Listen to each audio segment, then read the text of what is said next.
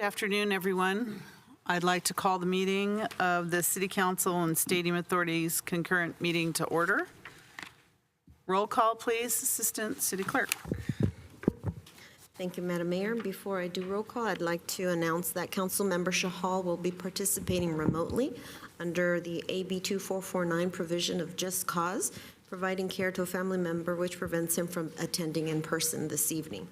Councilmember Shahal, please remember to participate through both audio and visual technology. And before any action is taken, you must disclose whether any other individuals 18 years of age or older are present in the room at your remote location and the nature of the relationship to you. With that, I will begin the roll call. Councilmember Board Member Watanabe. Here. Councilmember Board Member Shahal. Present remotely. Thank you. Councilmember Board Member Hardy. Present. Vice Mayor, Vice Chair Park. Here. Councilmember Board Member Jane. Here. Councilmember Board Member Becker. Here. Mayor and Chair Gilmore. Here. Thank you. Thank you. So we have one item in closed session. City Attorney. Thank you, Madam Mayor. One item, conference with labor negotiators. The city representatives are identified on the agenda. The employee organizations for consideration are units 5, 7, and 8, and unit number 10. Thanks, Madam Mayor. So thank you. Is there any member of the public that would like to speak on that closed session item? I don't see anyone here in the chambers. No one And online? no one's online. All right, we will adjourn to closed session. We will be back. It's a quick one. We'll be back at 5 o'clock for a study session. Thank you.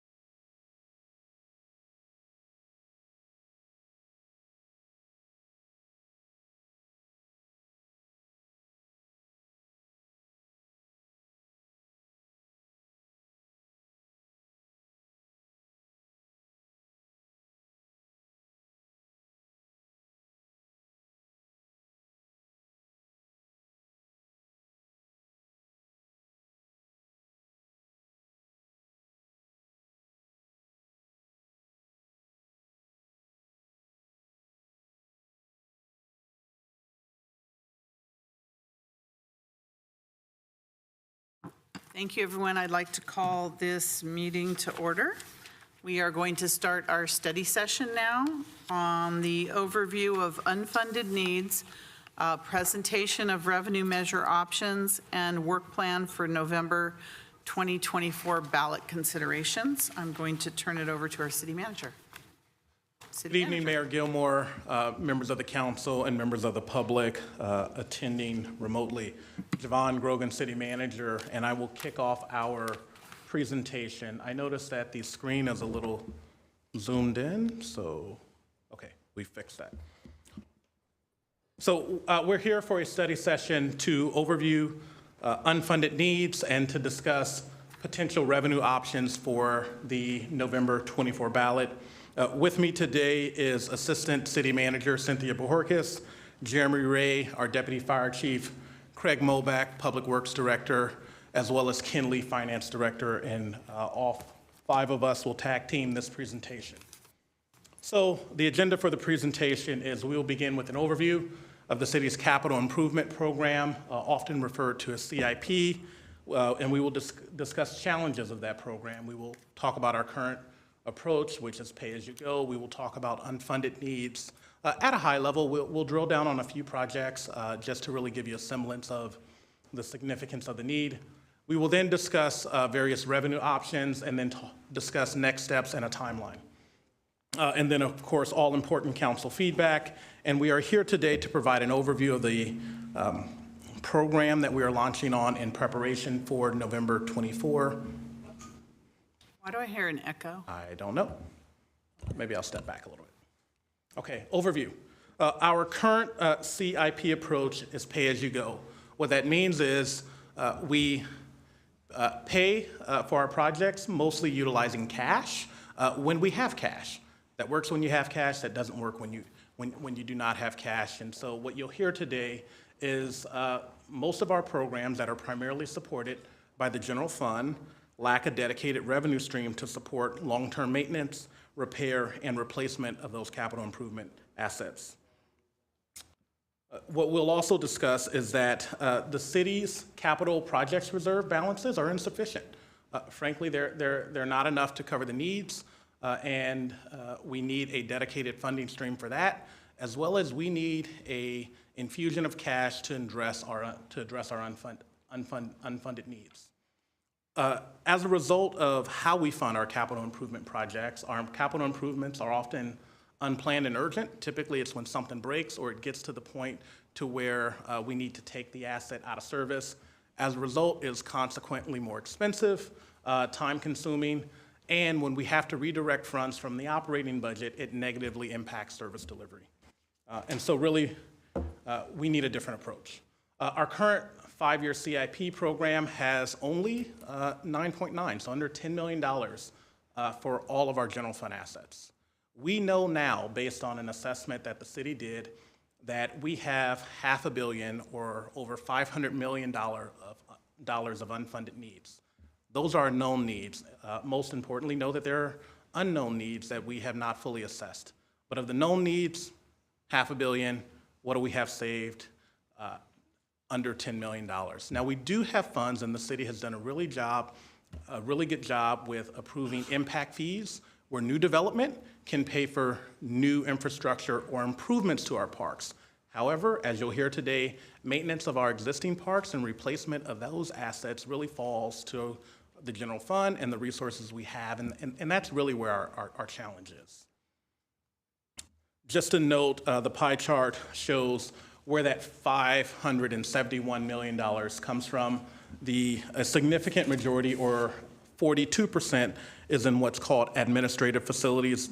That is fire stations, some of our historic buildings, our training tower, ADA improvements across the city, as well as critical improvements at our general city facilities like City Hall, Convention Center, parks and trails. As council knows, we have a number of bathroom facilities, one of which is closed due to lack of the ability to repair it, and we need significant improvements of our parks infrastructure and a number of those buildings, and we'll talk a little bit about that, as well as our administrative facilities. and the International Swim Center, traffic and bike safety programs, as well as our historic buildings. So our current approach is not sustainable, it's reactive, it's not forward-thinking, and frankly, I don't think it's a model that any of us are proud of. This city does not have funds to be proactive, and as we will discuss in this presentation, part of the program that we're putting together, looking forward to a potential ballot measure for November 24, is to utilize debt financing. The good news is that the city has examples of where we have responsibly used debt financing to improve city facilities, one of which is on your agenda tonight, where you are in some way celebrating paying off the debt for the police administrative facility. So you took out debt for that, you paid it back over time, and that's really the program that we're looking forward to. But what we need is additional resources. And so our decades-long practice of deferring our infrastructure really needs to change, and that's what we're here to begin the conversation with you about as we look forward and plan toward November 24. Okay, I will now turn the presentation over. Actually, why don't I do this slide? So much of our infrastructure is over 60 years old. It does not conform to current building standards. There are health and safety concerns, as you know all well. Many facilities sometimes have to be closed, and we see that with our International Swim Center. We see that with facilities in our parks. And we know that the community is frustrated about that. We've seen that here in this meeting where we have community members coming out really saying, we expect our facilities to be maintained, we expect them to be open, and we expect them to be accessible. And staff works really hard to keep aging facilities up and running. Sometimes one of our challenges is that the facilities are so old, when parts break, we have to have parts manufactured and custom made because you can no longer buy the components off the shelf, or we have to send motors out to be refurbished because you can't buy that motor anymore. And so we're really getting down to the end of being able to continually repair to keep some of our facilities open. And as we said before, the cost increases exponentially. The picture that's up there is actually of pavement, and oftentimes the example is, if you don't pave a road, it just deteriorates. And not only does the treatment that you need to apply get more expensive, if you could have done that project for $1 million this year and you wait 2 years, you may have to pay 6% more, right? And so it's important to do projects as soon as you can because you're actually saving taxpayers money. And ineffective facilities, frankly, they do not help meet our climate and sustainability goals. And we know we have a robust plan to be environmentally responsible, but based on some of the aged infrastructure, in particular a number of our HVAC systems, we have a hard time meeting some of those goals. And so this will certainly help out with our environmental goals. So with that, I will now turn it over to Jeremy Ray, our Deputy Fire Chief, to give a presentation on some of the deferred maintenance items with regard to our fire department. Thank you. Welcome. Thank you. Yeah, Jeremy Ray, Deputy Fire Chief. So just take you through a little bit of the infrastructure needs in the fire department. So between 2001 and 2008, we were very fortunate. 4 of our fire stations were replaced with new stations at that time. But that leaves some significant needs in the fire stations that remain. This is Fire Station 1 and the administration, the headquarters. This was built in 1965. The firefighters do a pretty good job of keeping the outside looking good, but the problem with the building is that it doesn't meet the seismic safety standards that would be in place today. And in addition, it's just not really equipped to be a modern fire station.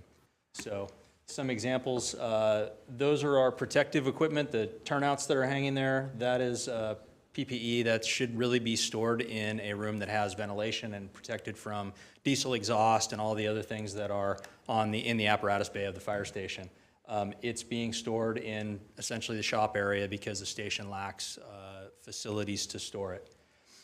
You can see there that it's just kind of, we're kind of just overcrowded at the station and need change.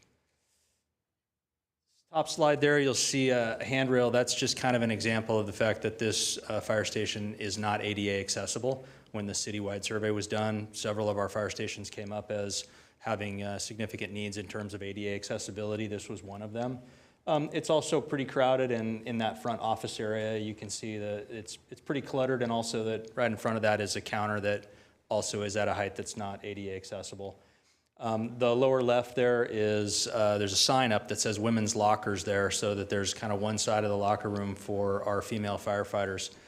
One of the problems with that is in modern fire station design, we're really going to gender neutral facilities so that we, everybody has privacy regardless of their gender expression. And then finally, that's an example of one of the older bathrooms that is a public bathroom on the first floor, but it is also not ADA accessible. Major themes with Station 1 really are the seismic needs, and also the roof is overdue for replacement on the station. So moving on. This is Station 5. This is the oldest fire station in the city. This was built in 1961. You can see the orientation to the street there. So this building is on the corner of Bowers and Mark Avenue. And just to the right of the photo, there's another street, Francis, that essentially dead ends into the driveway that goes to the back of this fire station. When this was built, fire apparatus were smaller. Our fire engines have a hard time making the turn in the back to get into the apparatus bay, and it's impossible for an aerial ladder apparatus to be able to access it, both because of the orientation to the street and because of the height of the ceiling. We can't even fit a ladder truck in here. When we did our standards of coverage in 2018, all of our analysis showed that this is an ideal location for us to place a ladder truck, but we can't do that with the current station. A study was done in 2017, comprehensive design of a new fire station and analysis of the costs. It came up with a really good design that would change the orientation of the station and have the apparatus exit out onto Bowers, which is the more major street, and would also make it so that we could have a drive-through station that would accommodate a ladder truck. And in 2024 dollars, the cost is just under $15 million to replace the fire station and basically build the one that was designed in 2017. A little bit more with Station 5. You can see kind of an interior view of the apparatus floor there. There's a huge crack running through the concrete. But more importantly, you can see to the left there fitness equipment. So the only place for the fitness equipment at this station is in the second apparatus bay next to the fire engine. So again, the same problem of ventilation of basically firefighters working out in essentially the apparatus floor. To the right is the shop area, and that's where they have to store their turnouts because there's no turnout storage at the station either. So again, the same problem with possible contamination. Front counter of Fire Station 5, that is not ADA accessible, obviously. Also, just very dated and not really as welcoming and open as we would like our fire stations to be to the public. In the top left, hard to see in the photo, there's a huge crack in the wall there that's been there for a really long time. The firefighters like to measure if the crack is expanding. And then this station was due for a new roof. There was an assessment done that it needed a completely new roof in 2016, and that's been postponed with the hope that we were going to replace the fire station. So now we have a very old roof that would cost hundreds of thousands of dollars to replace on a fire station that really does not meet our operational needs. Another view of the back of Fire Station 5, showing that roof. I was supposed to click to this slide, talk about the roof. And then the dorms there on the right. So this station was built back when there were no female firefighters, back when all the dorms were just one big common room with with beds in it that everyone slept in. So around 20 years ago, those cubicle walls were put up to kind of partition off and have at least some privacy in the dorm area. But obviously modern fire stations are constructed differently with individual bedrooms so that you have some privacy. Moving on to Fire Station 7. Fire Station 7 was built in 1971. It is the only station that we have that is, the exterior is completely covered with wood shake shingles. One of the problems with wood shake shingles, in addition to just that they deteriorate over time, is termites. So we have some termite problems at this station that were discovered when we had a large window that failed, and in the process of trying to replace that window, we discovered that we had much larger problems than just a window that was leaking. Also at this station, we have a problem with the turning radius in the back for being able to house a ladder apparatus. Early in my career, we had a fire truck at this station. And when the truck was replaced with a new truck, it could really no longer make the turn, and so this station doesn't house a ladder truck anymore. Another example of just the front lobby area not being welcoming and not being ADA accessible. We have energy efficiency issues, obviously, in all these stations. You have old fluorescent lighting in the majority of the older stations. And so there are a lot of gains that could be made with energy efficiency in either remodeling or replacing these stations. And finally, this is Fire Station 9. This is essentially a concrete tilt-up warehouse. This was built in 1971. It was actually built out and staffed as a fire station in 1982. So I've dug into the records a little bit, and it appears that this was just a building that was basically built on spec, and the city of Santa Clara then purchased it and turned it into a fire station. So we have the fire station living quarters in the front, and then we have a warehouse in the back that is really our only warehouse in the fire department. We have some reserve apparatus that are stored here. We have a couple of antique fire apparatus that are stored here. And then we have a couple of large projects that are conducted here. One of them is our PPE. So our turnouts go to Station 9 whenever they need to be cleaned. So after a fire, we have to send them in and have our turnouts cleaned. And then twice a year, they're inspected. We have people that we actually send to classes by the manufacturer to get certified to inspect turnouts. But all of that has to happen essentially in an area off the apparatus floor because there is no room inside the station to have this project conducted there. So one of the needs at Station 9, or what would like to be done, is to essentially build out more of the fire station as opposed to just open warehouse. And then we have a significant access issue at Fire Station 9 in that the property on the right of the photo there is just to the north, immediately to the north. That property was sold, it's been probably 6 or 7 years ago now. And at the time that it was sold, we discovered that the city does not have an easement for the driveway there that allows us to be able to get our fire apparatus into the back of the fire station. We do it, we always have done it. But if the new property owner decided to build right up to the property line, as they're allowed to do, we would then no longer have fire apparatus access into the station. It would turn into a back-in only station from the front. I'll just go back to that. So essentially, it would turn into a station that we would have to always back the apparatus into. This station is our hazmat station as well, so this houses a fire engine and our hazmat vehicle. And I believe that is the end of mine. I'll be available for questions afterwards. Thank you. Thank you. Welcome. Good evening, Mayor and Council. Cynthia Bojorquez, Assistant City Manager, and I have the honor tonight to speak about the major needs for parks, recreation, and open space. Chief Ray just spoke about how capital needs in the fire department affect their day-to-day operations. I'd like to take a few moments to talk about how the major unfunded parks, recreation, and open space capital needs affects the quality of life in our neighborhoods for our Santa Clara residents. In Santa Clara, we are very fortunate to have a wide array of parks and recreation amenities. We have park buildings, a senior center, a community recreation center, community gardens, as well as neighborhood and community parks. The challenge we have is that the infrastructure is old and in need of investment. We have been talking about the need to invest in infrastructure for the past 4.5 years that I've been here and for many years before that. On this slide, you will see information from the 2017 Facility Condition Assessment that former Park and Recreation Director Teixeira commissioned to document just how critical our infrastructure needs are. On the left-hand side of the slide, you will see that the city has 65 park buildings that are an average age of 32 years old. In 2017, 24% of our buildings were in either poor or critical condition. On the right-hand side of the slide, you will see that the city has 49 park sites with an average age of over 50 years old.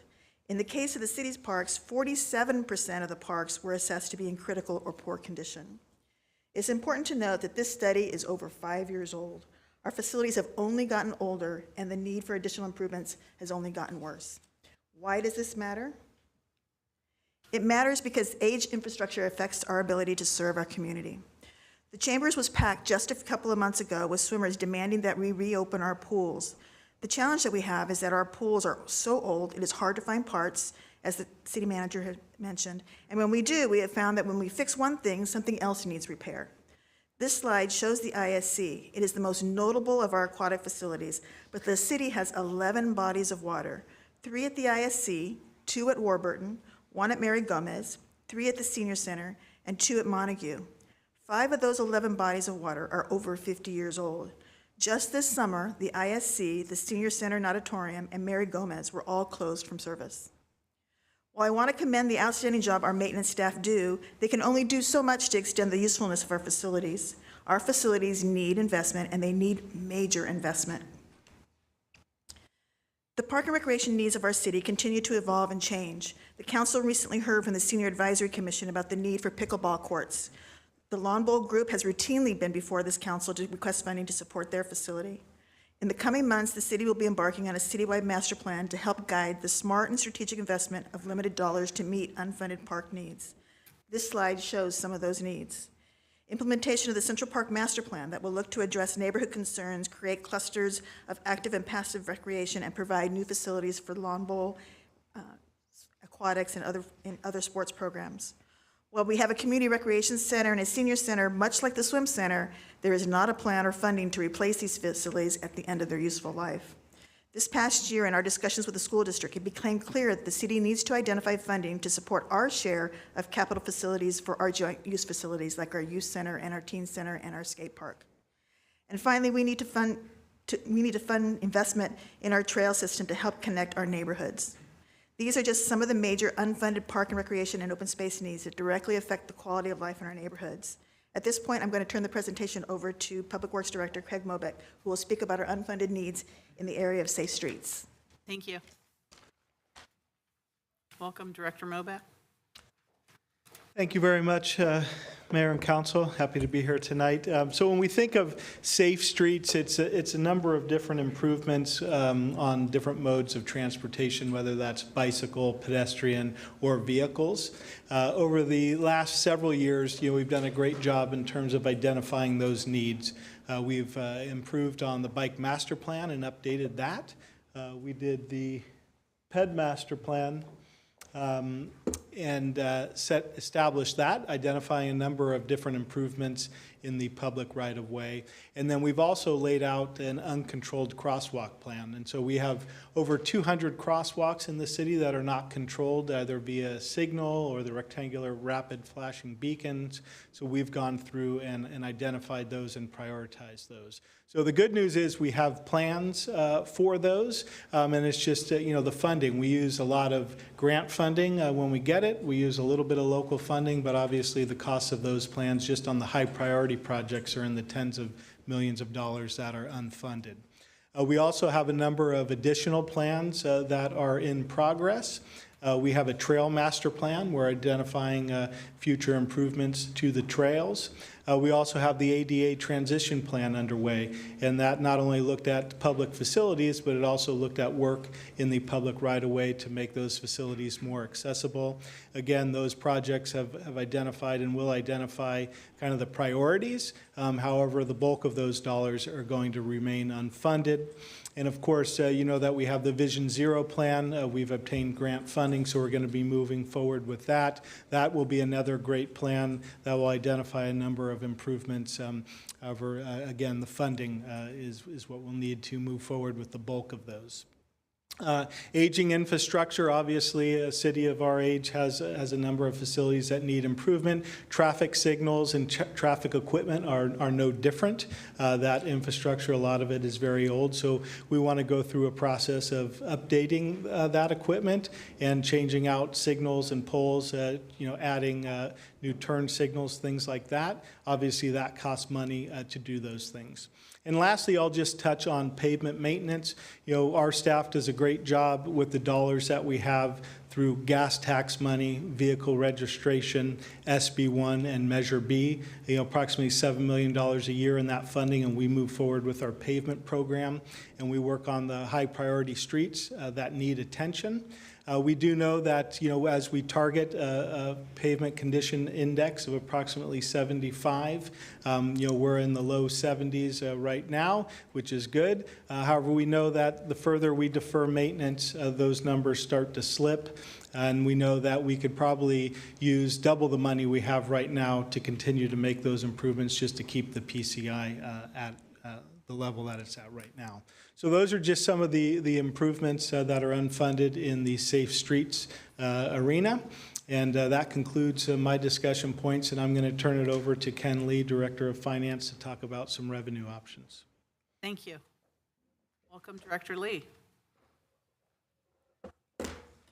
Thank you. Good evening, Honorable Mayor, City Council, members of the public. Ken Lee, Director of Finance. Appreciate the opportunity to talk about tonight's item. And earlier, you've heard from City Manager Grogan about our current approach to funding CIP projects. It's insufficient. There's a $500 million need out there. You've heard from our operational areas and some of the sampling of pictures of the infrastructure that our employees, our residents use. And so I'm here to talk about, in this next section, some revenue options that are before you for consideration for November 2024. And as your finance director, I don't bring forward options that potentially could increase taxes lightly. I know that we've, with the council's support and resident support over the last a couple ballot measures have been successful, and so with the problem before us, I wanted to present some options and information for your policy discussion and consideration for November.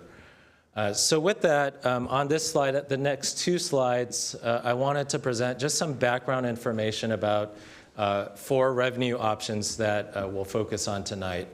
The first two types of tax measures, the first one, general tax measures. These are measures that are levied on any program or service to be expended for any general need, and the simple majority vote, 50% plus 1, is required for approval for a general tax. And we've seen a couple general tax measures with our TOT and our business tax over the last 2 ballots. Typically, those are more easier, at least from a standpoint of passability, but something to consider here, just a general tax measure.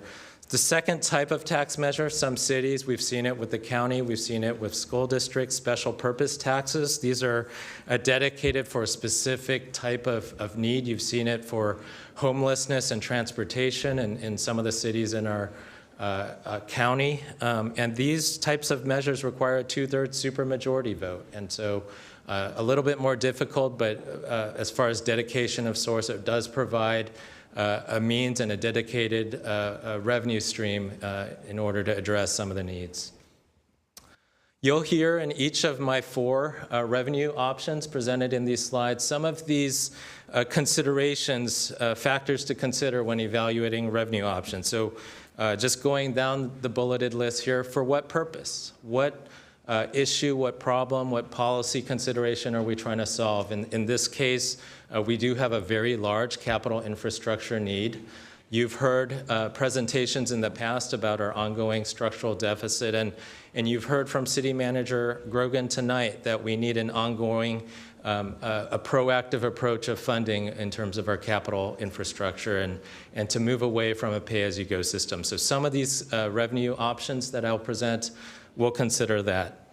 The second bullet, what voter requirements needed? Is that the 2/3 supermajority versus the majority? What's the likelihood of voter approval? Do we consider 1 measure, 2 measures? I know that there's limited bandwidth at the community level for the number of revenue measures, so something to consider, 1 versus 2, as well as input from voter research as we embark on this process.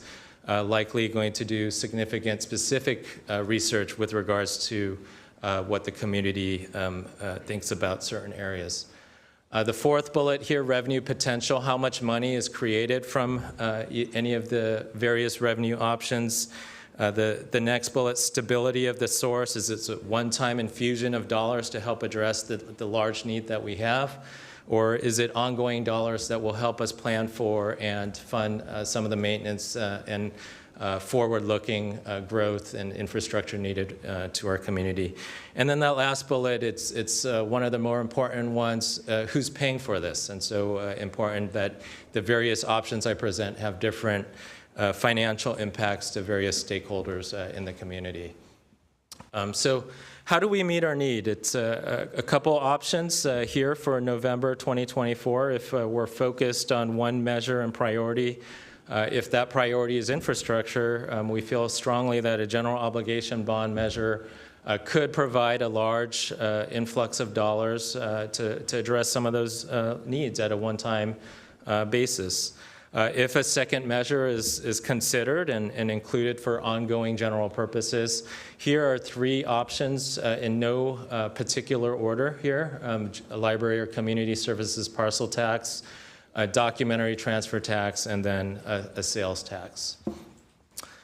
So diving a little deeper on general obligation, or GO bond, as we call it, it is used for long-term capital project financing across the region. Several cities have had their voters pass specific GO bonds for very specific purposes. I mentioned housing and transportation as one recent large GO bond that's passed, but we've also seen others throughout the region. It does require a 2/3 supermajority vote. It would give us one-time dollars, and those dollars are secured by an ad valorem property tax that residents and property owners would pay through their property taxes. Some more specifics here, and you'll see this presentation in the same manner through each of these options. Just a summary table of the purpose here: capital projects, the number of votes, 2/3. Revenue potential here, you've heard of almost $600 million need, so potentially up to $6 million, and that could be sized in various different ways over time as those dollars are expended, and as I mentioned earlier, assessed on property taxes. And some of the benefits here: it is a stable revenue source in terms of who's paying. It can generate high dollar amounts received up front, creates intergenerational equity. So many of these projects are long-term, 30, 40-year projects. You've heard some of these fire stations are 50 years old, so that cost would be spread over time to property owners, and it would be a dedicated source for critical capital infrastructure needs. And some of the drawbacks here: funding's not ongoing, so it does give us one-time dollars. It would give us one-time dollars, but would not solve the issue of the pay-as-you-go, so we'll need to find an ongoing source. It does have a higher voter threshold, the 2/3. Many of the recent polls of voter research showed that the support ranged anywhere from 58% to 62%, so some education would be required to grow those numbers. And then that last bullet, the long-term debt obligation to property owners. So a sample GO bond components, you've heard from Deputy Chief Ray. Public safety, there's a significant need around safety, around flood protection. That's something with regards to climate change and storm water, both the pumps and the ability to convey waters. You heard about our community facilities through Assistant City Manager Borkes' presentation about our parks, our community centers, our playgrounds. Earlier in the presentation, a picture of a playground with sand, metal, and wood. And so many more modern playgrounds are available. You've heard about our pools and open spaces, and then potentially libraries and any of the needs there. You've heard from Director Mobeck regarding our streets and our transportation infrastructure, including pavement, pedestrian, bike, ADA, and other safety improvements. And you've heard about our goals around sustainability. So that includes alternative transportation, green building upgrades, including solar and LED. And so in this table, in this slide here, in the box for a bond issuance of $400 million, assuming a 30-year payback, the estimated cost there would be about 26 cents per $1,000 of assessed value for the average assessed value of a single-family residence or condo at $655,000. That's roughly $14 a month. And if you go up to potentially a $600 million scenario, roughly $21 a month to those average assessed property owners. The next section here, a library community parcel tax. This could be used for operations and programs or infrastructure. It would provide a stable revenue source, diversify our general fund revenues, and support or enhance our services over time. And so this would be an ongoing, or it could be a fixed term. You may have seen parcel tax measures in the public that sunset after 10 years or 15 years. That's a possibility in terms of how this is structured.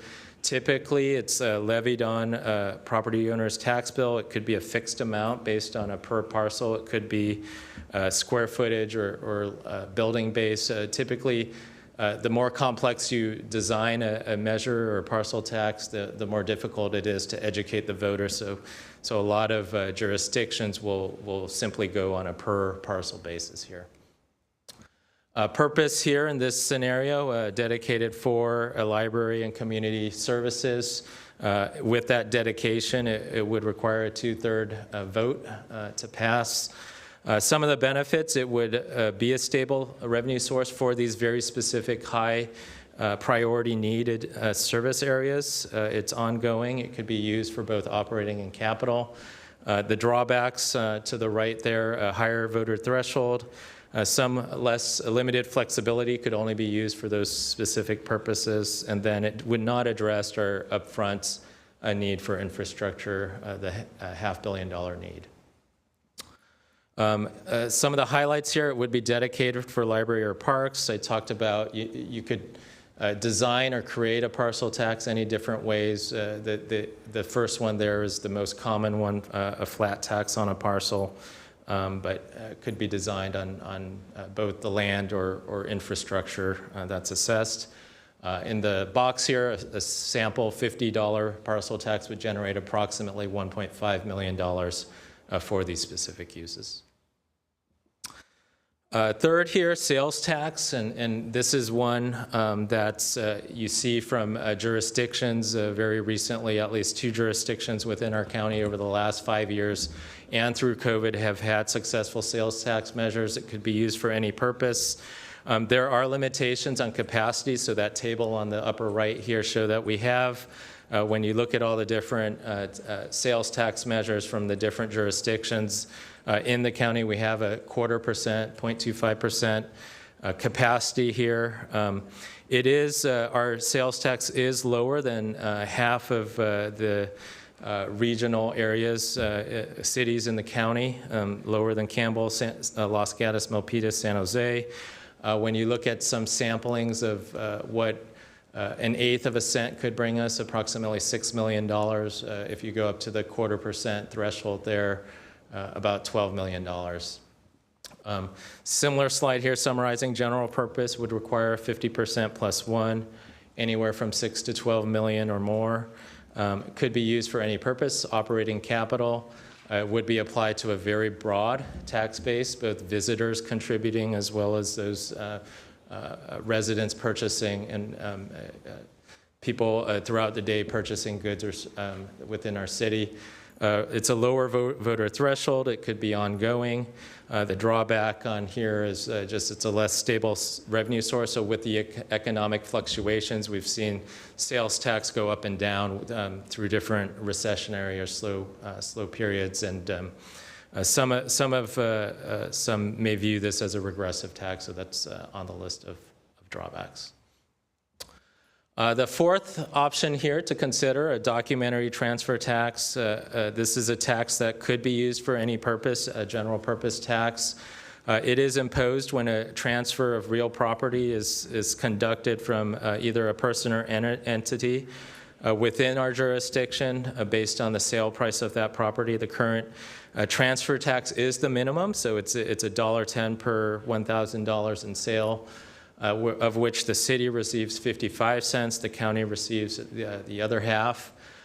Charter cities have the ability to, through the ballot, may increase that rate. However, if we do, the county would receive that full $1.10, and then the rest would come to the city. So a technical nuance there with regards to this tax.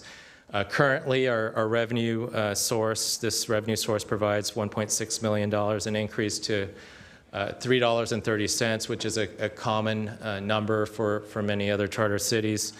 For a total tax of $440 would generate about $8 million annually. This summary here provided shows that it is a general tax, would have that lower 50% plus 1 threshold to generate approximately $8 million through the transaction time at title. Some of the benefits here, it's flexible. It's a form of non-resident and resident taxation, so that has a broader tax base. And as a charter city, we have that authority through a ballot to provide an ongoing revenue source. Drawbacks here, I talked about just the sensitivity to the economics as well as the cost of real estate in the region. This would add to that at the closing of those transactions. So the summary of those 4 options that we took a look at are here with the focus on capital infrastructure. If the council were to consider one ballot, the GO bond there in bold and some of the highlights of that option. And then if the council were to consider potentially a second measure, 3 other tax options there and the different pros and cons of those revenue options. Something to consider, I know there's a lot of ideas that get presented both to the council, to myself as a finance director, when I come across different residents or customers. Here's a list of some of the other options that have come up that would have to take additional time to study. And there are pros and cons to each one of these. And some of them do require voter approval, some of them do not, and are items that would require further analysis, some of them in progress as we speak. But just want to acknowledge that we've looked at 4 specific options to present to you today. There are a list of other options potentially. And then this slide, it is important to just consider these revenue options in the context of legislation and ongoing legislation, both at the state and at the local level. So the first 3 items are items that are likely to qualify for the November 24 ballot. Depending on the different constituent perspectives, they would change the threshold for different taxes, either higher or lower. And so those 3 measures could have impacts on this November 24 election as well as potentially past elections. So they are something that we are monitoring with our lobbyists very closely. The 4th item here, the county is thinking about a sales tax measure as well, so it's important to consider our measures in light of that. And so there is a bill with the state legislature that would seek to go above that 2% cap that jurisdictions have. And so if the county is successful in both this legislation as well as at the ballot, that's something we're monitoring and needing to know as we consider potentially other tax measures. So with that, I'll turn it back over to City Manager Grogan to talk about next steps and timelines. Thank you, Director Lee. Thank you, Ken. Council, with regard to next steps, the first one is we intend to retain a consultant to conduct likely voter research. As you know, this typically begins with a consultant looking at the county roll of registered voters and conducting a statistically sound research in order to provide you with options and information on the viability of various measures. As the finance director mentioned, we've looked at 4, but there are potentially others that we will also do analysis on. Next, after that, we will identify priorities for the unmet needs. And there are various ways to measure priority, and we will do it in a multi-pronged fashion. One will be based on the severity of the asset or the risk associated with the current condition of the asset, as well as community perception of what's important, and your perception of what's most important and what we should concentrate on. We then would develop and implement an educational effort to communicate the needs of our capital infrastructure to the community. Some members of our community may know about the challenges with regard to the assets they see and utilize, but not have that full overview of our challenges across the entire city, as well as may not know our funding challenges. We then, based on the voter research, will determine a preliminary viability of the revenue options and return to the City Council. And following the completion of all the voter research in early 2024, we will certainly seek City Council direction on what potential measures to put on the November 24 ballot. Next, we have the table that's in front of you is a general overview of the process and timeline that we will follow for this overall effort.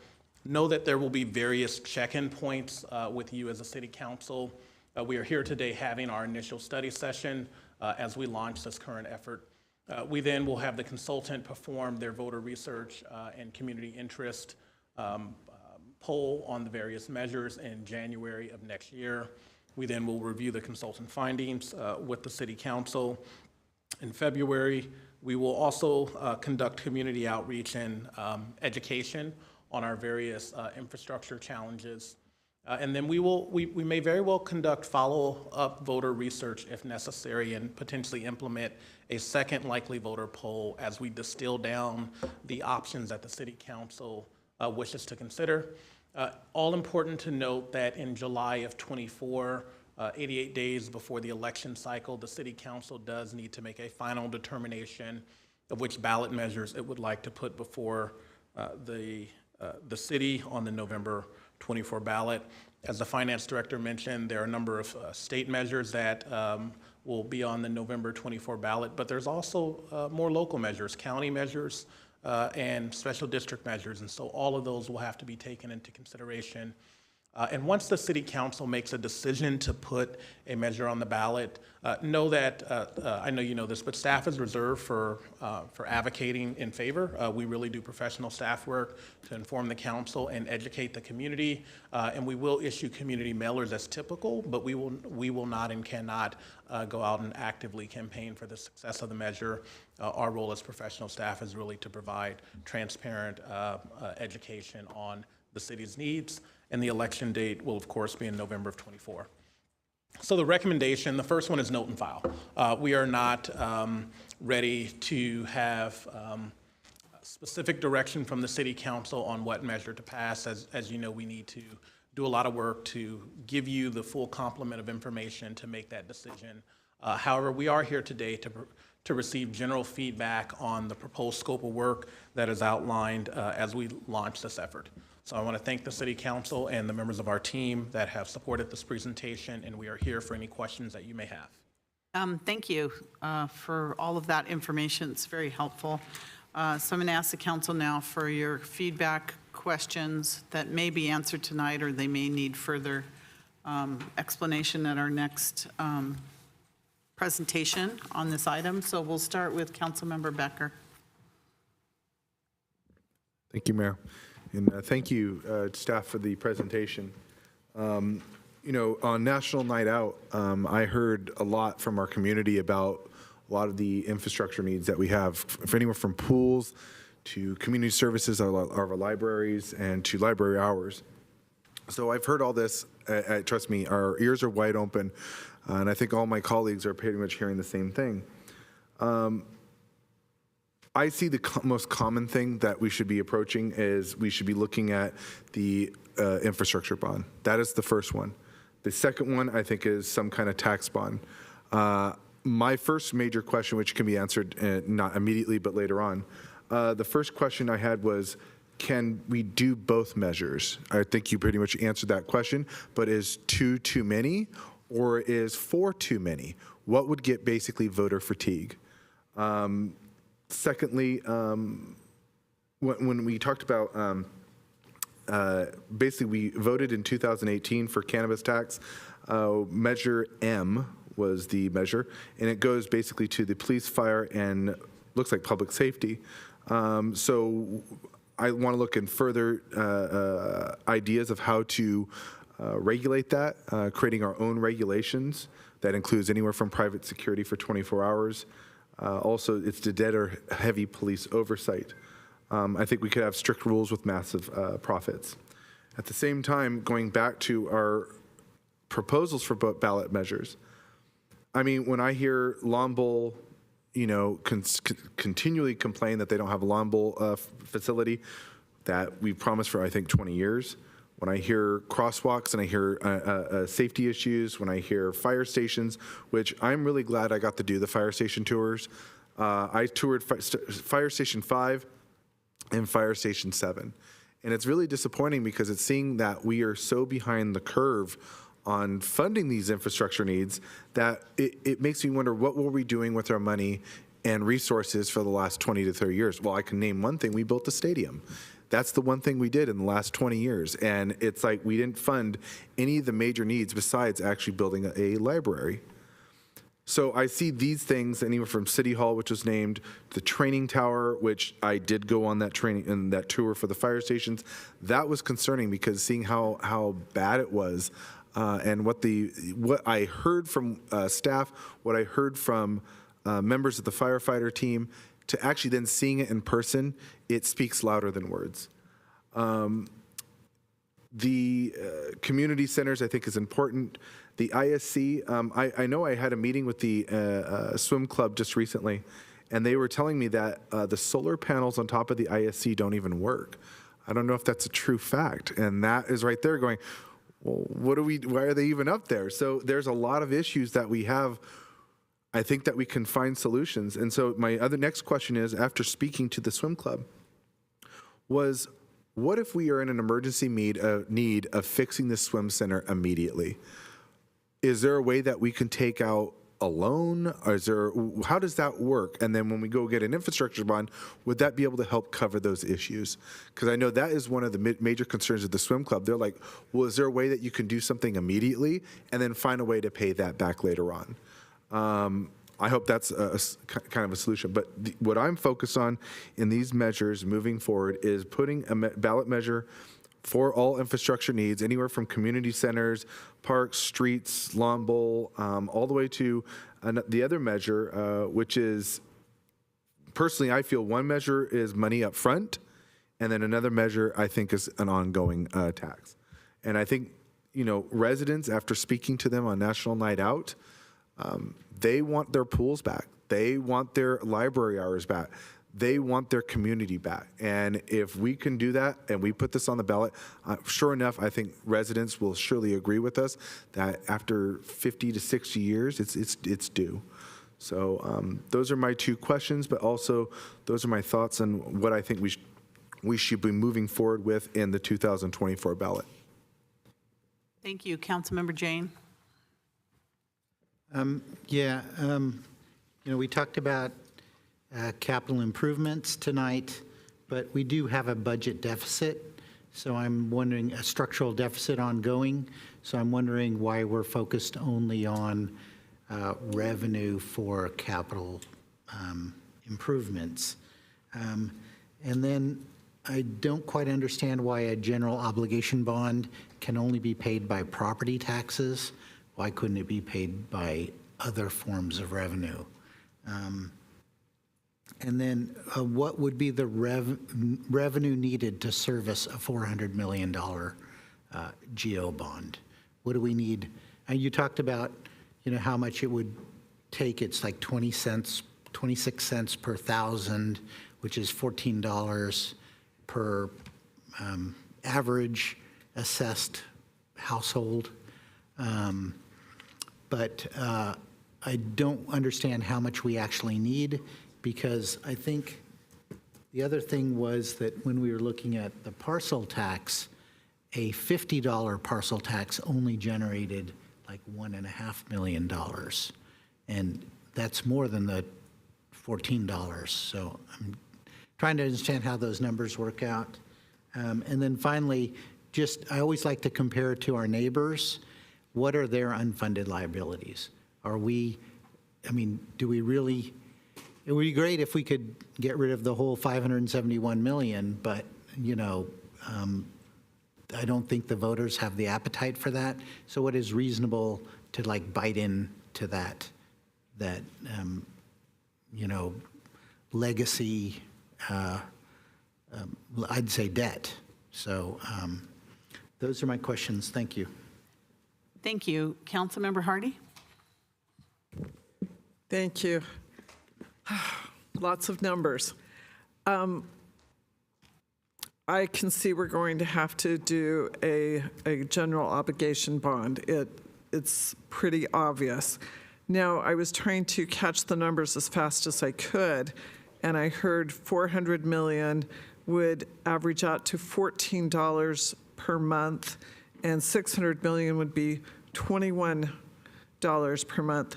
I wasn't real clear on how long that would be for, and if it sounds like it's on property. We need to make certain we're really clear on this so that we can explain this to our residents. To go for a second situation on the ongoing, I know I would lean more towards the documentary transfer tax. To me, that is property transaction. That is a choice. I'm not really comfortable with the sales tax or parcel tax because the parcel tax is already on property, and sales tax is, it's punitive to those who live on the edge, and that bothers me a lot. And recognizing that that is a real concern. So I could see looking at the documentary transfer tax as the second option if we feel that our residents would support that. Thank you. Oh, and I will say Station 5 is in my neighborhood, and you're right. It's a mess. Thank you. Other council members? No. Doesn't show, oh, there you are now. Councilmember Watanabe. Yeah, thank you, Mayor. So, get my thanks also for the presentation and the information. The city of Santa Clara, now I know I'm not a long-term resident, I've been here since 2005, but at the same time, from what I've learned over the years is that how, Santa Clara was always very good about with its land and leasing the land, and Great America, for instance, was a great source of revenue. It was about $14 million a year that was going into our general fund as a result of the rent. And when the redevelopment agency came in and the governor made some decisions about dissolving the redevelopment agencies, it had a real serious impact on our city, and a lot of that revenue that we were able to collect from as a result of leasing land that the city owned went away. And so we find, I'm sure that that has contributed to where we are now. I like some of the options that are being put forth. I too agree that the transfer tax is something to look at. Also, in terms of an ongoing tax as opposed to temporary, parcel tax, I think I'd rather look at just a short-term like parcel tax or geo bond, because I'm optimistic, hopeful that when the related project, for instance, when that is able to generate the kind of tax revenue that we were expecting, hoping for when we approved the project back in 2016. Our hope was that that tax revenue would replace the redevelopment agency tax that was lost.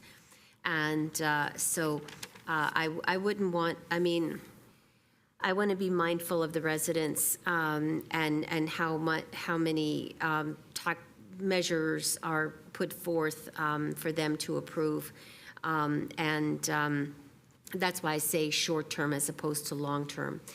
The other consideration is we're not just talking about local tax measures, we're talking about statewide. You mentioned, we're not just talking about city, we're talking about statewide, we're talking about local county measures that could impact, what's going on the ballot, and where, again, creating that voter concern and, what exactly is, what are people going to be focused on, and what can pass as a result. Another concern I heard about today was regarding property values going down, and I think the property assessor's office came out with a statement about how they're expecting the impact could be as much as $4.7 billion reduction as a result. And I'm wondering how that's going to impact us long-term, how it's going to impact the city long-term, because I know that our city is, we have, our property is, residential property is worth a lot, and this actually is going to impact residential property. So in the long term, it would be good to see if there's any kind of a projection of how that could impact, our general fund. Let's see. One question I have regarding the voter research and the consultant. How soon will we be doing an RFP, and how soon will that happen? And then also, we did receive a legislative update this afternoon. The mayor and I had a session with Townsend and Associates, and there was discussion about ACA 1, and I believe it was in one of the slides, or it was talked about how that could impact measures going forward in November. I'd like to know if that passes, would it have an immediate effect on any measures that we potentially put on the ballot? And I'll leave it at that. Thank you. Thank you. Vice Mayor Park? Yes, thank you again for the presentation. Thank you for all the information. It's certainly eye-opening information. We've known this, but getting a little bit more detail, seeing what's actually happening in the city is a bit concerning. As other people have mentioned, city voters are potentially looking at 3 bonds on the next ballot even before we consider city bond or tax measures. And I don't know that there's any demographic here that can support all of the needs that the state and the city need. And I don't think that we have the option of saying, well, look at the city first. So I think it's concerning, the amount of money that everyone needs at this time. I also would like to know what we can do about needs that require a lot of money up front, like International Swim Center. I mean, I've heard that even if we had the money, it would take a long time to build the swim center, and there are options to fix the swim center that cost more money, but it would get us there slightly sooner. Or if we did it more efficiently, it would take a lot longer, and I don't know that we have. Now, I'd like to know what some of those options are. Yeah, I think this is kind of tough. I mean, you say that we need a new CIP methodology. We need to rethink how we do that, and I agree. I don't know that I've heard a lot of, unique solutions here, and I don't know that I've heard something that I think would fly in this economy. I mean, even if next year gets better, people need to recover. People are hurting right now. I feel like every single one of these options has a benefit, but every single one of these options also has some drawbacks to, certain types of people. I think it's going to be tough, but hand it back to staff. Maybe we can get some answers. Thank you. Thank you. Councilmember Chahal? Thank you, Mayor. Thank you for the presentation. And I have some of the concern which raised by staff as well as council members that we did not forecast or plan this out for last 20 years. And all of a sudden, we are trying to fulfill all the obligation at the same time, about $571 million. I'm happy that at least we are talking about it right now, and we are going to take some decision in November 24. And just to give my idea, like I do recommend documentary transfer tax is one we can do it on priority, but keeping in view 571 million requirements down the line, I think we need to prioritize out of that $571 million. What are our priorities right away and long term and short term, basically? And I know it will be tough keeping in view the county measures and other tax measures may be planned in November 2024. but we need to do something. And my question is, the sales tax measure, which I also agree is not a good measure to go for because of the it impacts the community which does not have resources to do their day-to-day financing basically. Um, but documentary tax, transfer tax is the one which does not impact the community as such because it only happens when the transactions happen in the real estate. Uh, about the go bonds, I had the same question. Like, if we go for um, whatever measures we are talking about, 400 million or 600 million, how long will that be imposed on our residents? What will be the timeline? Would it be perpetual, 30 years, 20 years? So that's my question. Thank you. Thank you. I'll give my comments because it looks like everyone wants a second round again. So I had questions on the GO bond, which I think is the most reasonable for us at this point, considering we heard this afternoon that the state's going to put some revenue generating items on, and there's going to be quite a few, I think, on the ballot. We don't even know what any of the school districts will do between now and then. We went through this exercise back in 2019 when we were looking at the November 2020 ballot. So we looked at our bond capacity. We went out we polled our public, and we got a lot of very good feedback. But I'm trying to remember back then, I thought our bond capacity was a lot less than, I saw you put on there 600 million. That was an opportunity for us to go out. But I thought that either our bond capacity was in the, I remember the 200 to 400 million range, and then we cut that in half. So I'm really confused about, you're saying we can put out 600 million in bonds and actually get that? I'm confused because I thought it was half of what we put out if we wanted to get the money up front. And then there was the issue of, I remember when we polled, and that was a fairly decent economy at the time in 2019. But the tolerance from our public at the time was not very high, even in that kind of really good economy. And I thought we were looking at 200 million in bonds, but we would get 100 million up front.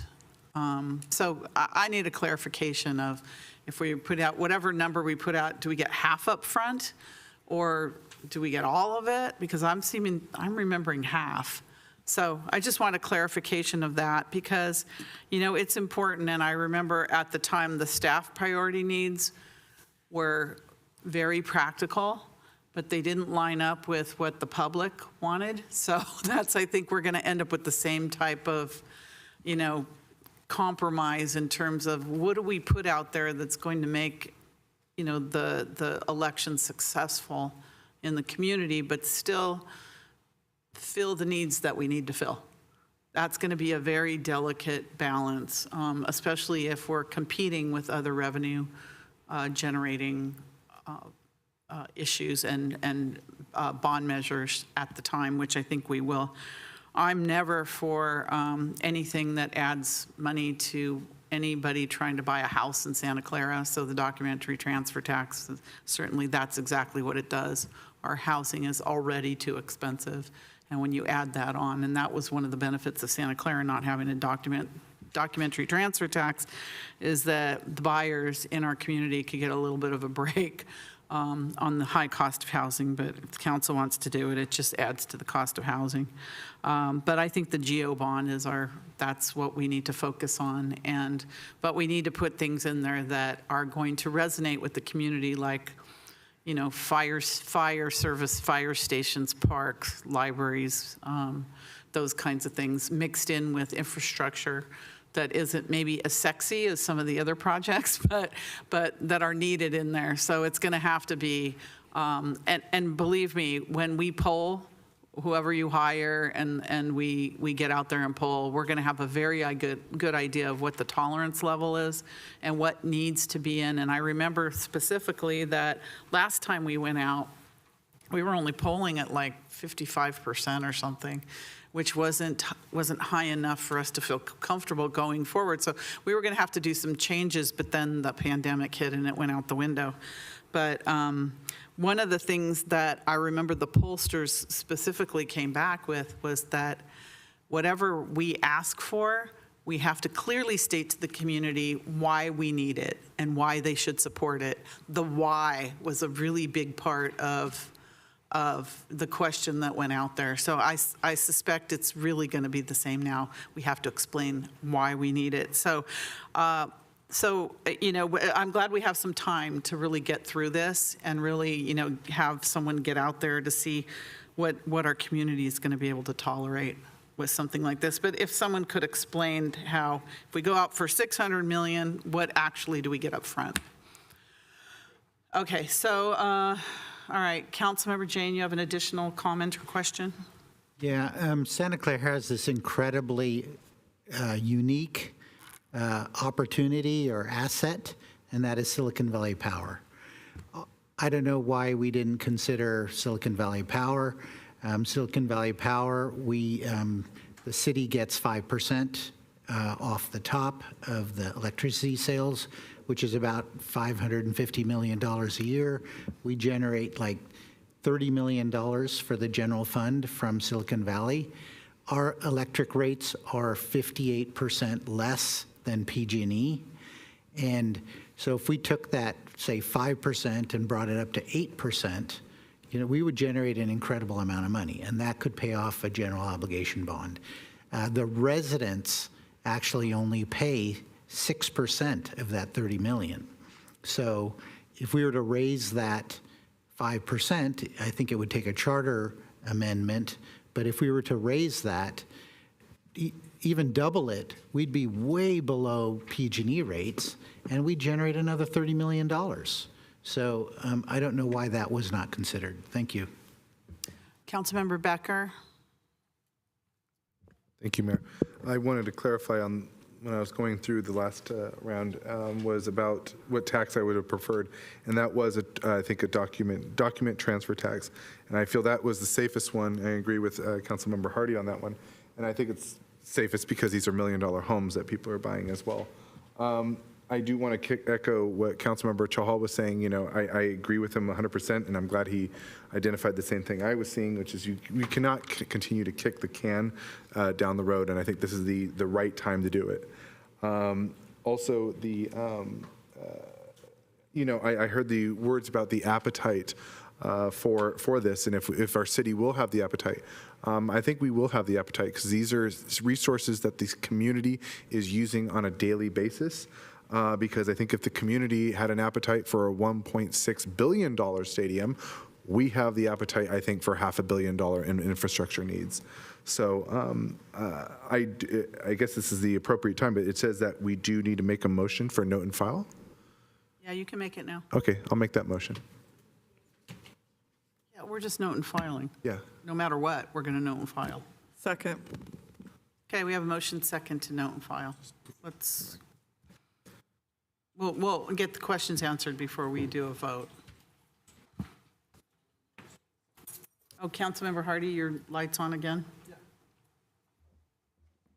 Just really quick, from a numbers point of view, they have found that residents, when you say any number over 5 million, they don't seem to do that multiplication.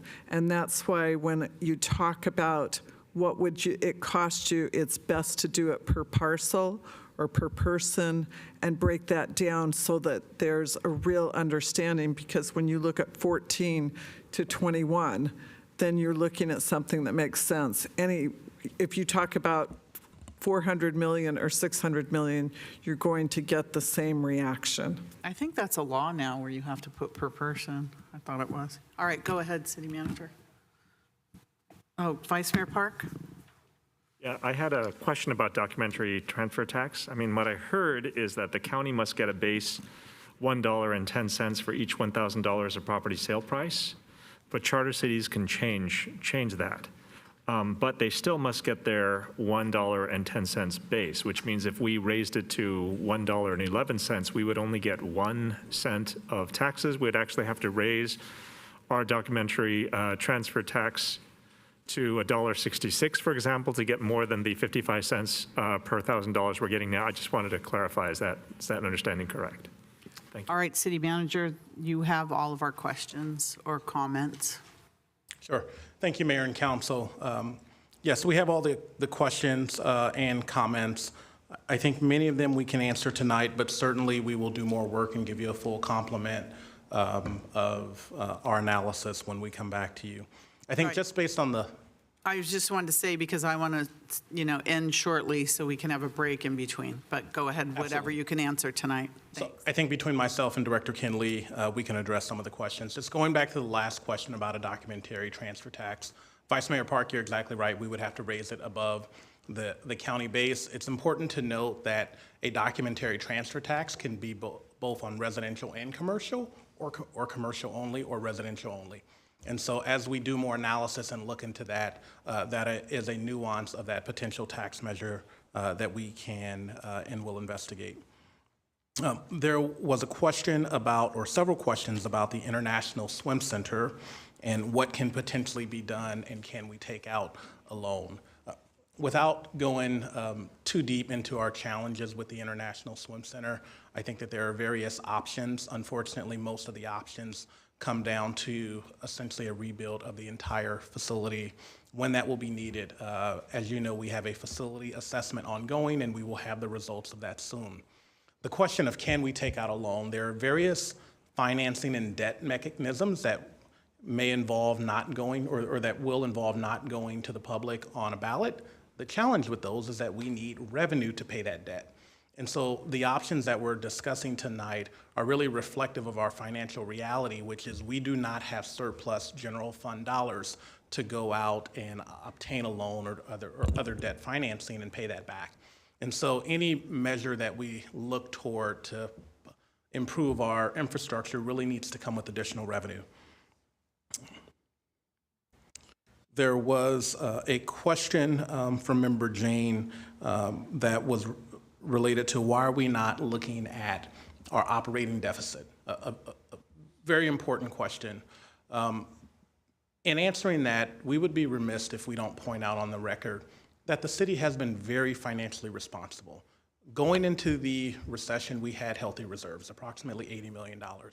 Our financial challenge is that the need has far outstripped the resources, and we have not had surplus general fund money to put aside or be proactive with our infrastructure.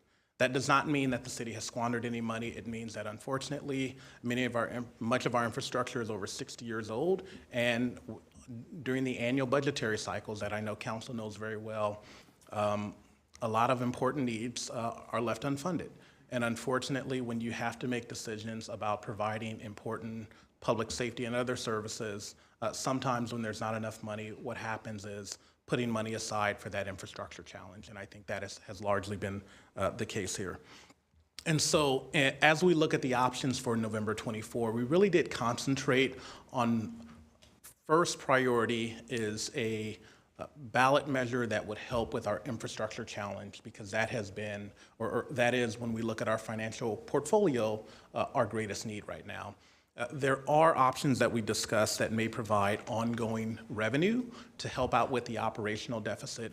We certainly intend to poll on those and bring back information to the city council, but priority number one, we were targeting infrastructure, as well as when we get the voter information back, that will tell us what the community sentiment is. Sometimes your community sentiment is, you know what, I'd vote for a bond because it has a sunset or a 30-year provision, but I won't vote for an ongoing revenue source. And so we will assess all of that once we really get information from the community and bring you information so that you can make an informed decision.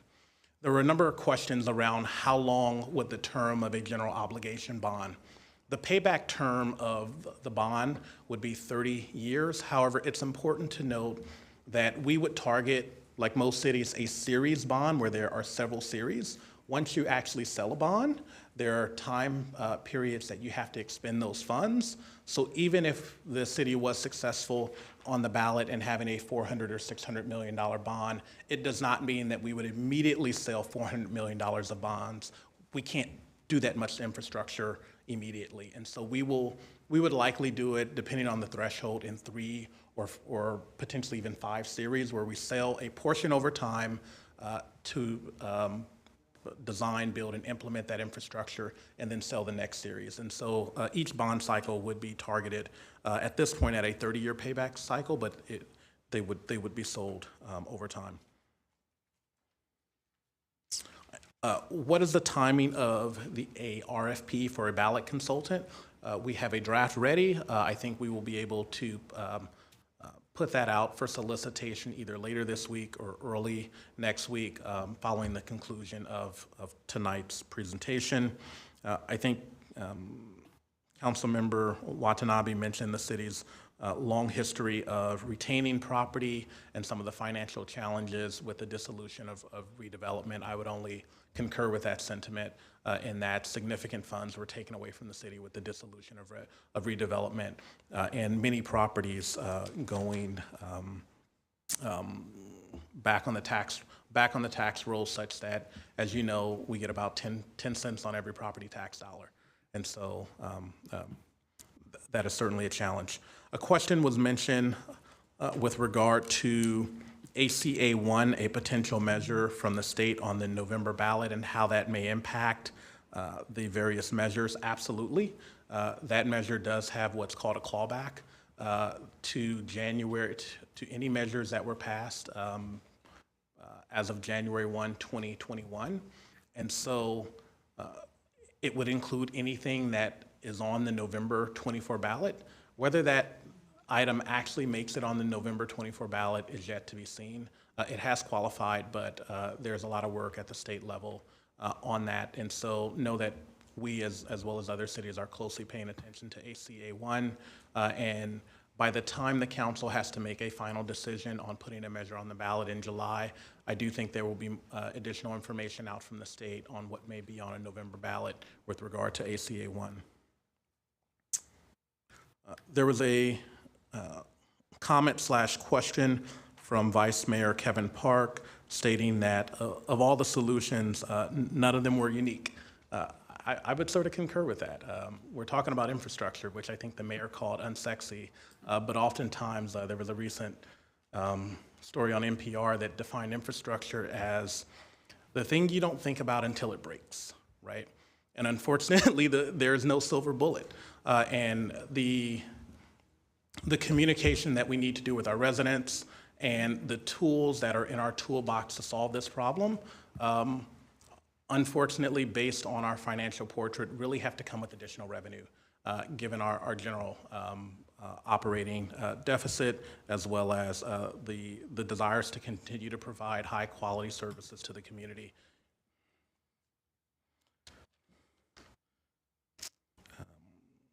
There was a question from the mayor on the percentage with regard to a documentary transfer tax. No, GO bond. GO bond. Yeah. So our debt coverage and our ability to issue debt. So why don't I turn that over to the finance director? Part of that question is certainly about a series bond, and we wouldn't be issuing it all at one time. But in regard to how much debt the city can issue, I'll turn that over to Kinley. Thank you. Thank you, City Manager, and appreciate the questions, Mayor and Council. So with regards to GO bonds, I know there were a couple questions on how that worked, our capacity and different types. Is it only based on a property tax? So let me talk about maybe the difference between the different measures and the options. And as the city manager mentioned, there's a handful of debt financing options that we as a city have to fund any kind of potential infrastructure, any specific need. There are some that don't require voter approval. Those are typically lease revenue bonds or certificates of participation. The council recently approved a certificate of participation for the sewer system, and what is pledged to those bondholders is the ratepayers' stream of annual revenues. And so similar with the lease revenue bonds, we need to have a funding source, as City Manager mentioned, in order to pay back a lease revenue bond. And so the city could, without going to the vote of the people, potentially finance that, but would need a significant source of payback in terms of revenue. A GO bond, or general obligation bond, is a facility that allows for debt financing paid for by ad valorem taxes on the property tax roll. So jurisdictions do this because it's both from an administration and a source of payback. It's one that's spread across property tax owners. Your ability to issue, whether it's a $200, $400, $600 million bond, will be dependent on the threshold of what passes at the ballot. Of course, with the higher the bond, the more that would cost that specific owner. We do have separate debt limitations as a city, as defined by the state constitution, and we do an analysis of that annually with the budget. That's called the GAN limit. We are well short of that. We have very little debt as a city, and historically have not issued debt financing. And so coming to the voters for potential options on debt, we are well within at least our legal limit with regards to a GO bond. You are correct, Mayor Gilmore, and when we started this back in 2019, we were looking at a $200 million potential GO bond. For the 2022, right before COVID, we looked at options for $200 and a $400 million bond. What our consultant conducted voter research, and the support for those various measures range from the high 50s to the low 60s. It also did not change significantly between a $200 and a $400 million bond. And so what we have before you, given the need of almost $600 million, are options to consider: 400, 600, and what the council has is discretion on what that funding amount is, what that would fund. So, the council could choose not to go up to a $600 million, could choose something less, but was presented just for options to address the need that's before us today. And typically how general obligation bonds work is it gives the city authorization to issue bonds. So it would be very difficult as a city to spend $400 or $600 million up front. I will tell you that won't happen, and the city will not issue $400 or $600 million initially. There's a tax requirement to spend the dollars within 3 years. And so the way we would structure, if we receive the authorization to proceed with $400 million, we would identify projects within that first 3 years to issue the first tranche. Maybe that's $150, $200 million in that first tranche. And then we would come back and issue potentially up to that voter threshold of $400 to $600 million. And so there would be several tranches based on the projects that would be constructed, the timing of those projects, and how quickly we could spend the money. The impact to potential property owners would be based on when we issue those bonds, the rates that those bonds are issued at, and the debt repayment. So over time, I know I presented $14, $21 per month. That's the maximum exposure. It would likely start out much, much less than that, and would depend on the rate at the market, but potentially up to $14 to $21, depending on the amount of the debt, the timing of that debt, and the interest rates. There's a question, I think, on property parcel tax, how that works, and why the number was so different from GO bonds. So if I may just take an opportunity to answer that question from Councilmember Jane. So we looked at just a sample parcel tax. There's roughly about 30,000 parcels within the city, just ballpark $50 per year per parcel would generate $1.5 million. A GO bond is assessed annually based on assessed value, so it's not a per parcel fixed tax. It's based on assessed value. So as I presented, an average assessed value is roughly $655,000 per parcel. Some longtime residents pay much less than that. Some recent residents could pay more than that. But on average, that would then equate to about $14 a month under a $400 million scenario, or $21 per month on a $600 million issue. And appreciate the feedback from Councilmember Hardy. There is state law that dictates what's required in the ballot. It includes the impact to the resident, the total bond, how much is paid over the time. And so very specific pieces of information. You are correct, as the law becomes more complicated as to what's required, it takes more work to educate the public on what they're voting on, and that impacts the passability of some of those measures. There was a comment on an article, I think, that came out, and the assessor's comments on a decline in property tax value. I do want to note we are in constant contact with the assessor's office. We have quarterly meetings. We have a property tax consultant who's very much on top of some of those numbers. I do want to point out, it's easy to get lost in maybe some of the data. When the county assessor said that 19,000 parcels in this county had property value declines, that's based on the market value. There are many properties that are assessed below that level, but what it does mean is that in the current economic climate, with high interest rates and low property sales, that will affect at least the growth and potentially the amount of property tax that we do receive. There is still projected growth. I know in the past, in the good years, we've had double-digit 8, 10, 12% growth in property tax. We're looking at the 4 to 6% range, both this year and next year. Our forecast is appropriately conservative with regards to some of those numbers from the 4 to 6% range. So we think those numbers are in line with our forecast. And of course, every year we'll update based on information from both the county and our consultant. I think that those were all the questions that I could respond to. Was there more?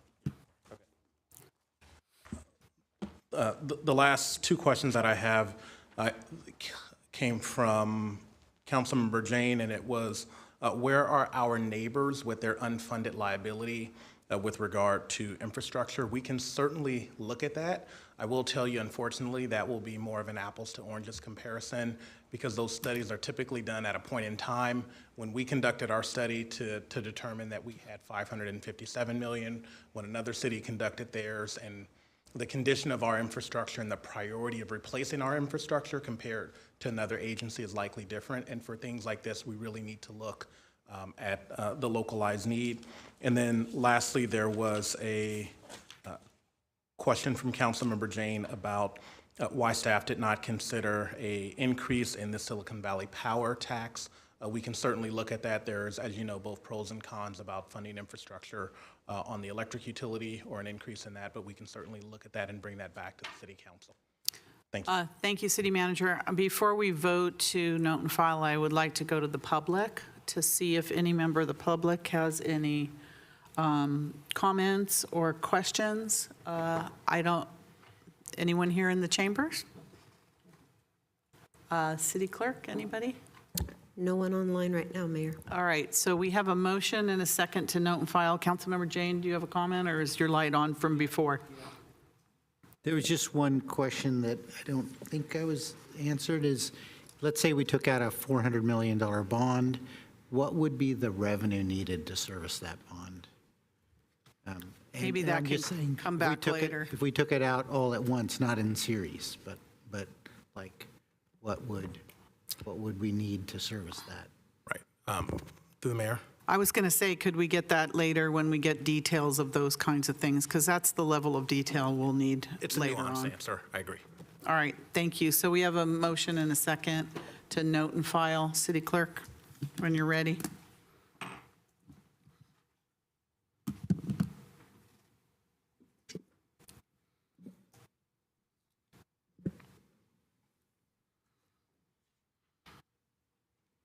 Councilmember Watanabe. Yes. Councilmember Shahal. Yes. And please note, is anyone with you at your location? No one is with me right now. Thank you. Councilmember Hardy. Yes. Vice Mayor Park. Yes. Councilmember Jane, Yes. Councilmember Becker, Yes. Mayor Gilmore. Yes, Thank you. and that passes unanimously. Thank you. Thank you all for that wonderful presentation. It'll be something we talk about for the next year. So thank you so much. We are now going to adjourn for now until 7 o'clock. So time to eat dinner, everyone. Quickly, very quickly. Thank you.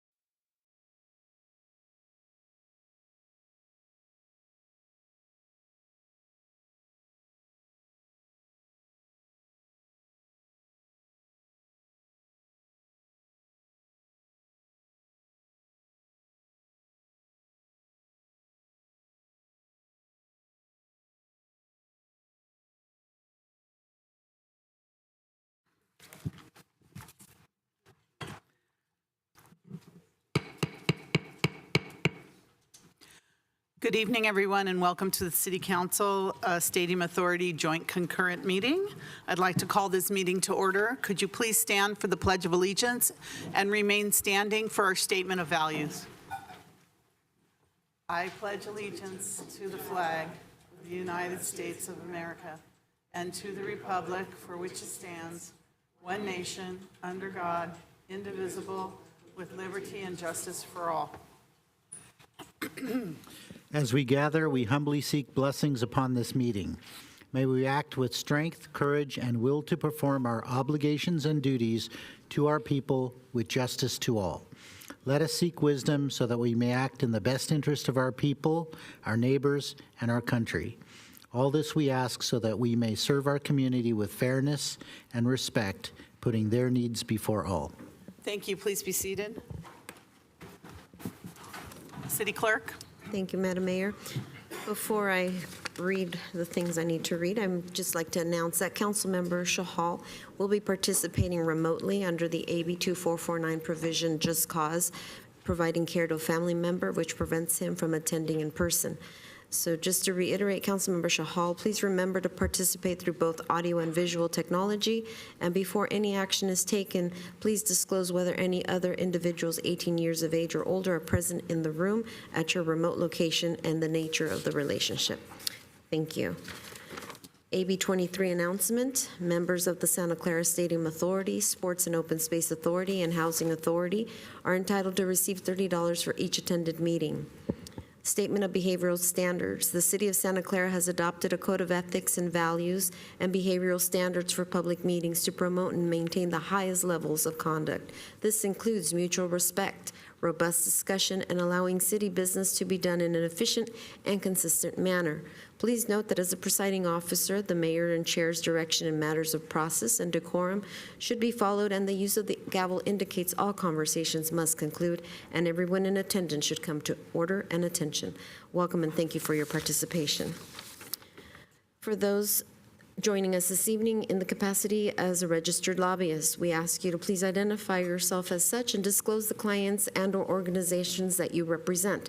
This is pursuant to City Code Section 2.155.110. Thank you.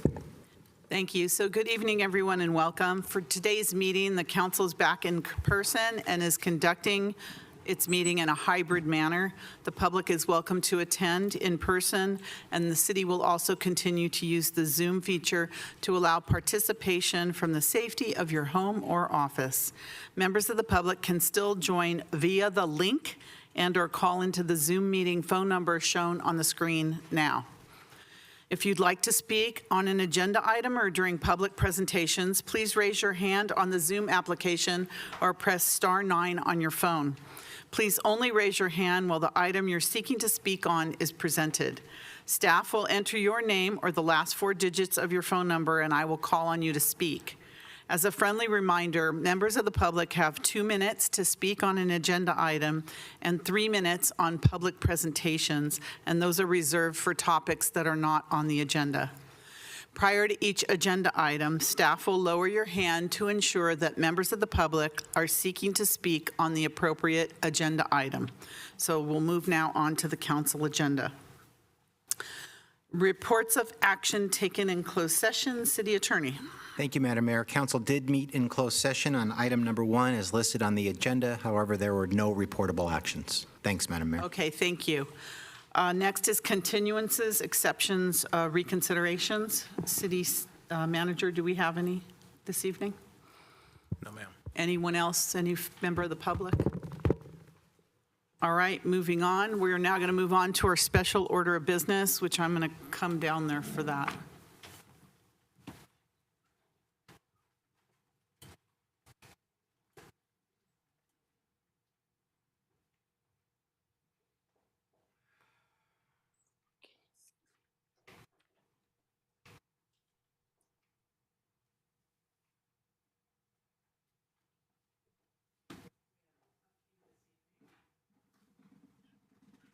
All right, thank you.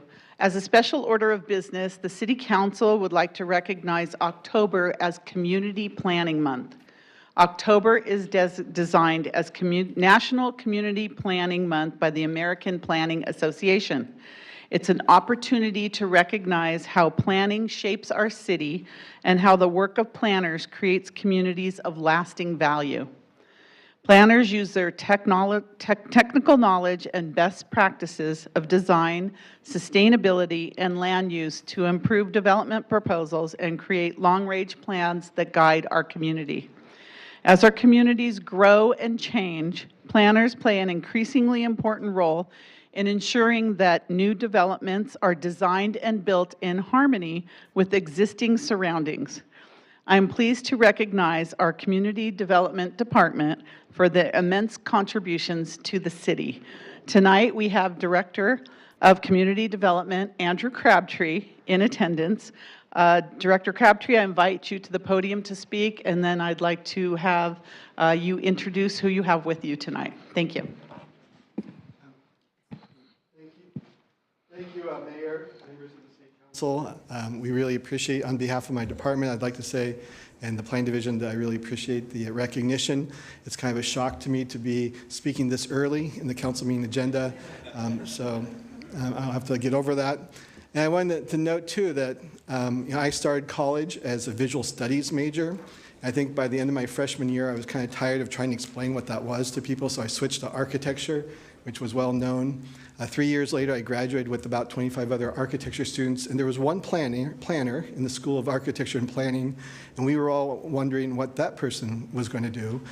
So it's a little bit ironic that I became a planner after all those years. But in any case, we do provide important service to the community, really working to help mediate through different competing interests in terms of land use and helping to build consensus within the community around the land uses that we have. And so with that, I'd like to introduce, joining me tonight, I have Daniel Subchek, Sheldon Singh, and Leslie Xavier, three of our very competent and able planning staff. Thank you, and I'd like to invite all of you up here for a photo opportunity.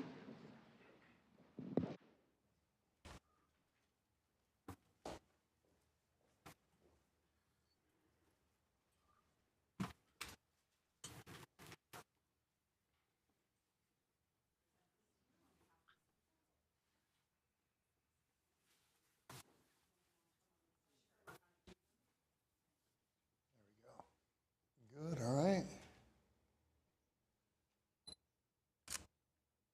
More, 1, 2.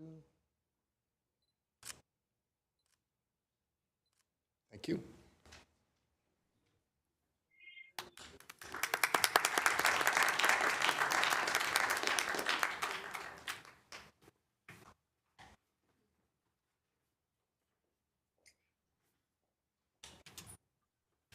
They carry such a heavy workload for our city, so with immense gratitude, thank you.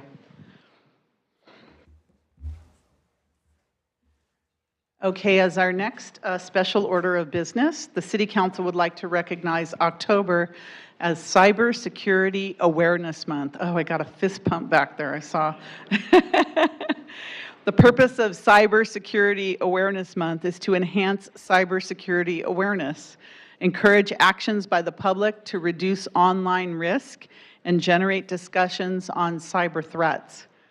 This year's theme, Secure Our World, encourages us all to take action each day to protect ourselves online with tools like multi-factor authentication and strong passwords, which we're all going through right now. You are with the City Council. I am pleased to recognize the Department of Information Technology and its role in keeping us safe in the digital age. Our IT department provides innovative information technology leadership for all of our city departments. From the installation and maintenance of all city computers to the administration of the city's data network and servers, IT makes the work we do, all the work we do, possible. Tonight, we have the Director of Information Technology, Gaurav Garg, present. Director Garg, I invite you to the podium to say a few words.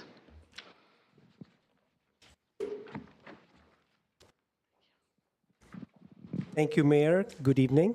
Good evening, Council. I'm Gaurav Garg, Director of Information Technology. On behalf of the IT department, I'd like to thank you, Mayor and Council, for proclaiming October as Cybersecurity Awareness Month at the City of Santa Clara. October 2023 marks the 20th Annual Cybersecurity Awareness Month, and the City of Santa Clara has participated since 2015. Our reliance on technology has never been greater, and with that, there are increasing threats of cyber attacks needing even greater awareness in our digital world. The city has a mature cybersecurity defense in-depth posture. However, cybersecurity is an ever-changing landscape requiring us all to remain ever vigilant. During the month of October, we have been sharing content on key cybersecurity topics and conducting our annual cybersecurity training, which you would all received an invitation to complete, on a variety of topics to ensure proficiency. I'd like to take this opportunity to introduce my amazing IT staff and team who work tirelessly behind the scenes and the front lines in keeping the city secure and safe. Starting with Chris Jackson, Senior IT Manager who runs point on end user services. That's all the laptops, the desktops, the help desk, and all of those frontline services. He runs our cybersecurity program, and our IT service contract provides oversight on that. Then there's Jill Norris. Jill is the Senior IT Manager who leads the business applications practice. We have 168 business applications throughout the city as a data point. Project management and coordinates IT activities with key departments. Raj Singh, IT Manager responsible for the core infrastructure, all of your heavy servers, your networks, your storage, and all of the heavy lifting, which you probably don't see, it's in a data center. And he runs operational technologies and IT activities with key departments. And finally, Tusita Jayawardena, who is the IT Manager focused on mission-critical public safety systems. Our public safety departments, police and fire, comprise a full third of our business applications with over 60 business applications, and she keeps them in line. So thank you, team, for all you do. Let's give them all a big hand.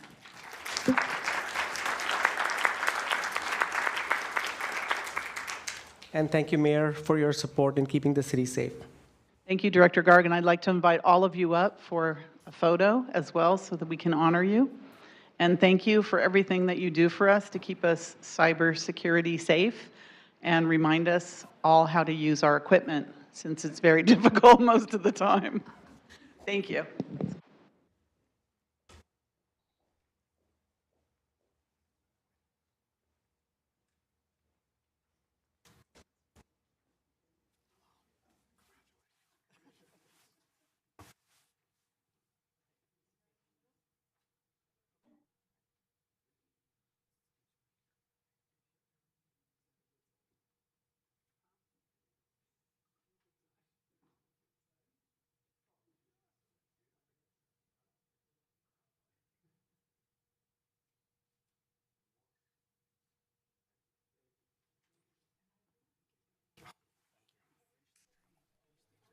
Yeah, gotta do that training. Thank you so much.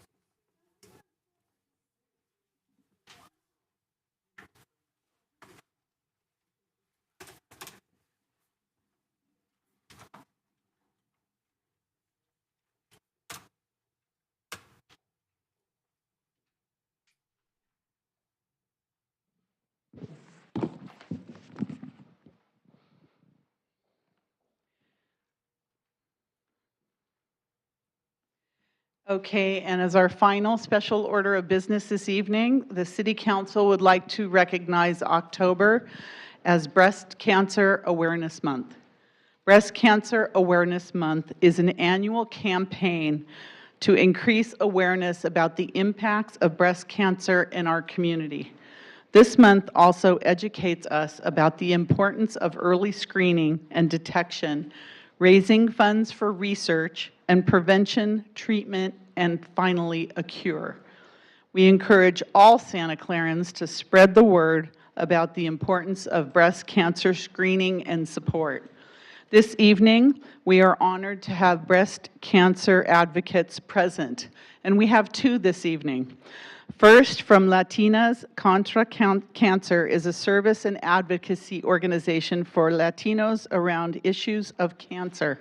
The organization addresses some of the root issues of cancer care, disparity, prevention, intervention, and support. I'd like to invite Latinas Contra Cancer Executive Director Darcy Green to come to the podium to say a few words. Welcome, Darcy.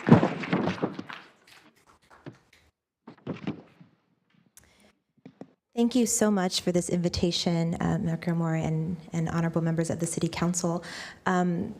My name is Darcy Green. I'm the Executive Director at Latinas Contra Cancer. We serve residents of this county and San Mateo County around issues of cancer. The people who we serve primarily are low income. They are people who struggle to get the care that they deserve when they need it the most. According to the National Breast Cancer Foundation, 1 in 8 women will be diagnosed with breast cancer.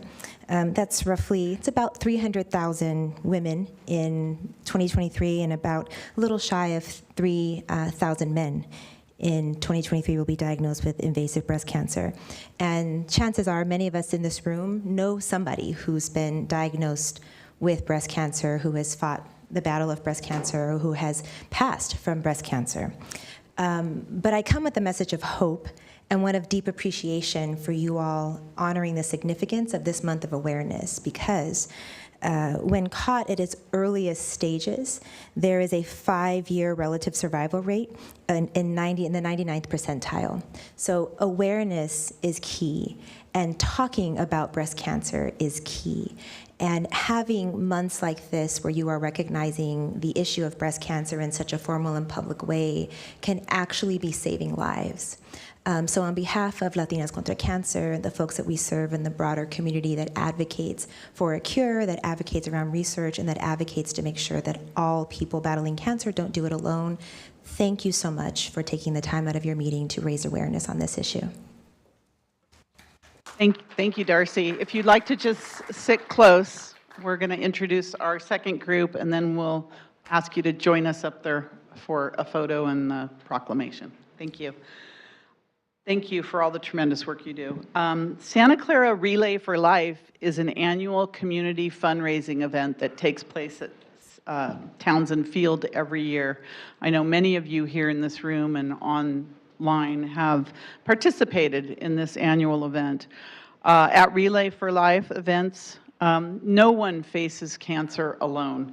So I'd like to now invite Jonathan O., Chair of the Santa Clara Relay for Life project, to come and speak. Thank you for joining us, Jonathan. Thank you, Mayor and council members. I'm delighted to be here and accept this proclamation on behalf of all local Santa Clara citizens and organizations that are involved in fighting breast cancer and all forms of cancer. And then for all the men and women who are currently fighting cancer themselves. As mentioned, 1 in 8 women will be diagnosed with breast cancer in their lifetime, and 300,000 women, 2.8 thousand men will be diagnosed in 2023, excuse me. So when I explain to others why I devote my time and energy to fundraise and support the American Cancer Society, I say cancer affects us all. It's hard to go through life without being personally impacted or to know someone who's been impacted by cancer. I applaud the city for recognizing this just cause, and I pray that one day we will make breast cancer and all forms of cancer a thing of the past. And join with me today, I'd like to introduce Jaylene, excuse me. She's a member of the event leadership team, and with her help and the help of all the relayers and the rest of the leadership group, we were able to raise $80,000 last April, and we hope to do that or better again. So thank you for all your support. You guys have been very supportive. Thank you, and we hope to have a city team again this next year at the Relay for Life. So please join us here for a photo, and thank you for all the good work you do. Thank you.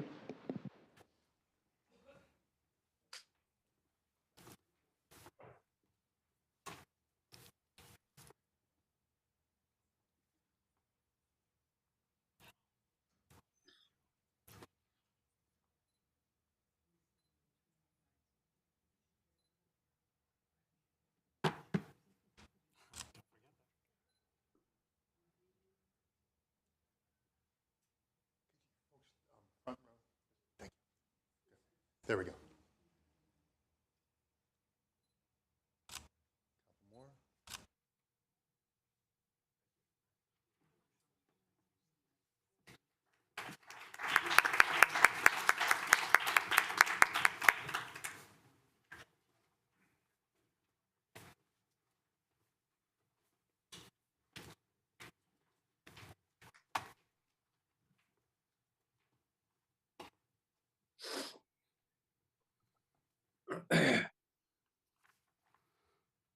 Okay.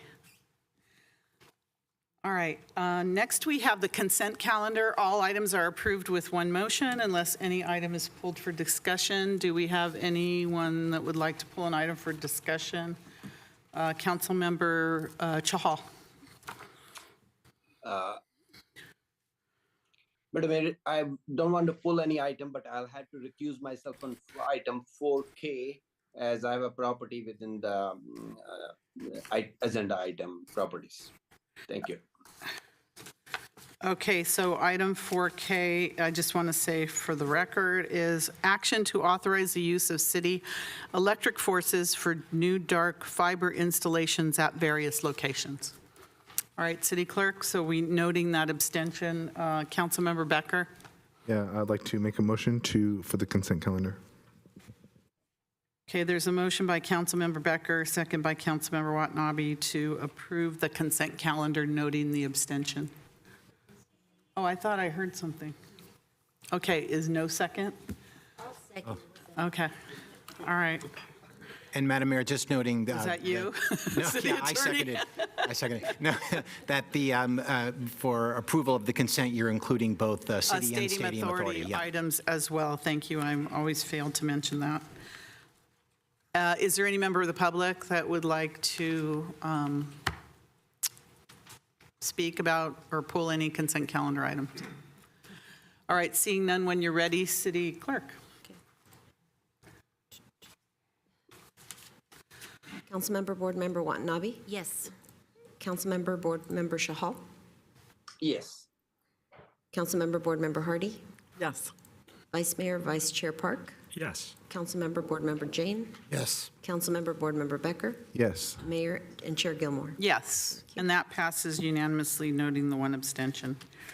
All right, the next item we have, boy, we're moving right along. Public presentations, and these are reserved for items not on the agenda. Would anyone like to make a public presentation? Do we have any cards, City Clerk? You've got a few names already in there. You have some names? Okay. All right, Joe, go ahead, Joe. Yeah.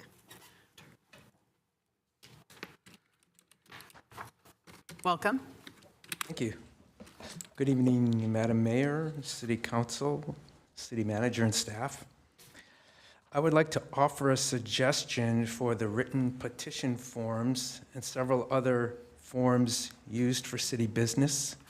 There's a technology that allows these forms to be converted to fillable forms so text can be typed in rather than having to print the form and populate the content with handwriting. It's not very difficult to create the forms, and fillable forms would not only benefit the submitter of the forms, but it would benefit the city staff because they would not encounter situations where they had to decipher someone's handwriting. I realize that nobody's allowed to comment on my statement and suggestion, and that's okay. I just thought my remark might put a bug in someone's ear to consider making a practical improvement that would have lasting benefits. Thank you. Well noted. Thank you very much. All right, Judy, are you for this item? Okay, for the stadium item. All right. Adam? Adam, is Adam online? Oh, all right, Adam, please come forward. Welcome, Adam. From the back. Adam, do you mind speaking right in the microphone so we can hear you? Yeah, today I would like to talk about a couple of different issues. First to say, Adam, could you please go right? Yeah, thank you. Put you right close so we can hear you. my Thank name you. is Adam Issa. I was in foster care. I grew up here in California. in Midtown San Jose. And been homeless for 21 years. Been in and out of hotels for about 6 months. Cannot afford it. That being said, these are some of my issues. I noticed that the university and colleges, they bring their property and their students and all their administration and staff off of their property. They work at the facilities where homeless people are supposed to reside. And I got kicked out because they want to pressure me to try to purchase classes at their university, which I am refusing to do, and I'm homeless because of that. I would like to request that you enforce, because it is illegal for them to be doing that, and for them to bring any of their endeavors off of their property, as articulated in several stories, especially one that was brought to my attention about a mayor in another town having issues with the Army, and the Army bringing their stuff off of their property and promising that they wouldn't interfere with the mayor's jurisdictional endeavors and frequencies that are flying through the air, and that they would find a way not to be in the way. But it still became illegal, and the mayor sued the Army, and their city became prosperous financially for that. And it is illegal because of those type of stories and examples for them to be down here and for you to allow that. So I'm telling you that you have to sue them for millions of dollars per robot ant or robot grasshopper, or their students working at our facilities and turning away taxpayers' dollars and taxpayers from accessing taxpayer resources, like me going into a hotel that is intended for homeless people to be housed at and being turned away.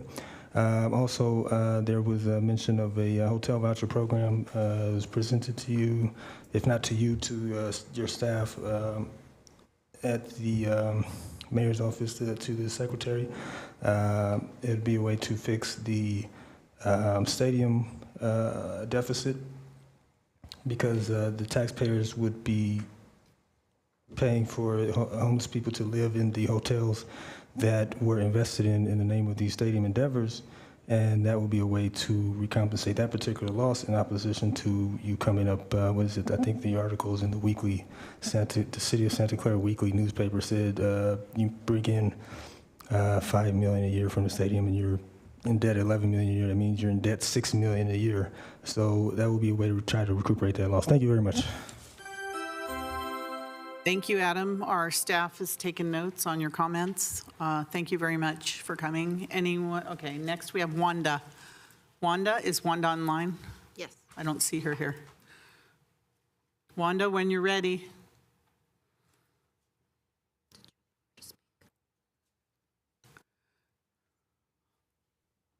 I'm sorry, the unmute There you button. go. Yeah, go ahead, Wanda.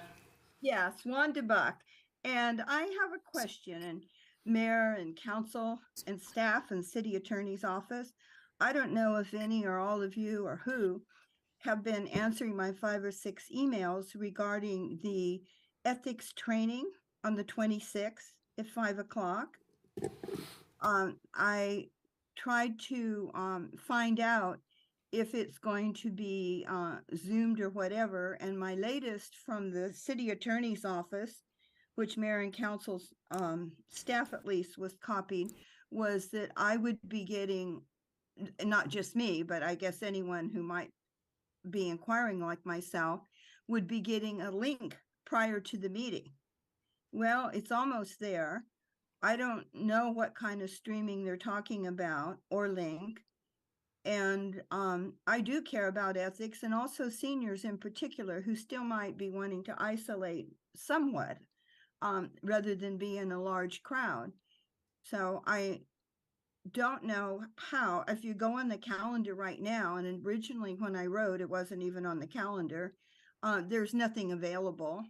So I don't know if there's going to be like something that'll come up that I can link on, or if it's just streaming.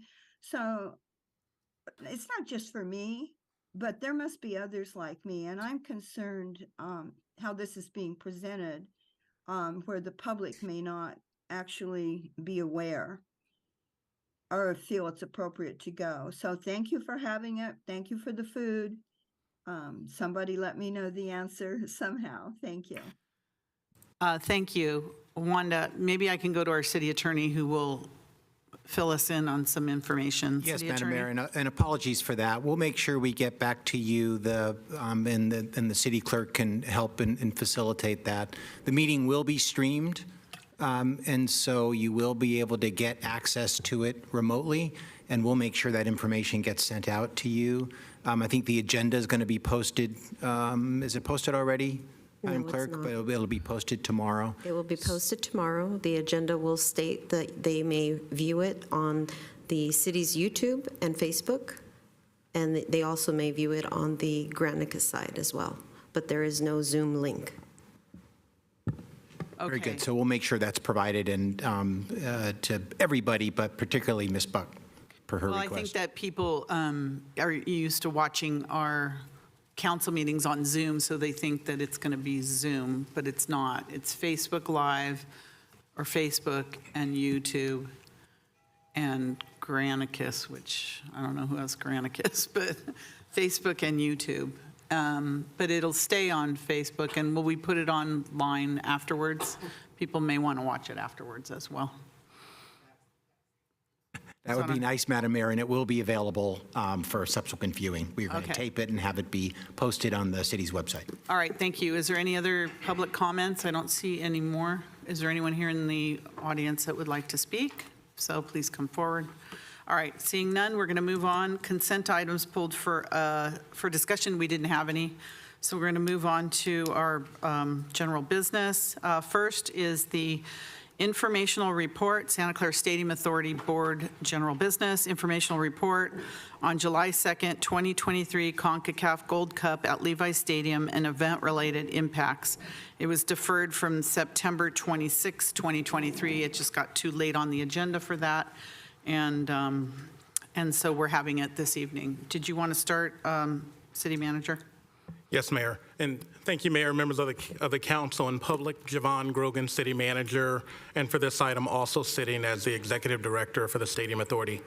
This item is before you tonight in your capacity as directors for the Santa Clara Stadium Authority for the purpose of receiving a presentation and discussing neighborhood impacts and operations at Levi Stadium for the July 2nd soccer matches that ended with significant fan violence. Following the July 2nd event, Mayor Lisa Gilmore and Councilmember Kathy Watanabe submitted a request for this discussion. As the mayor mentioned, it was deferred from a prior meeting. Additionally, as the Executive Director for the Stadium Authority, I provided the City Council with a memorandum following the event that committed to ensure that an external review of stadium entrance, security procedures, and neighborhood protection procedures is conducted. The solicitation for a vendor to conduct that study closes tomorrow. The selected vendor will begin work shortly thereafter, which will include a review of 2 NFL events as well as 2 major non-NFL events in 2024, as well as interviews and other procedures to assess current practices and provide best practice recommendations. At this moment, I would like to introduce Police Chief Pat Nicolai, who will provide an overview of the events on July 2nd. Council and the board should know that staff is here to answer any questions you have following that presentation. Before we start, one thing that both Councilmember Watanabe and I put in our request was that we have a detailed report from Manco and our new stadium manager, and I don't see them in the audience today. So can you please tell me why they're not here? Sure. Absolutely, Mayor and Board Chair Gilmore. Council did make that request. That request was submitted to Manco in a formal manner.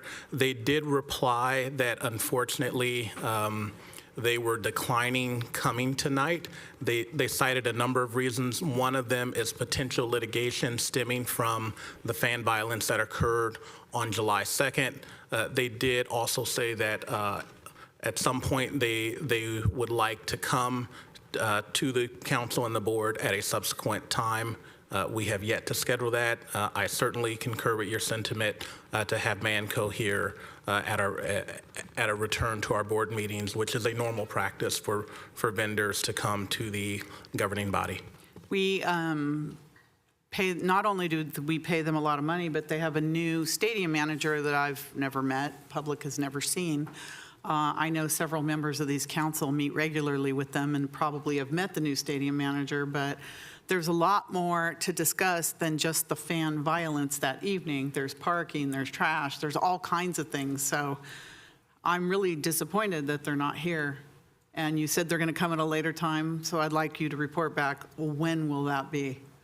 I'd like to find out, because the reason for this meeting, there's a lot of issues to discuss besides the fan violence. So anyways, well, says it all. All right, Chief, welcome. Well, as Andrew said, I'm very happy not to be waiting here till midnight to speak, so. Well, we could defer it and take other things ahead. But we have public members here, so no. Exactly. So thank you very much for letting me speak today. Again, Chief Pat Nicolai for the Santa Clara Police Department. So again, I want to give you a high-level overview of the safety planning that went on before the event on July 2nd.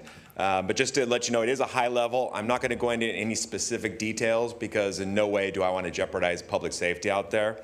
And as the city manager mentioned, there is going to be a third-party review that's going to look at all of the public safety aspects of the stadium, and I think that's going to be a very valuable tool for us moving forward. So for the stadium, when an event comes, this is any event, planning for each event involves communication and coordination with a multitude of federal, state, local, and stadium security partners. And we look at all the badges that are up there, that gives you an idea of how many entities are involved in the planning of each event. And this planning took place for the July 2nd event as well. So when you get notified of an event, and so we get notified, sometimes we get notified just like everybody else does when there's the Twitter feed saying that an event is coming to the stadium. But a lot of times we'll get it directly from the stadium. But we begin planning immediately as soon as we get notified that the event is coming.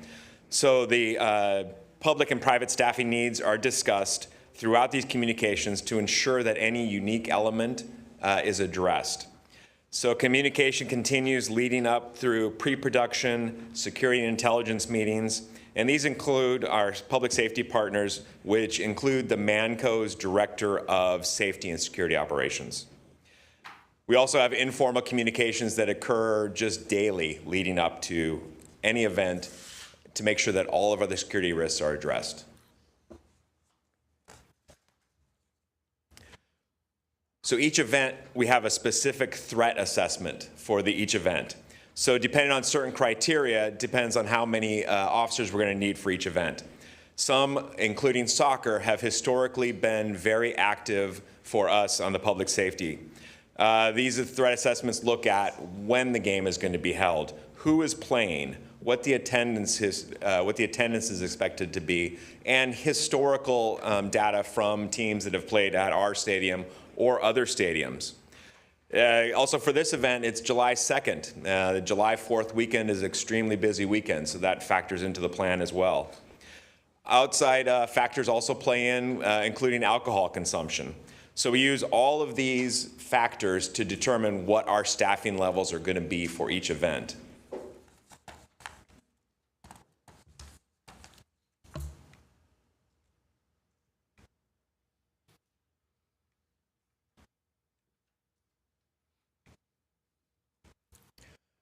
So specifically for the July 2nd event, again, we had some unique aspects. Not only was it July 4th weekend, it was a doubleheader soccer match. We'd never had one of those before. So what we actually did for this event is we sent some of our officers to Houston so they could go to the doubleheader CONCACAF event. We'll call it the Gold Cup from now on. Event in Houston, Texas. To see how they handled it. And we identified again that alcohol was a significant issue for that event.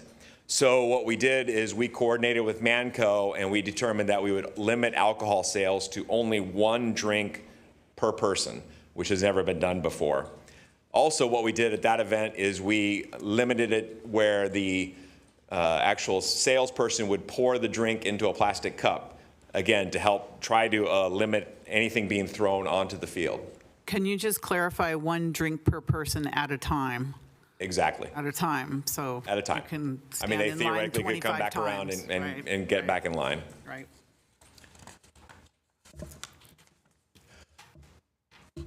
So when you look at the event, when it actually took place, we had a little over 57,000 people in attendance.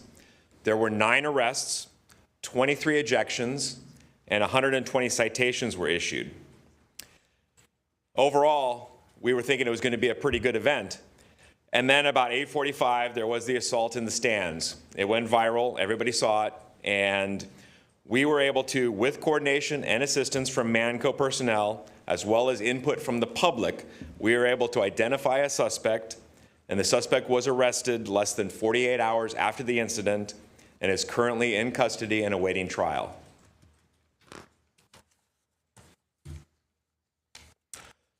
So again, this incident went viral. I think we've seen fan violence across the country going viral.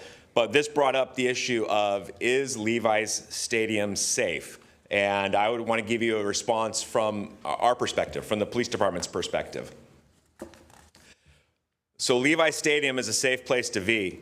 Again, fan violence is not specific to our stadium. There's been reports of violence even this last weekend. There were viral videos from SoFi Stadium that made the rounds.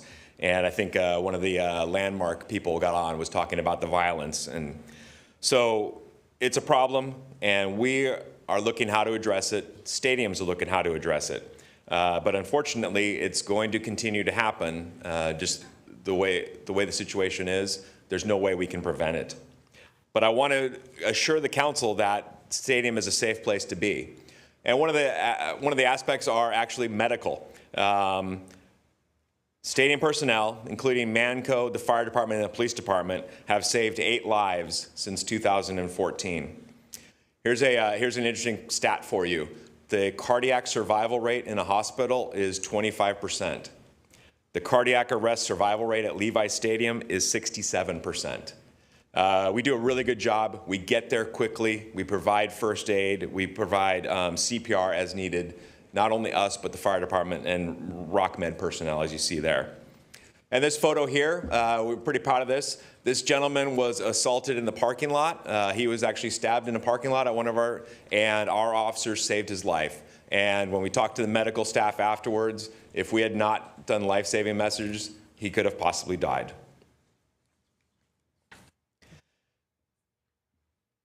Something else that we're pretty proud of is that Levi Stadium is ranked in the top 95% of all 32 NFL stadiums for safety and security. So how do we do that? We do yearly audits.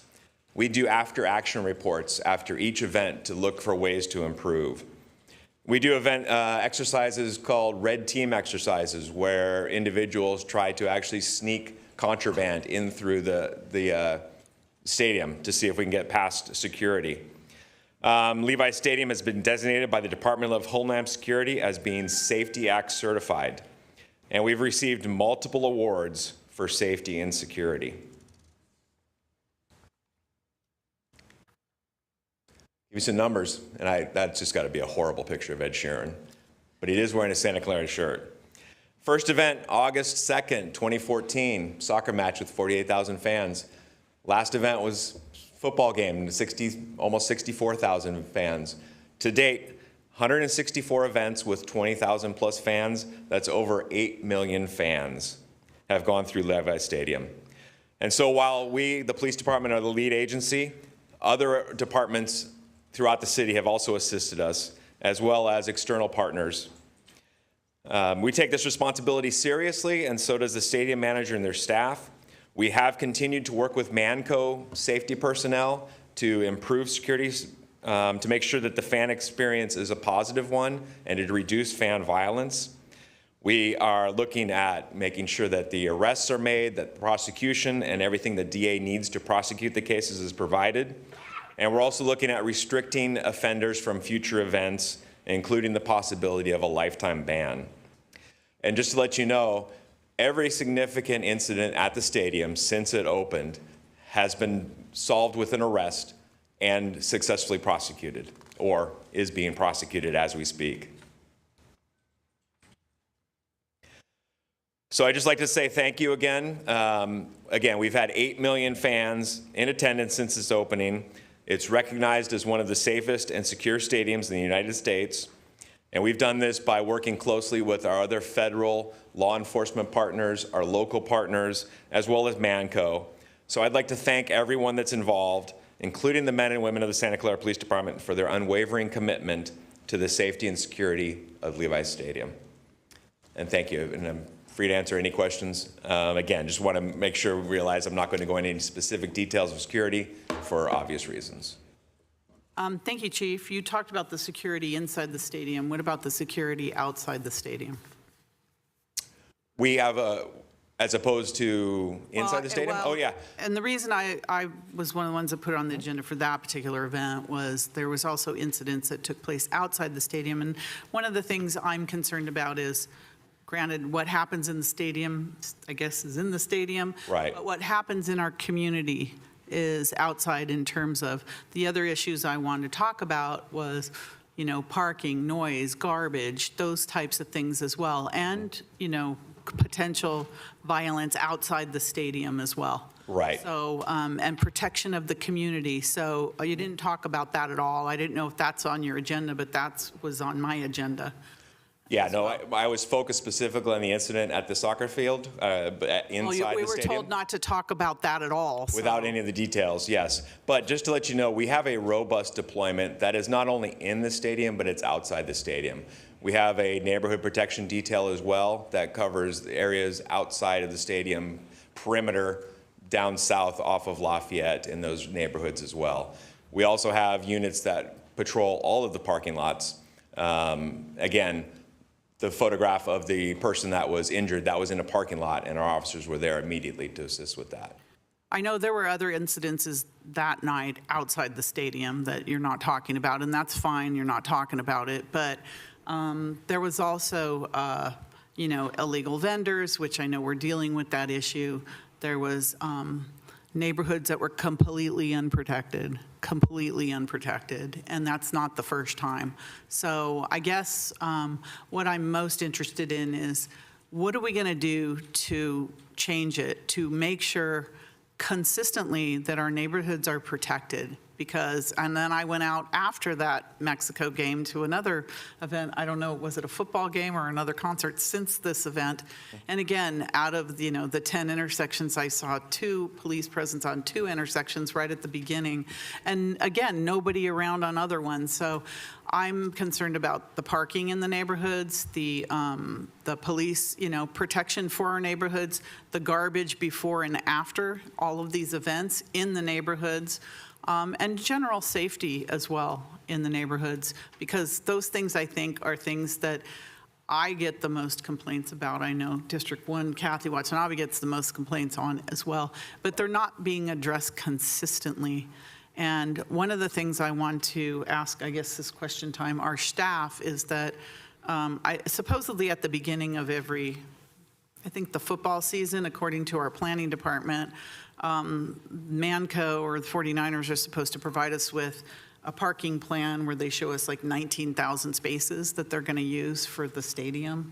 And I want to know, have they done that? Can I see a copy of it? Where is it? Because as the land starts diminishing for parking, as those lots start getting developed, which I think we have maybe a couple years before that blue lot and some of the other ones are going to be developed, there's literally going to be no parking unless it's private parking lots that are used, and that's going to be a bigger impact on our neighborhoods, bigger than it already is. So those are the kinds of things I wanted to talk about as well, and that's where I was hoping Manco would be here so we could talk about those practical things that that affect the neighborhoods. And frankly, when the stadium was campaigning, of which I was one of the people campaigning, that there was going to be enough parking around the stadium that was going to be identified at the beginning of each year so that they wouldn't be in the neighborhoods, you know, parking, leaving garbage, making noise, and other kind of nefarious things. So. Right. Well, I can't address the parking or the garbage, but I can address the neighborhoods. And the number one priority is always public safety, and protection of life is also the top priority. So there have been incidents when we've had to take our neighborhood protection detail temporarily away in order for a more high priority incident, but we always get them back as soon as possible. And again, specifically with the July 2nd event, we do have problems with staffing levels because we had multiple events throughout the city where, again, we're mandating overtime for these events. And I think that is a fundamental issue for us, because if anyone is shortchanged in anything, it's the community. Like if anything happens, that's the first place that the security is pulled from. So that's why I'm saying, if it's a matter of resources or money or whatever it is, we promised the community that we would have the least amount of impact on them, and they in turn supported putting a stadium in their neighborhood. Right. So those are the things I'm concerned about, because frankly, the times I've been out there, I don't see hardly any community, security. Councilmember Watanabe. Thank you, Mayor, and thank you, Chief. So, their parking in the neighborhoods is definitely a big concern, and you and I have talked about this as well. But one thing I would just ask, or based on your comments, and regarding public safety, I would imagine you would say that public safety and planning is key to having a successful event in which people that are coming there, especially a lot of these events, they're family-oriented events. You want those families to feel safe. You want the children to feel safe, that they're going to keep coming back again. I have a question. When you were, and I don't know if you can answer this or in what way, but anyway, when you are planning, for an event, do you sit down with Manco? Who is instrumental in putting these plans together? Who is held accountable? Who is responsible for that planning? Yeah, no, we do meet with Manco. We have an entire special operations division that is responsible for planning these events. So there's multiple layers. We also meet with those federal partners that I put up on the screen. And we all work jointly to come up with the best plan possible. And again, one of the things we do is, again, an after-action report. So when an event happens, whether it was a good event or a bad event, we review it to see, is there something we could have done better? Because that's how we improve. And we look back and we will work with our partners, including Manco, to try to improve things. Great. Okay. And reaching out to, before the meeting, I did reach out to some of the Fairway Glen folks, for instance, because they are severely impacted by parking. And so one of the questions that was asked was whether or not Manco or the police department contact the paid parking lots, where people can pay to park. And there are several in the neighborhoods that do contract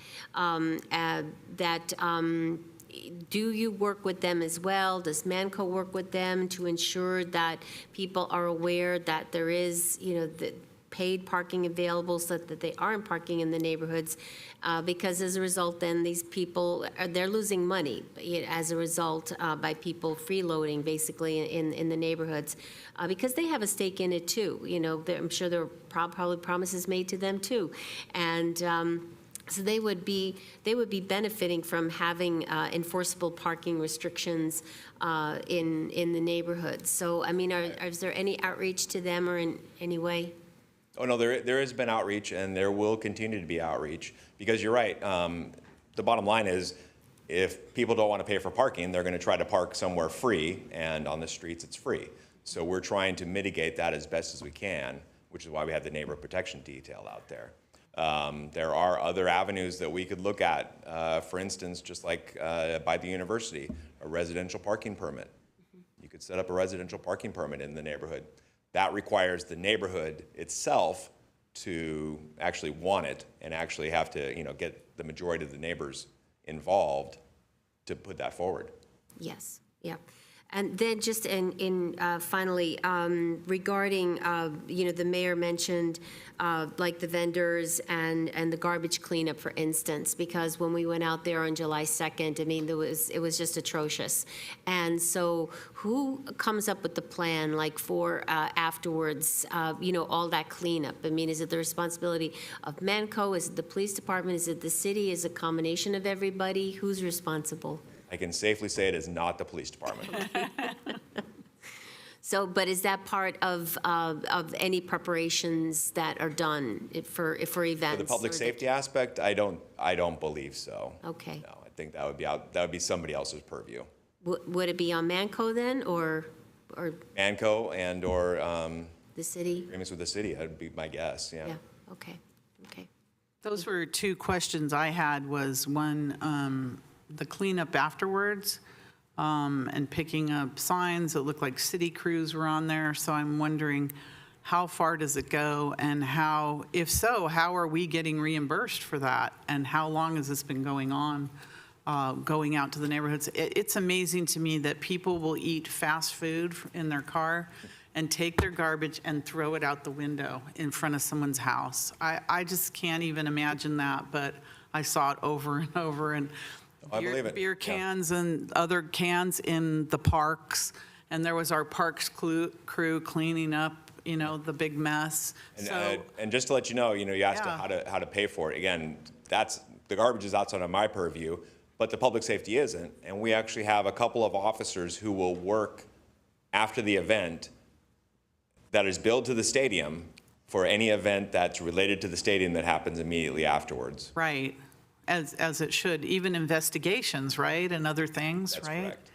So the thing is, what do your public safety officers do when they're on the corners of the neighborhoods? Because I saw a public safety officer, but people just driving in and out. Like, is it just the presence? What do you tell? No one's didn't look like anyone's talking to anybody. So what happens? They're there on the corner.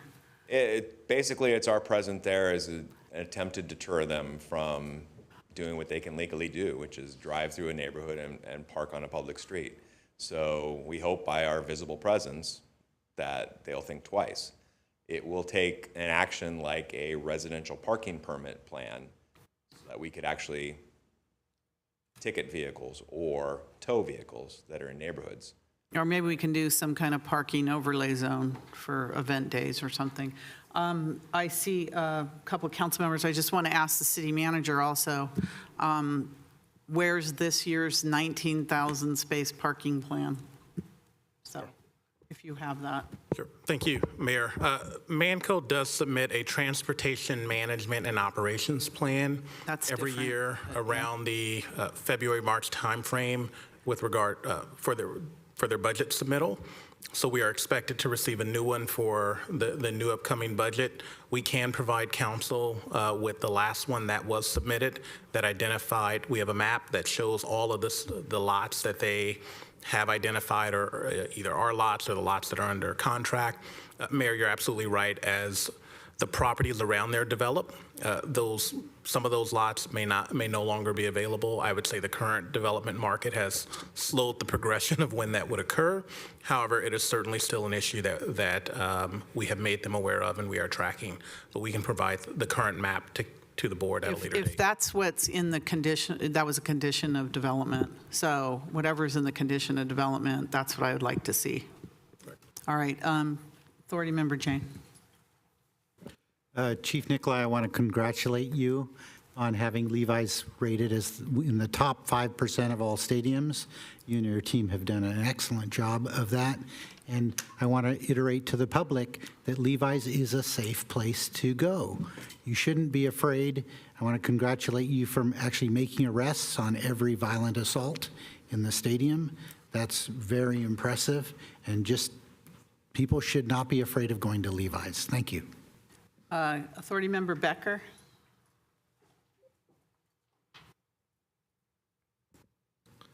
Thank you, Mayor. So my clarification, I guess, is about the residential parking. how would that process have to take place? Would that be something that city council needs to implement a policy to make the residential parking? Would we have to do that, I guess, through city management? I mean, how would that process actually work? Because, I mean, we've been talking about this problem for about 10 years, and it's like, I mean, the solution is you just keep repeating the same problem. It's going to be insanity. So let's find a solution, which is basically it just says that you need parking permits to park in that area. And I think that's the common thing. So how would we go about that? That's my first question. And then second is about the parking. And I think the mayor brought it up, which I'm glad she did, which is, you know, I've heard it for about 10 years as well, and I need clarification. Is it saying that if we don't live up to the parking, I guess we're in violation in the contract? Is that what the contract states?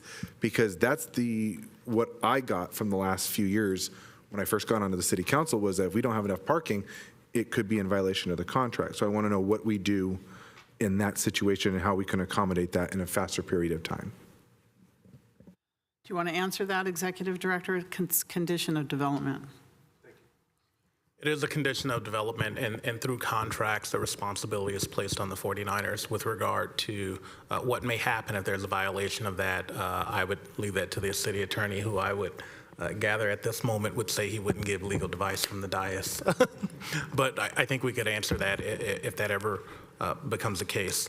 With regard to a residential parking program, Board Member Becker, important to note that the city does already have a residential parking program that is active in a number of neighborhoods. As currently configured, that program requires neighborhoods to elect to be a part of that program, and it actually restricts parking and provides a set number of parking spaces per household.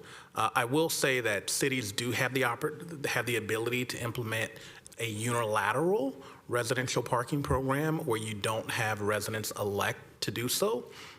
In my experience, that is only done in the most significant of circumstances, because you have the city forcibly restricting parking on public streets. And so cities typically rely on having a very transparent program that allows the neighborhood to make a decision on imposing that restriction on themselves. And so we do not need any action from the city council now to have a residential parking program under our current rules. And I know that District Council Member Watanabe has had conversations with a number of members in that community with regard to potentially establishing that. And the city stands ready and willing to support any community that would wish to impose a residential parking program.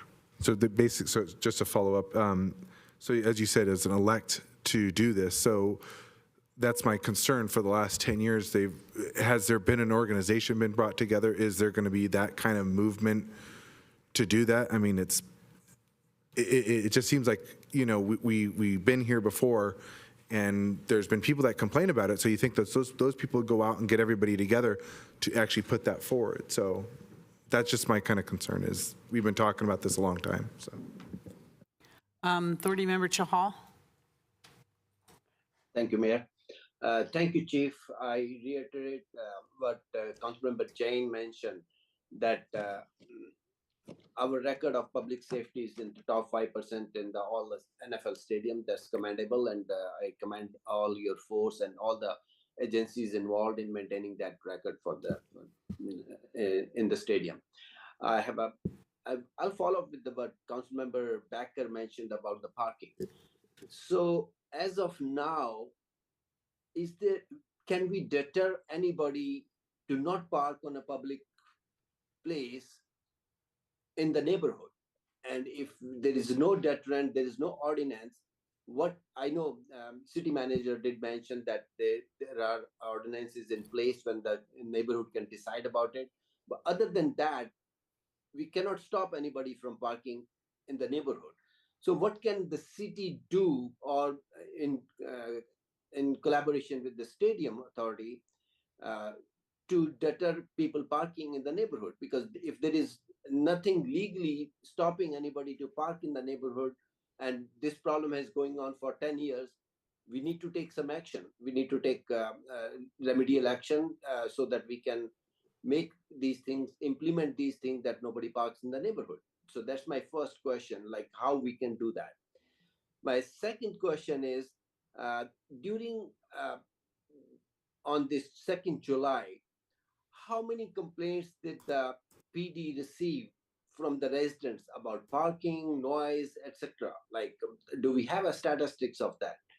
And if you have statistics, what were the major categories of the complaints by the residents on this particular game day, Gold Cup game day, basically? And in total, cumulative, like how many complaints did we receive within a year or 6 months? And what were the different categories of the complaints? I would like to see those so that we can analyze what were the major issues going on as per the complaints filed. And third thing, I know Councilmember Jan has spearheaded the NERC type of a committee for stadium, and I think if we make that committee, that can help out, sort out and get a better feedback from the community on those aspects. Thank you. City Manager? In regard to questions about enforcement of existing rules, I think it would be best to turn that to either Chief Nikolai or Captain Rich Fitting, who is the incident commander, as well as information on how many complaints we receive. I don't think that we would be able to give that tonight, but we can certainly work with the police department to provide that information to council at a later date. Thank you. I don't think I've ever gotten any complaints in 10 years, like from anybody. There's like a number. I always wondered where that number went, because we never got, I'm not saying you, it's just we've never gotten a single report in 10 years. So there is a number. There's a number. Where does this number go? It goes right to the command post. So during every event, there's a lieutenant that actually monitors that phone and takes every complaint that comes through. Is this new? Is this a new? No, it's been going on for quite some time. But what we've learned is, frankly, a lot of people have just stopped calling in. We end up getting a lot of our complaints the next day, the day after, through social media, different avenues, as opposed to actual complaints into the stadium. They're limited. And again, City Manager outlined very clearly about the parking, and the idea of unilaterally setting up a no parking zone, I don't think would go over well with the city. So the only way to do it would be the voluntary program that's currently in place. Well, and fundamentally, when this stadium was built, there was a requirement, it's a condition of development, that the 49ers have to show us where they have, I think it's 19,600 spaces, right, that are available for purchase for parking.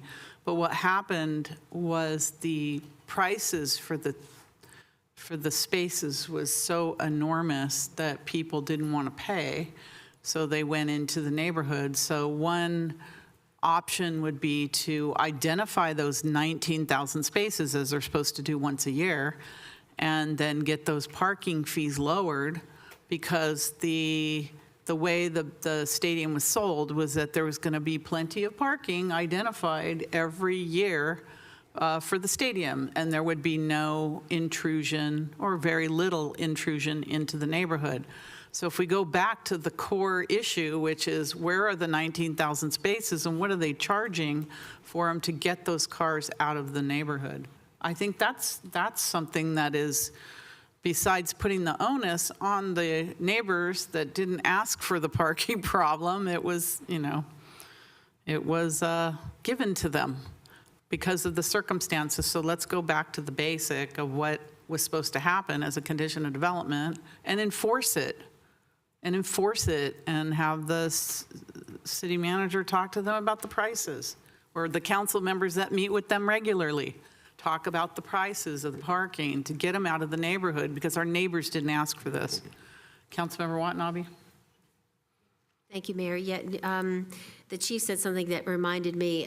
There was an incident where recently, the Dallas game, there was, we received an email from somebody that attended the game, and where they had purchased a parking pass for, I believe it was Green Lot.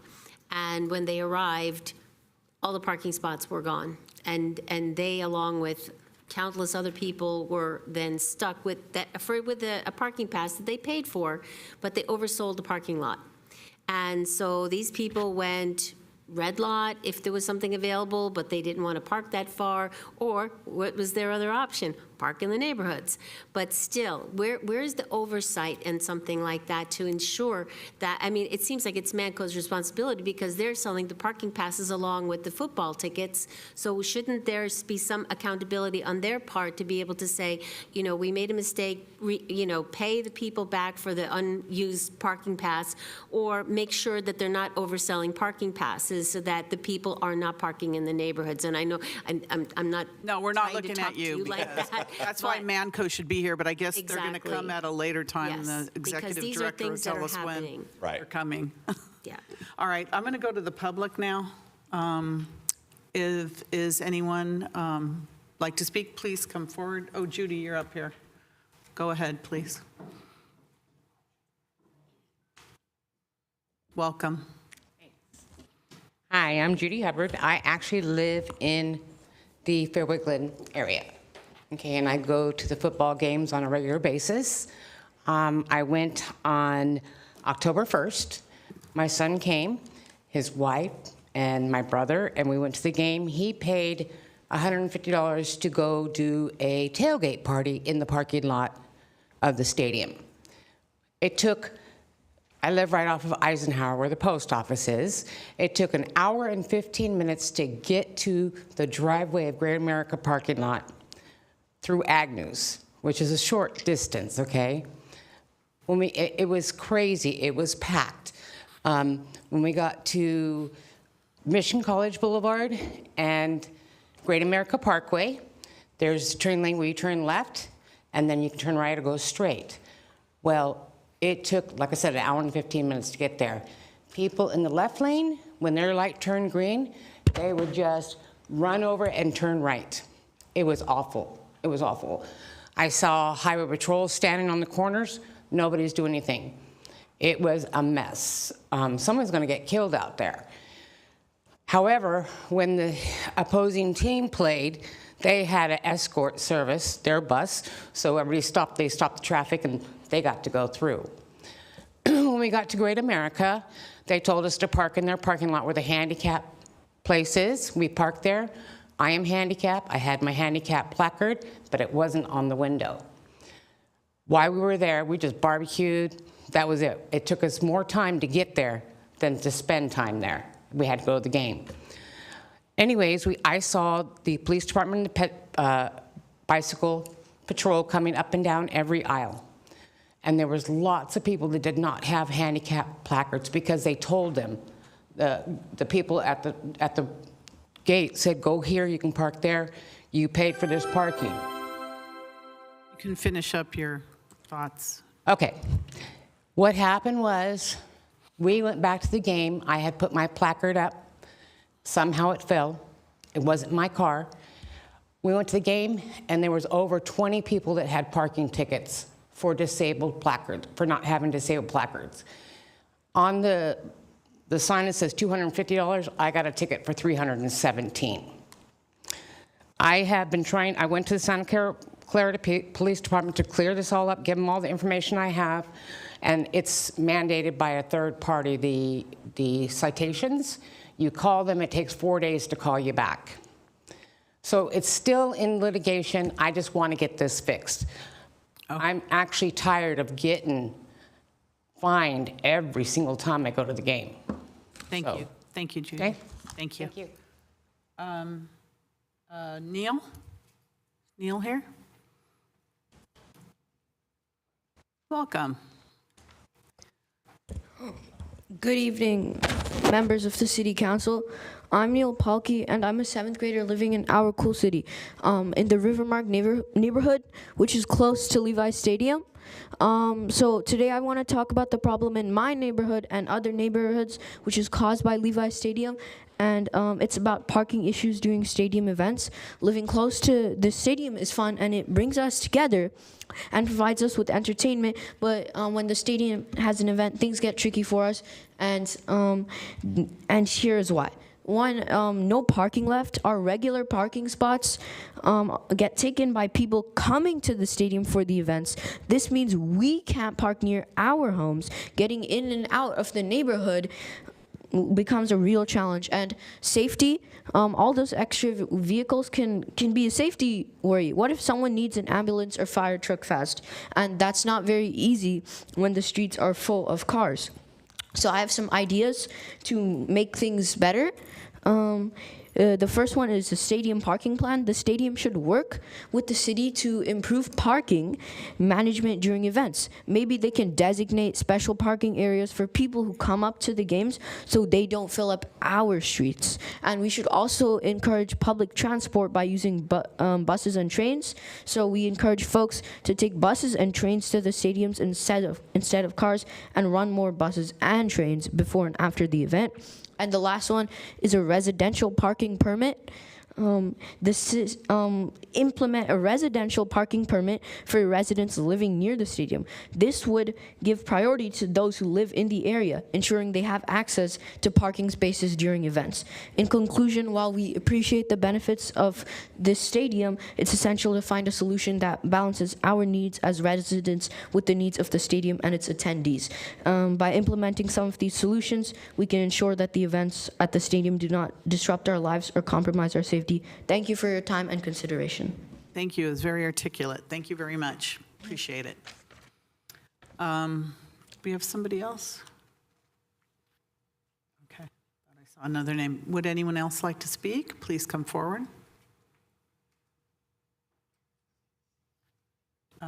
Councilmember Becker. Thank you, Mayor. I'd like to make a motion to note and file.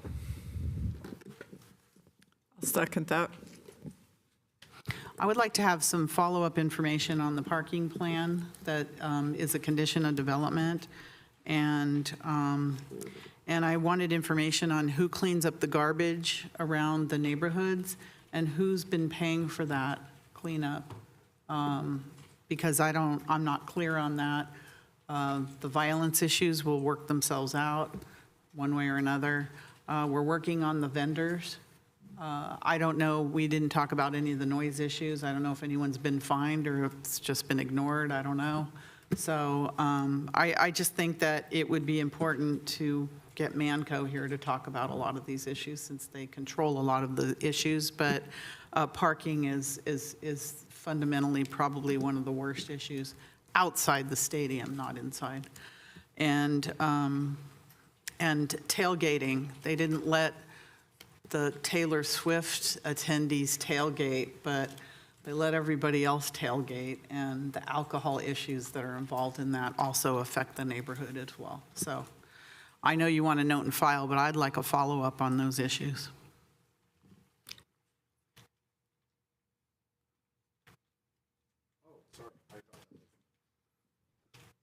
I mean, sure, add it in there. I mean, the Taylor Swift thing, I heard a lot that you're not allowed. I think it says in the fine print that any concert you're not allowed to be tailgating, so I don't see the difference. But sure, add everything in there per what the mayor asked, if my second's fine with that. Fine. Okay, that's fine. Okay. Councilmember, Authority Member Watanabe. Yeah, thank you, Are we Mayor. authority right now? Yeah, I think so. Yes, number one, I just want to thank the chief and Captain Fitting for being here tonight and bringing the report back again. And I know that, and thank you for all that you do to make, the stadium safe. I think I said to Assistant Chief Rush that y'all need to make some kind of a PSA about what you're doing, to let people know, because we have seen a lot of positive change since the stadium initially opened. But I also, just to add to what the mayor just said, to request that there be a follow-up. The city manager, you mentioned earlier that there was a request put out to do, to bring a report back about what happened from July 2nd, that we're waiting to get a report back, and I'm wondering when that report comes back to be able to bring these issues that have been that are kind of still hanging out there tonight, bring those issues along with the report back to council, and hopefully it'll be a meeting that will be scheduled soon. Thank you. Also, I just wanted to say I wanted to thank our chief, Captain Fitting, and our Santa Clara Police Department. we're a city, one of the smallest, if not the smallest city that has an NFL stadium, and we have a small Santa Clara Police Department, and they do a phenomenal job protecting, all of us, especially our community and the people that come to visit here in Santa Clara. For the resources that we have, I'm not even sure how you do it, but you do, and you do it so well. I never have a worry about our police department. It's all the other people I worry about, not, the fine men and women in our Santa Clara Police Department. They do a phenomenal job, but it takes more than the department to make, the operations of an NFL stadium work in a small community that has a stadium located in a residential neighborhood. So with that comes issues that we have to deal with, but we need trusted partners. And when we have Manco that doesn't even show up for this meeting, I'm concerned because we have to have trusted partners to make this work. And I think that the parking issues and all the other issues we have to deal with, we can't ignore them any longer. So we have a motion and a second. City Manager. Oh, City Manager, you want to say something? Just briefly, with the items that were mentioned, just know that staff will aim to bring those back at a meeting that Manco attends. However, know that if they decline to attend, we will certainly respond back to the City Council and the board with the information that we have. So know that you will get information from us.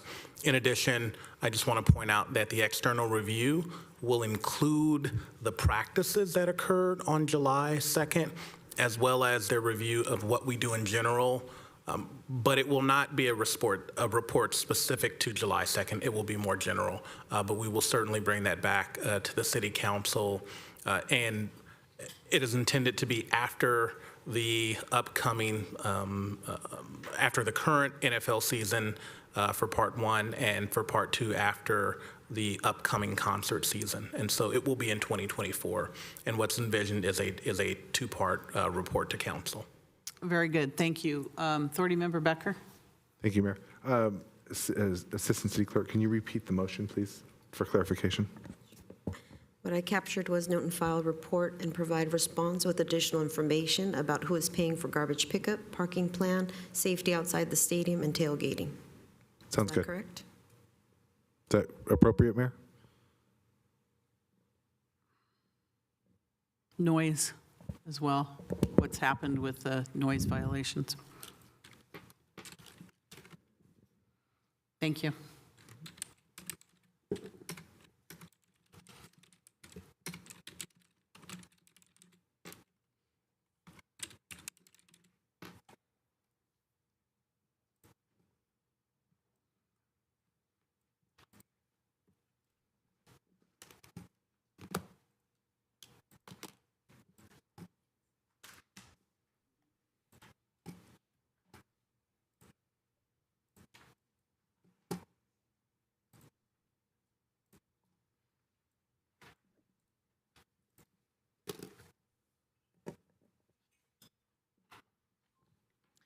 Board Member Watanabe. Yes. Board Member Shahal. Yes. Board Member Hardy. Yes. Vice Chair Park. Yes. Board Member Jane. Yes. Board Member Becker. Yes. Chair Gilmore. Yes, and that passes unanimously. Thank you. Our next item is a public hearing. It's a continuance from October 10th, 2023 for action on tentative parcel map, rezone, architectural review to add a second-story accessory dwelling unit and create two separate lots each with an existing residence and a new detached garage on the property located at 1365 Main Street and 1070 Lewis Street. For the record, I'll be abstaining on this issue. I own property on Lewis Street that is close to these properties, so I'm going to turn the meeting over to Vice Mayor Park.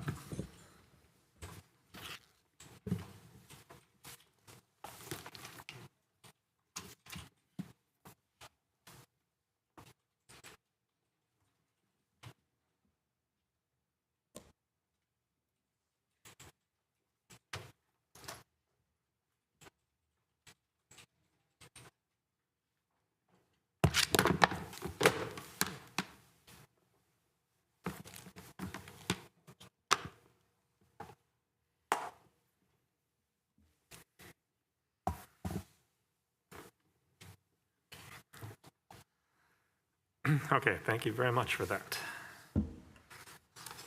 So again, this was the item that was continued, I believe, on the September 26th meeting. From the 26th meeting, the public meeting was opened at that time, so we are in an open meeting.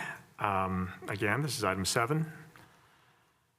And at this time, we've got Andrew Crabtree. If you can give the staff presentation, please. Thank you. All right. Thank you, Vice Mayor, members of the City Council. I'm Andrew Crabtree, Director of Community Development, and I'll be giving a presentation on this item. And first, I would just give you a little bit of a roadmap for that presentation. I'm going to provide some information about the site, the property located at 1365 Main Street and 1070 Lewis Street. I'm going to describe the proposed project, give you an explanation of our analysis for why it's consistent with city policy, and provide you with a summary of the recommendations from the Historical and Landmarks Commission and Planning Commission, as well as staff. So first, some information about the existing site. You can see it here highlighted on the aerial photo in a reddish-orange color. It's an L-shaped lot that fronts onto Main Street and Lewis Street. And there are 2 existing single-family residences on the lot, one fronting onto 1365 Main and one at 1070 Lewis. So first, I'll speak a little bit about the property at 1365 Main Street. This particular residence is on the city's historic resource inventory. It was added in 1980. The residence was built either in 1911 or 1912. Originally occupied by Isaac and Ann Thompson. And then it was transferred in 1926 to Manuel Freitas, and the property was occupied by members of the Freitas family until 2020, when the last member, Lorraine Freitas, passed away at the age of 103. The lot was subdivided in 1994 with different members of the family occupying these 2 residences, plus the third one, which is on the corner here. You can see how originally the L-shaped property wrapped around a third house. And so the family sort of split up the 3 houses amongst them, the 3 different family members, and subdivided in that way, with one family member retaining ownership of the 2 houses on the L-shaped lot. So now a summary of the project. The applicant is looking to accomplish really 4 things here. First is to subdivide that L-shaped lot into 2 lots, so that each there would be 2 lots, each with one of the single-family residences that are existing. They would like to do an addition to the historic property that fronts onto 1365 Main Street.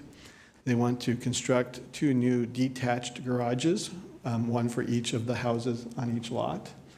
On the property that fronts onto 1070 Lewis, they would like to add, on top of the detached garage, a second-story ADU.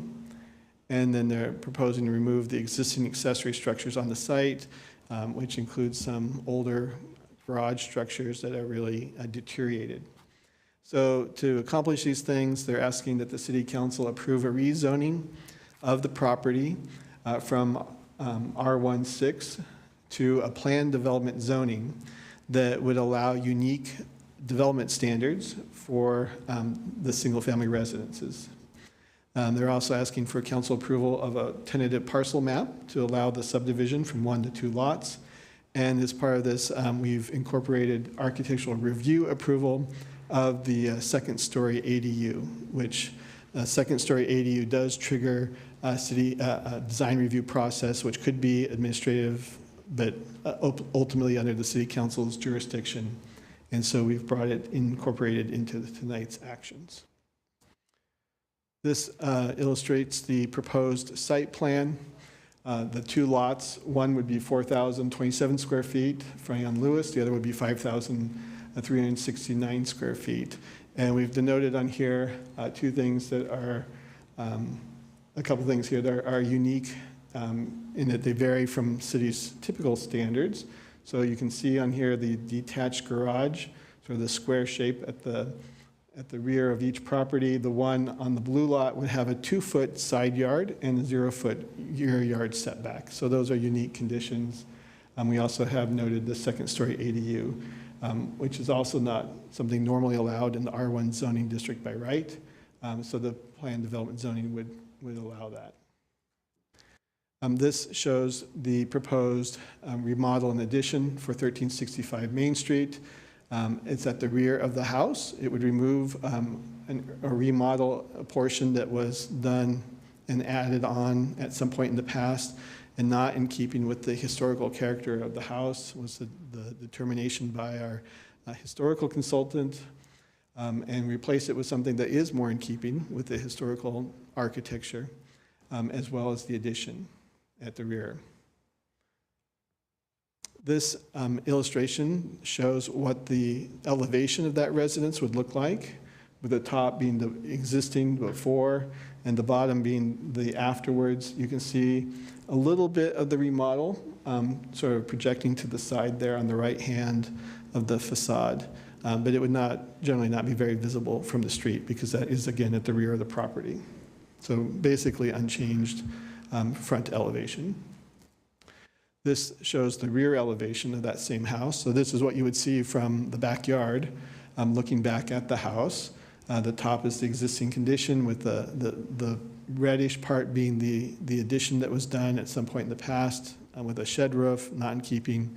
The new addition would use gable roofs and be more architecturally consistent with the historical character.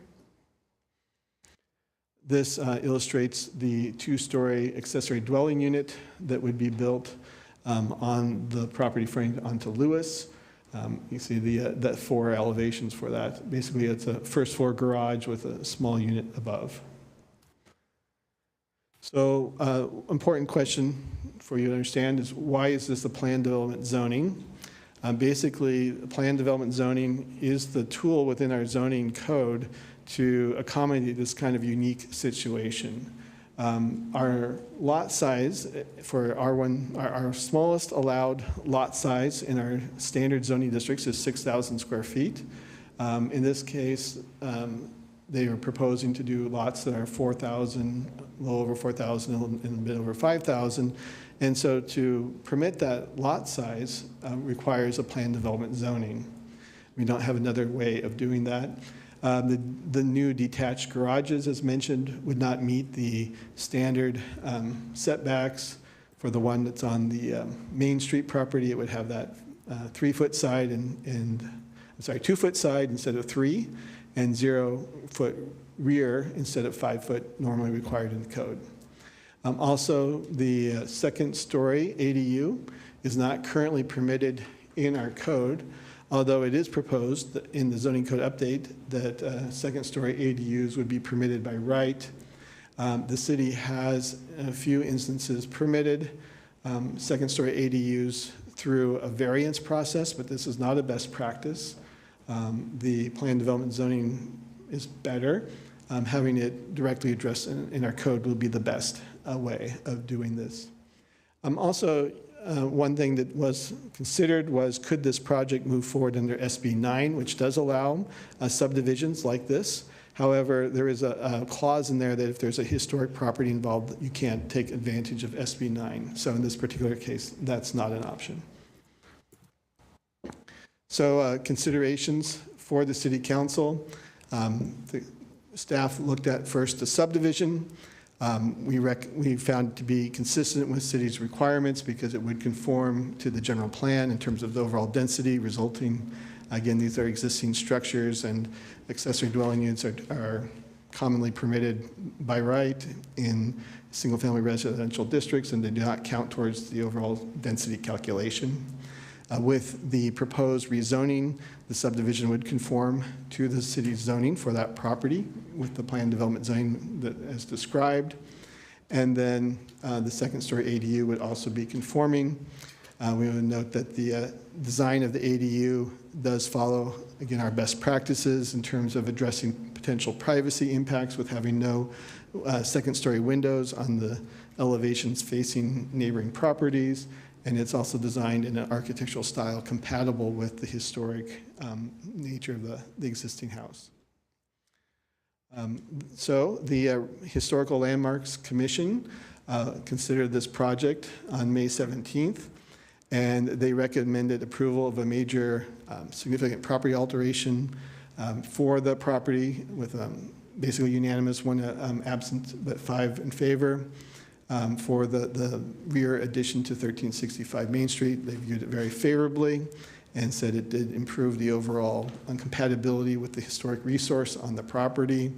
The Planning Commission considered this on August 23rd. We had one member of the public speak in support of the project, and then the Planning Commission recommended, well, they first approved the major SPA 7-0, and then they recommended approval of the rezoning, also 7-0, so unanimous.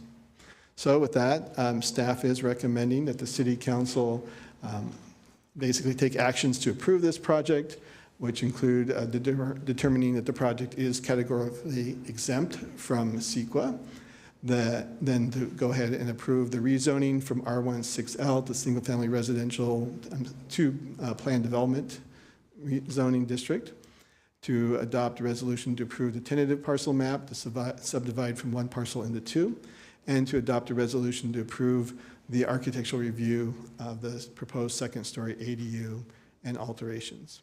So with that, staff is available to answer any questions. I would note that the applicant also has a presentation. Thank you very much. And this is a public hearing, and we do have the applicant here, but are there any questions from council?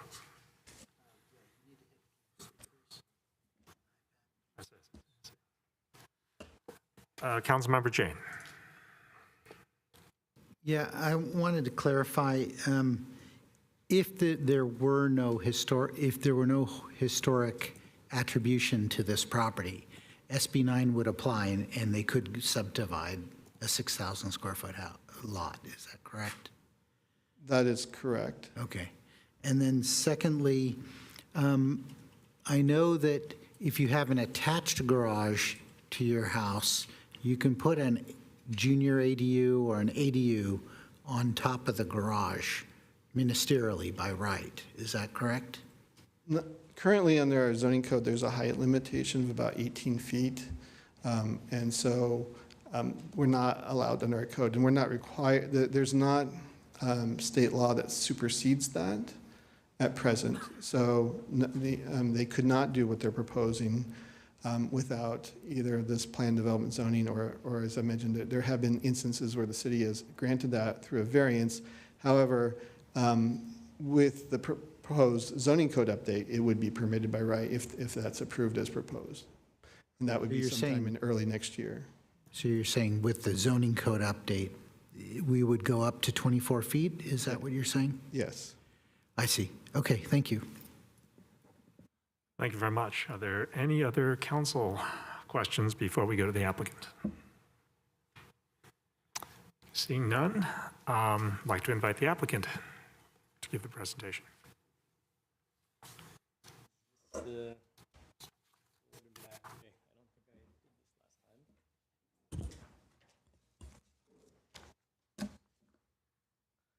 Good evening, Vice Mayor Park and council members. Thank you for your time and consideration regarding this item before you. For a tentative parcel map, rezoning, and architectural review for 1365 Main and 1070 Lewis.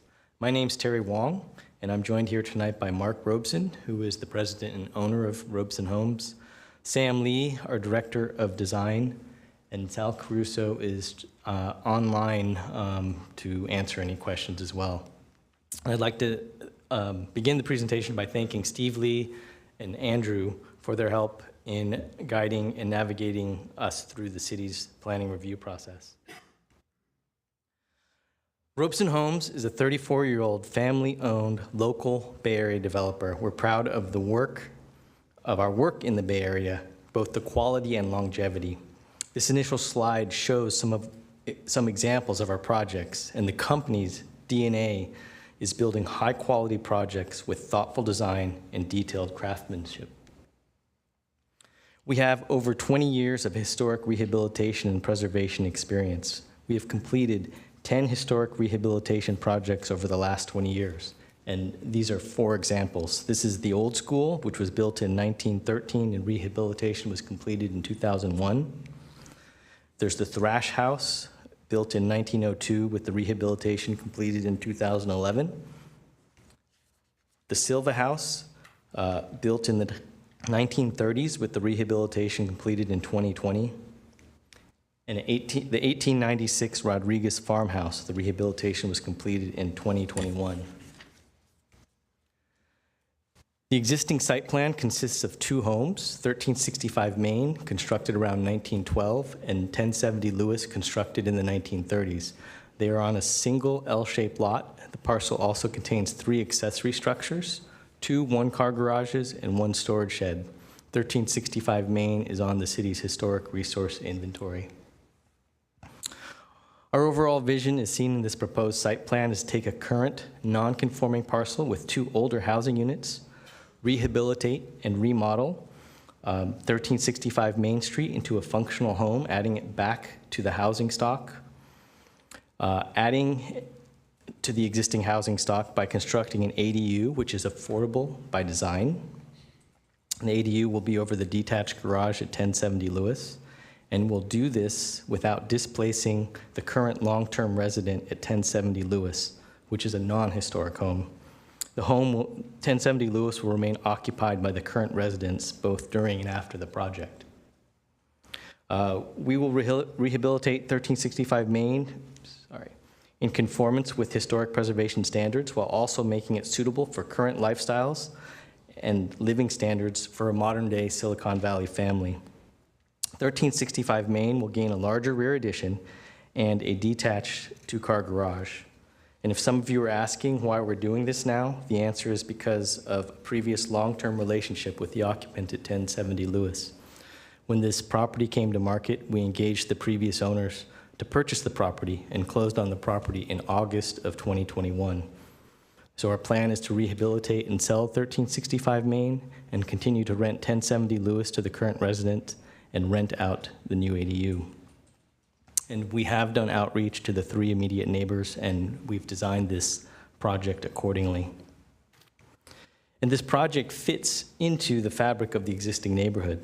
The tentative map and the PD rezone request does little more than codify what currently exists on the parcel and in the existing neighborhood. On this parcel map, the subject property is marked with a red star. The PD will subdivide the existing 9,000 square foot lot into 2 lots. The 2 new lots will not conform to the R1 6L zoning requirement.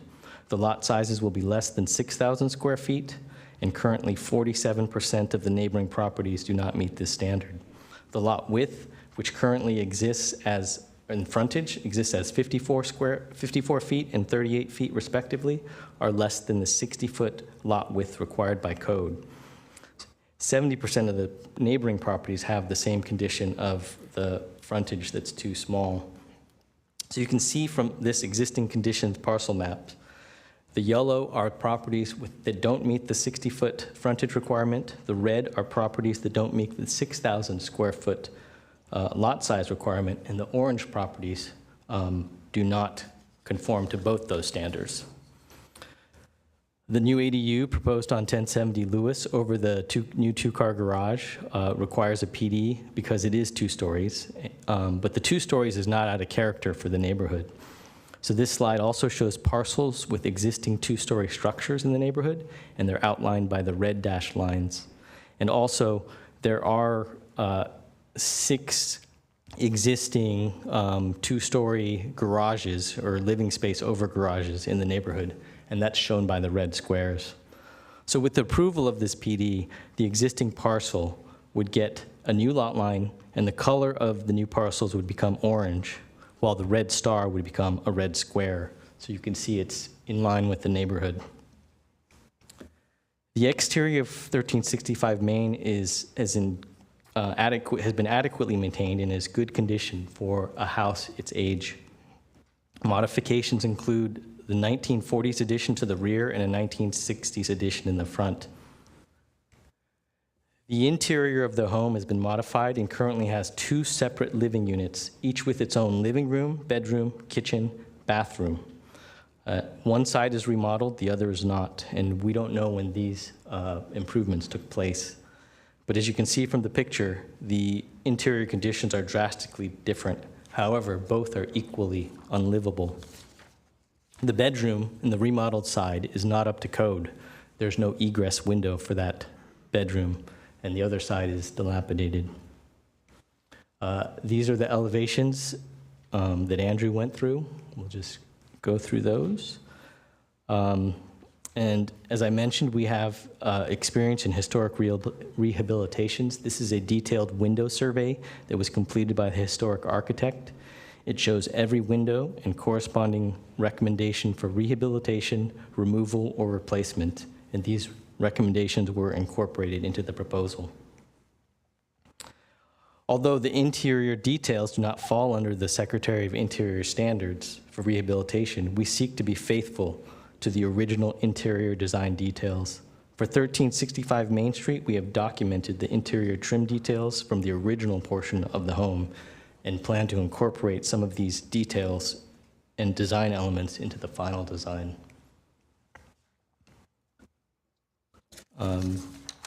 This slide shows the exterior of the other structures on the property.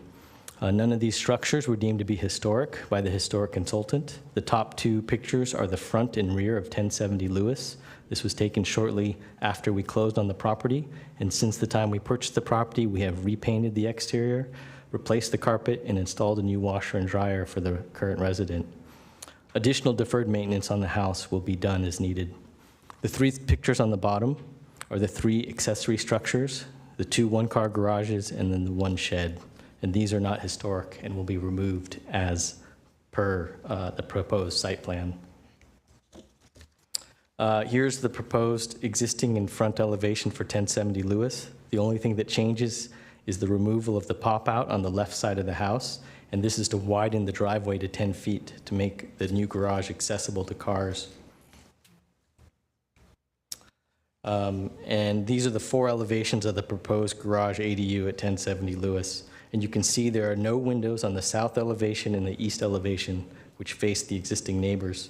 There's a 4-foot side yard setback to the east and a 5-yard rear setback to the south as required.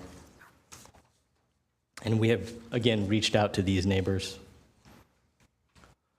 In conclusion, this project in its own small way addresses a larger housing issue that hampers the Bay Area and Santa Clara, which is a limited and aging housing stock.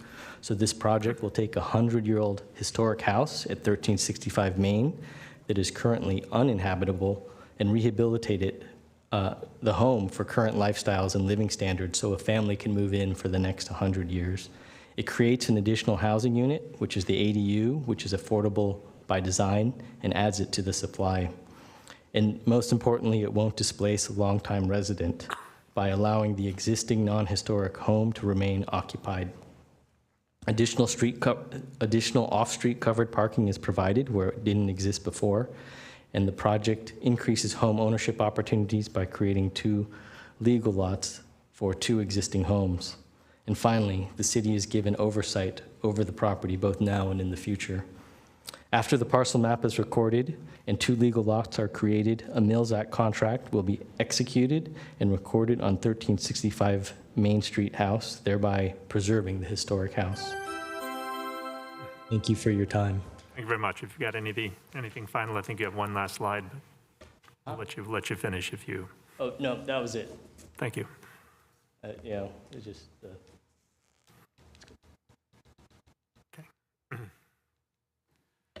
And again, this is a public hearing, so we do want to hear from the public, but are there any questions from council? I did see Councilmember Becker's hand up. I don't know if you okay with that. Okay. Seeing no other questions, do we have any questions from the public? We're seeing no one from the public. Motion to close public hearing. Second. So there is a motion by Councilmember Jane to close the public hearing, second by Councilmember Becker. Any comments on the motion? Seeing none, we'll go to the roll call vote.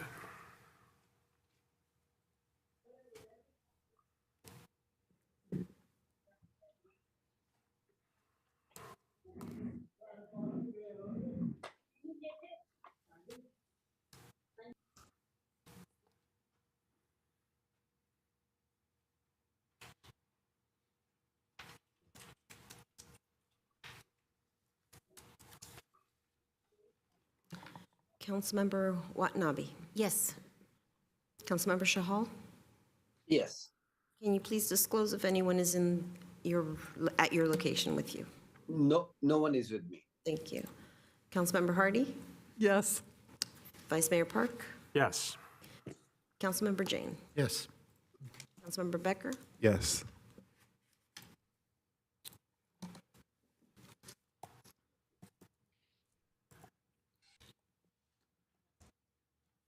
I'd like to make a motion. It looks like it passes unanimously with one recusal. And we have two hands. We have Councilmember Becker. Councilmember Jane was going to make the motion, so I will second his motion. You haven't heard the motion. Yeah. The motion is to accept staff's recommendation 1, 2, 3, and 4. So we have motion by Councilmember Jane to accept staff recommendation. Do we have a second? I think we had a premature second, but go to, was that a second from Councilmember Becker? Yes. Yes, okay. And then I see I have Councilmember Hardy. Well, they just beat me to it. We'll just be angry with them. That's okay. My biggest question was understanding the plan development, and I appreciate that Andrew Crabtree went through that very clearly as to why that needed to be. And I will say that when I was the chair of the HLC many years ago, I was the one that pushed to make to double the number of allowed Mills Act. So I'm thrilled to see this going to the Mills Act. Thank you. I will be supporting the motion, obviously. Thank you very much. Councilmember Watanabe. Thank you. Thank you for bringing this project forward. You can tell that a lot of thought has gone into, preparing this and keeping it historic and also providing, additional, housing in the area and adding to the number of, housing availability as well.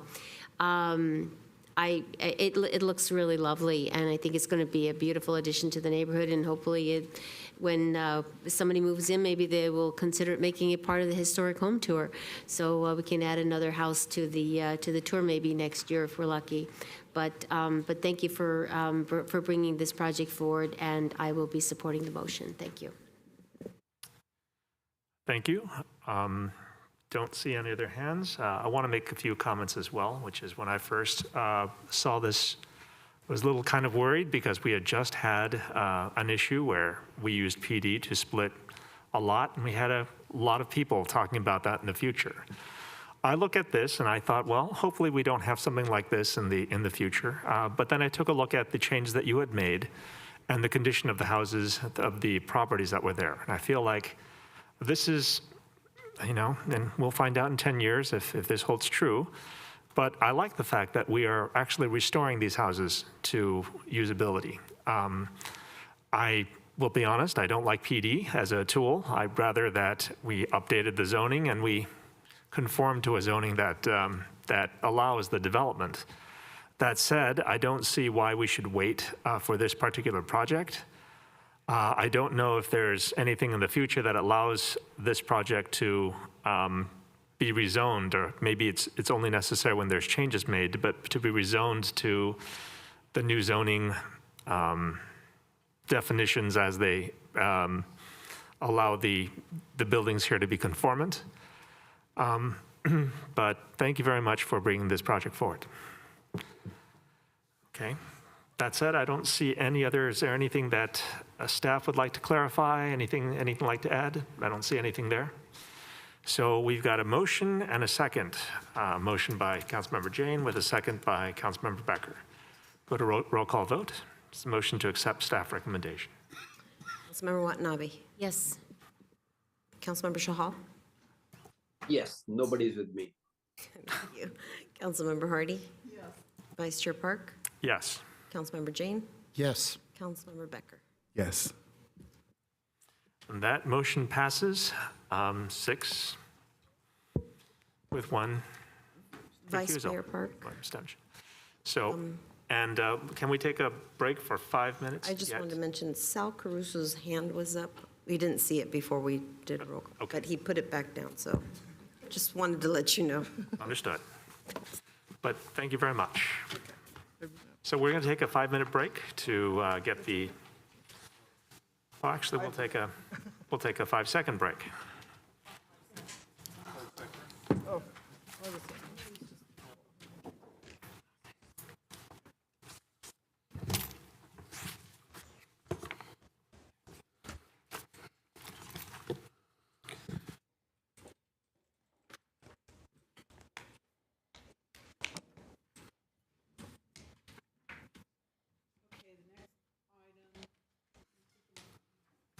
Are we taking a 5-minute break? No. Next item on the agenda is the action on recommendation of the Governance and Ethics Committee to amend Council Policy 030 entitled Adding an Item on the Agenda to Modify and Clarify Terms for the City Council and Public Requests. City Attorney. Just checking on Member Hardy. It looks like she's going to be coming back. I wanted to make sure she didn't think we were taking a 5-minute break. Member Hardy. I talked to her. Oh, okay, I said, very no, good. we're not, so, but Okay, she yeah. needed to, so we'll let her. In your discretion, Madam Mayor. Yes, okay. Are you going to, oh, is it city manager that's doing this? No, he's co-opted this one, Madam Mayor. The city manager is going to do the Who's presentation. doing this one? Please tell me. You. Okay, thank you. All right. Thank you, Mayor Gilmore, members of the council, and members of the public, apparently at home because no one is here at 9 p.m. Good evening again, Javon Grogan, City Manager. I will present this item, but during the question and answer, I will be supported by City Attorney Glenn Googans. So the item before you, item 8, is an action on a recommendation from the Governance and Ethics Committee to amend the City Council Policy 030 entitled Adding an Item to the Agenda to Modify and Clarify Terms for City Council and Public Request. This item is before you as a part of an ongoing effort of city staff to review, amend, and ultimately bring changes to your policies before you as a body. This item did go to the Governance and Ethics Committee and did receive unanimous approval from Chair Suds Jane, Mayor Gilmore, as well as Councilmember Raj Jahal. A little bit of background. Your 030 policy was first adopted in 2019. The purpose was to establish a straightforward and effective process for members of the City Council and the public to bring matters before you as a body. That worked well. There are some challenges that we'll note during the presentation. It was last amended in October 27th to describe specifically what items could be considered at a meeting where a request is made, and we added a council item request form. This item went before Governance and Ethics, your own committee, on July 11th as well as September 11th. And the version that is before you tonight is based on the committee's recommendations with some minor cleanups and reorganizations. So let's discuss a few of the proposed changes. The first proposed change that is before you includes a formal process for council members to consult with the city manager and the city attorney before submitting a written request. As you know, currently your current process is that a 030 is submitted and then staff has an interface after that point. And we had a really good discussion at the Governance and Ethics Committee about having a precursor process where there is more of a consultation ahead of time. That also enables staff to evaluate and provide feedback, feedback on resource requirements, the legality, timing, as well as prioritization. I will say that even though that will be a consultation, staff will not undertake a full complex analysis on that consultation. It's really intended to be a process where the council member will provide a general overview and feedback can be provided, but no major staff work will be done until after the board as a whole or a majority of the board approves of such. After consultations, the council member, of course, has the right to proceed and place the 030 on a city council agenda. Now let's talk about a few of the proposed changes with regard to the public. So petitions currently appear at the end of the meeting. And the two pictures there are, really nighttime versus day. And I think this is actually a really good example because on tonight's agenda, you have 4 030 petitions from a member of the public, and that member of the public was here at the start of the meeting, but did not stay to the end of the meeting. Why in this particular case, I don't know, but I do know that we oftentimes have members that have submitted a petition, and unfortunately, currently it's placed at the end of the agenda, and this will bring it forward during the public presentation portion of the agenda. Also, as a part of the proposed amendments, the written petition process is proposed to be consolidated with the public presentations portion of the city council meeting. And what that means is that written petitions will no longer appear on the council agenda. However, they will appear earlier during your council process. The proposed amendments also clarify that there are various other methodologies where members of the public can petition the organization, and they can request those actions via any number of ways: a verbal or written communication with city staff, a verbal or written communication with one or more council members. They can, of course, appear live or by Zoom at a city council meeting. We are continuing to do hybrid meetings and allow public comment both in person and remote. They can also engage with the city councilor during the annual priority session. And as you know, there are various forms of public engagement during the process that is envisioned to begin shortly, both a survey as well as attending those sessions in person. Next, I want to describe a few of the additional changes with regard to how members of the city council may request changes. So the proposed amendments clarify that limited discussions and actions can occur. It updates the policy and adds guidance on the limited extent to which any 030 item can be presented, discussed, and provides a summary of the range of options that will include either one, no action. So as a member of the governing body, you submit a 030, you propose that, your idea to your colleagues, there may be no action. The other action is there may be a referral, or the other way to act is there may be a referral to staff for further analysis, in which case staff will produce a report for a future meeting. There may be a referral to a future priority setting process, and we've had a number of those where a idea comes up during the year and it's deemed to be very important but not urgent enough to displace current priorities, and so the council says that you will discuss it at your next upcoming priority session. Or the item could be agendized for action at a future council meeting. That is really intended to be something that is fairly minor in nature or something that is fairly urgent in nature, and we really have the city council saying this is something that we want to take action on very soon.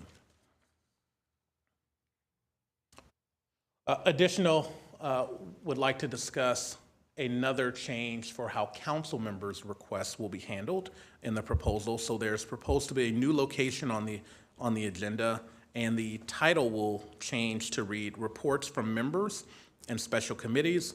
This will assist at prioritizing the city business items. This would be at the end of the meeting, similar to where 030s appear now, but we will retitle that section of the agenda. And lastly, proposed changes from how the public will request possible city council action specified, but still limited. Because any such item is not on the agenda, only a council referral to staff, or if the item is urgent, or a proposal to agendize the item for consideration at a future council meeting would occur. Really what this does is it empowers the city council. It empowers the city council to say, member of the public, I think your idea is important, and I'm going to agendize that as a 030 as a council member and put it before my colleagues for us to take an action on it. And that's what the last bullet essentially describes is upon hearing a petition, any member of the public, or one or more member, upon hearing a petition by any member of the public, one or more council members may desire to sponsor that request. I should note that you can sponsor that request even before the public petition is heard. One of the things that the new policy does allow is that it allows for someone to still provide a written petition to the council, so you may receive that ahead of time. If it goes directly to your email or via the city clerk, we will provide that to you. And so you can pick that up and sponsor it. And so we believe that these proposed changes improve headings and organization of your meetings. It removes duplicative provisions, and it also provides various methods for members of the public to petition or request items for the city council, and provides a streamlined process, really updating an important process that the city council began in 1999. With that, the staff recommendation is to adopt the resolution amending Council Policy 030 entitled Adding an Item to the Agenda on the terms presented. Happy to take any questions. Thank you. Yeah. City Manager, you talked about how the 030 by council members would be placed in that items of referral section. They would be actually listed and agendized so we could take action? Yes, you take it. Yeah, Councilmember Jane, yeah, if a council member submits a 030 and it's listed at the end of the agenda now, under we'll rephrase, right, what the title is, it still would be an item that would be evaluated by council as to whether or not it would be added to a future agenda. So it's still the same context of what the existing 030 policy is. You can't just add an item to the agenda and ask for action on it. It's still asking for future agendization. No, I'm not saying action to schedule it, not action to act on it. Exactly the same as current. Yeah, but it would have to be agendized for us to be able to even refer it to a future council member, right? To a future council meeting. Yes, so after the consultation process, if you still want to go forward, you'd still fill out the form. We'd help with the agenda title, and it would appear where we described. And it would be the process really substantially similar to how it works now. I just wanted to clarify that. Yep. Okay. And then if if a member of the public had a petition that they submitted, they could talk about it. They could basically promote their idea during their 2 minutes or 3 minutes of public presentation. And then a council member could at that point say, I want to refer this to staff, or I will fill out a 030. I'm just trying to understand the process. It could occur then, or it could occur through a 030 on a future agenda item. Important to note, during public presentations, we are maintaining the provision where a member of the public can bring a presentation and provide that to the city council. And so that happens now, and so a member of the public could do that as well. Thank you.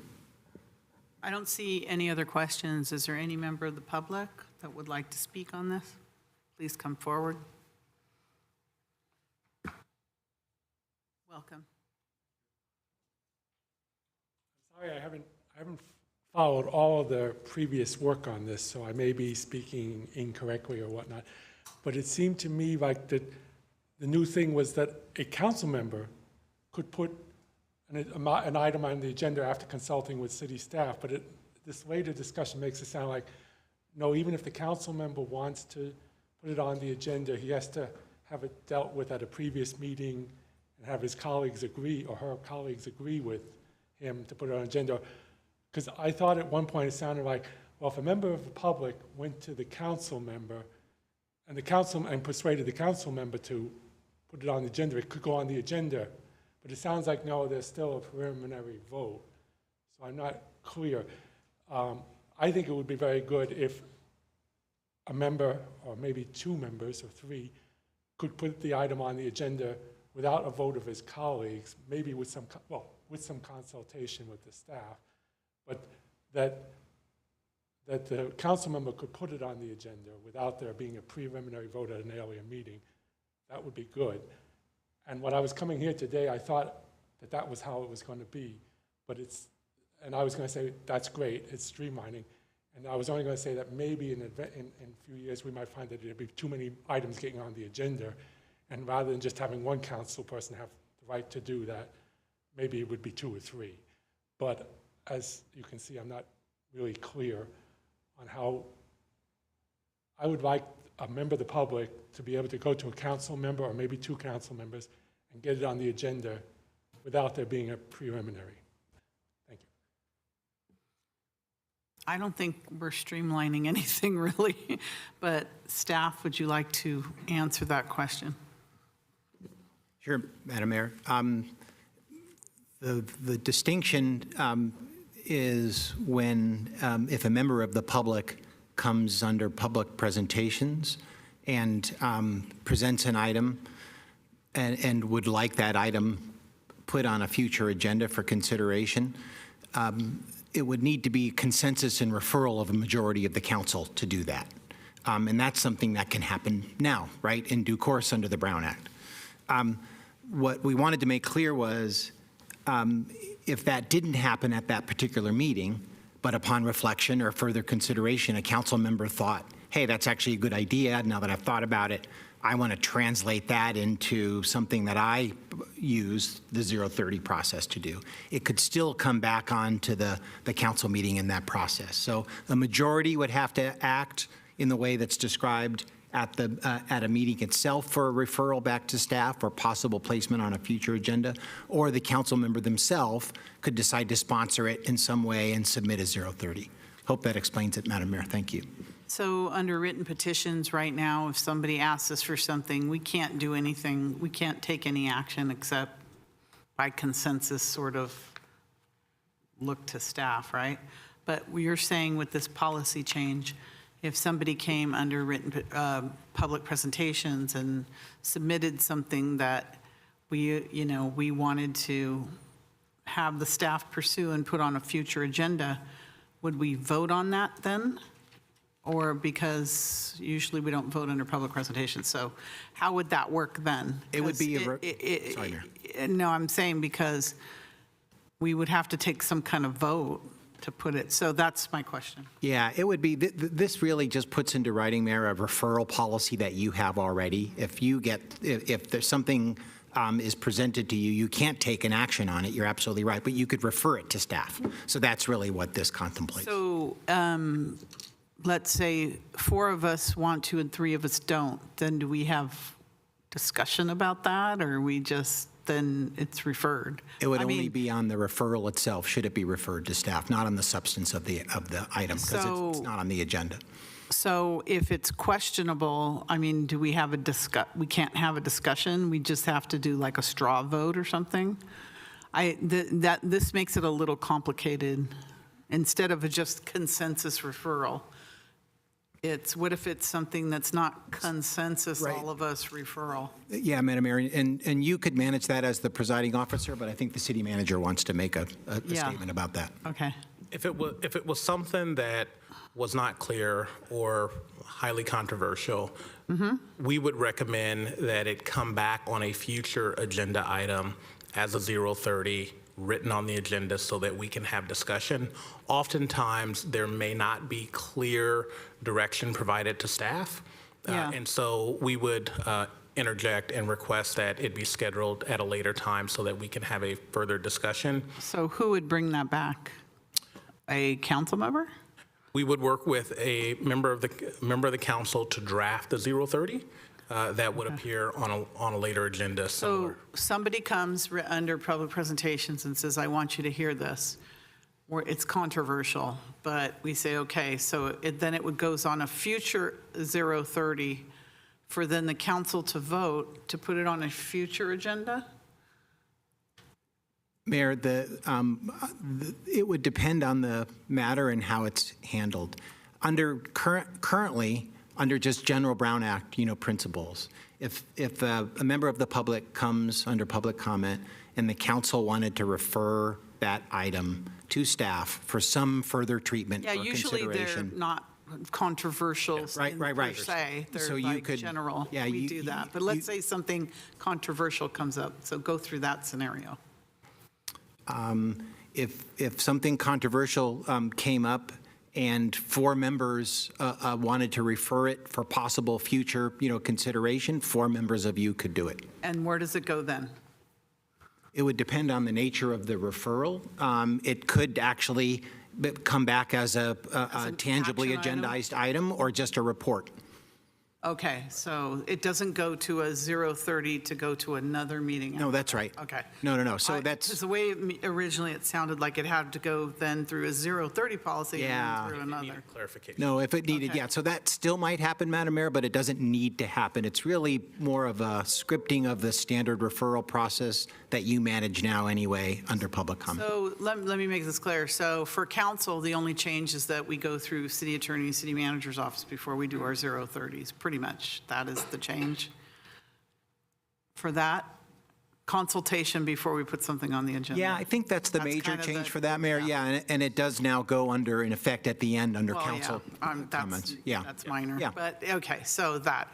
For the public, they can't put a 0:30, they can't do their own written petition. It has to come through public presentations. Yeah, in effect, if the public's going to submit something, they don't, just because they submit a written petition, it doesn't get them the item listed on the agenda. They'd have to come and present and have it either referred by council and/or Under taken up by a under council public member. presentation. Right, under public presentations. That's right, Madam Will Mayor. we have an idea of what's coming under public presentation? Will we have any If idea? someone submits, and that's one of the things the policy talks about, someone still has the ability to submit something in advance and can indicate what meeting they're going to come to, and anything like that would be shared with the council, so you would have a heads up. All right. But it's incumbent on the person presenting to actually then come up and present it. It wouldn't automatically appear on the agenda unless they came. All right, Councilmember Jane? I'm trying to understand this. I think the purpose of the 0:30 is to prevent council from, let's say, directing staff in ways that they don't have committed resources. So it's sort of like you have to get the whole council in a majority to approve to devote staff time to put something on the agenda at a future time. And I think when a member of the public comes and they have a recommendation, we can refer it to staff for maybe a little bit more research, but not to start working on an ordinance for some new policy. That would have to go through a 0:30 process. Is that sort of how you see it? I don't see it. That, in that particular instance where a member of the public says, I think I would like to have an ordinance to do X, right? That's a very significant thing that we would not simply want a consensus of 4 members of the council to say at that night, yes, staff, go work on that. We would then recommend, that's a very significant item, let's agendize it for discussion, and then that also gives staff time to do a little analysis to support your decision. However, as the mayor mentioned, there may be a very minor item that a member of the public comes up to request, and that oftentimes happen, and there is a consensus or a majority says, yes, I'd like staff to work on that, and we would work on that. And sometimes they actually come back to council, sometimes they don't. If they're really minor, it may not require council action. Councilmember Becker? Thank you, Mayor. Is there any examples of what other cities do in these types of situations? I'll turn it over to the city attorney, but I would say the process that we're aligning to actually aligns to what most cities do. The current 030 process where you allow any member of the public to fill out a form and agendize a action on your agenda is unique. I've never seen it in another city. I'm not saying we're the only city that does it, but that's more unique, where you empower any member of the public to place something on your agenda. A more typical sense is a member of the public speaking during public presentations, and Santa Clara actually goes a step further than most cities in allowing members to provide audiovisual presentations or a PowerPoint. And so we're, as mentioned before, retaining that ability in a city attorney. Yes, Madam Mayor, council members, I was going to observe the same, did an informal poll among my colleagues, most of them of our local area cities. No one had anything like our 030 policy that had public members being able to add items, that to in effect have them listed on your agenda. I had never seen anything like that down in San Diego County either, so I think this does more closely align with practice, but still provides, frankly, more robust, opportunities and more scripted, ways and facilitation of the public engaging with the council, all kind of in one place. We hope to make it easier for the public to get their proposals heard and potentially processed by you and added to future agendas. Thank you, Madam Mayor. To follow up on that, as a follow-up question, I know that, I guess, back in the old days of Santa Clara, when Santa Clara was a lot smaller of a city, that members of the public were able to meet with either the city manager or anybody from staff to basically talk about a bunch of the issues that they're having before they would want to go and do a 030. Is that still a possibility for members of the public to do? Absolutely, we do have a process where members of the public can submit emails through manager@santaclaraca.org. I will say that the city manager and senior level staff aren't available to meet with any member of the public, and so what we often do is we try and solve the problem at the appropriate level. But absolutely, we are public servants and are available at the appropriate times. And if I might add, that's actually now made more explicit as a result of this policy, the fact that that's an available option to folks in a couple different ways. Okay. All right, I don't see any other comments. Do we have a Madam Mayor, motion? point of clarification. It was manager@santaclaraca.gov. You're right, I said. Do we have a motion? I'd like to make a motion to accept the recommendation over the changes for the 030 policy. All right, is there a second? I'll second it. Vice Mayor Park? Yeah, so, I mean, as I see it, as you said, I think this seems to be a formalization of what we already have or can do. I already consult with staff, for example, on my 030 requests. It seems to me like public would make a presentation. We can't vote on it at that time. I don't know what they would do other than make the presentation. If a council member agrees, then they could submit an 030 request, which would have to go through staff, which would mean the meeting after the meeting in which the public presented the idea.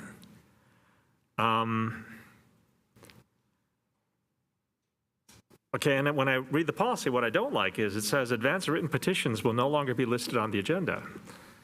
Well, in some cases, people want to know for certain that their item will be brought up and refer friends or supporters appropriately.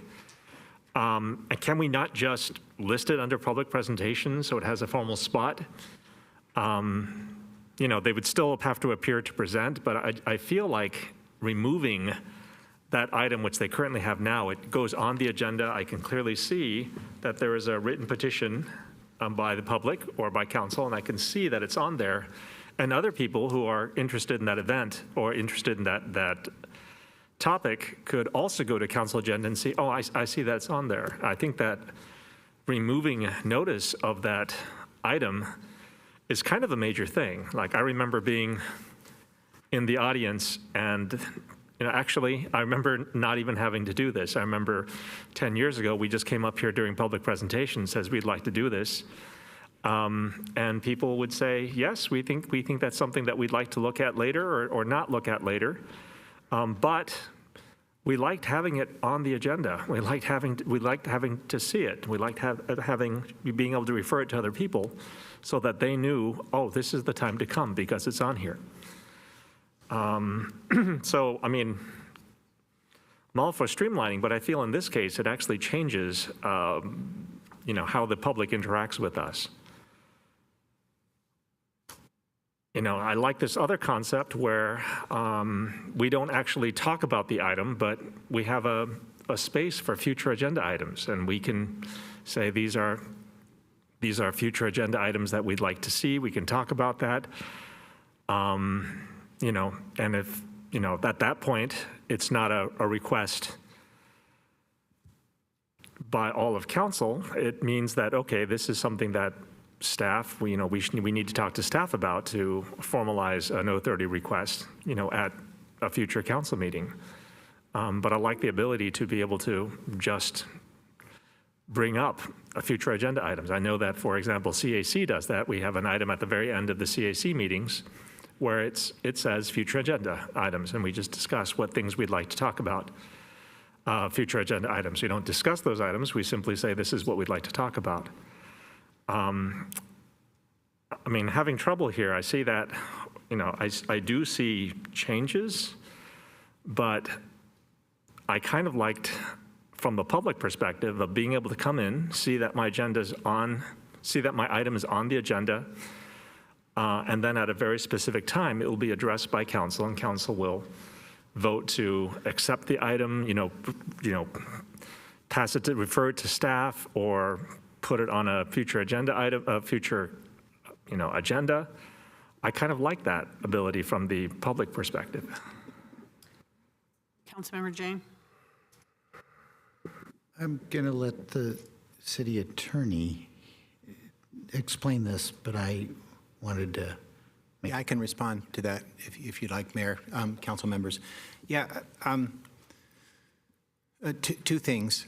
First of all, a member of the public, in this case, actually has more flexibility and the ability to control when the item is heard, because they're the ones who decide when they're going to go, to the council meeting, and they can indicate to anybody else who they might want to speak to the item that they can attend, as well.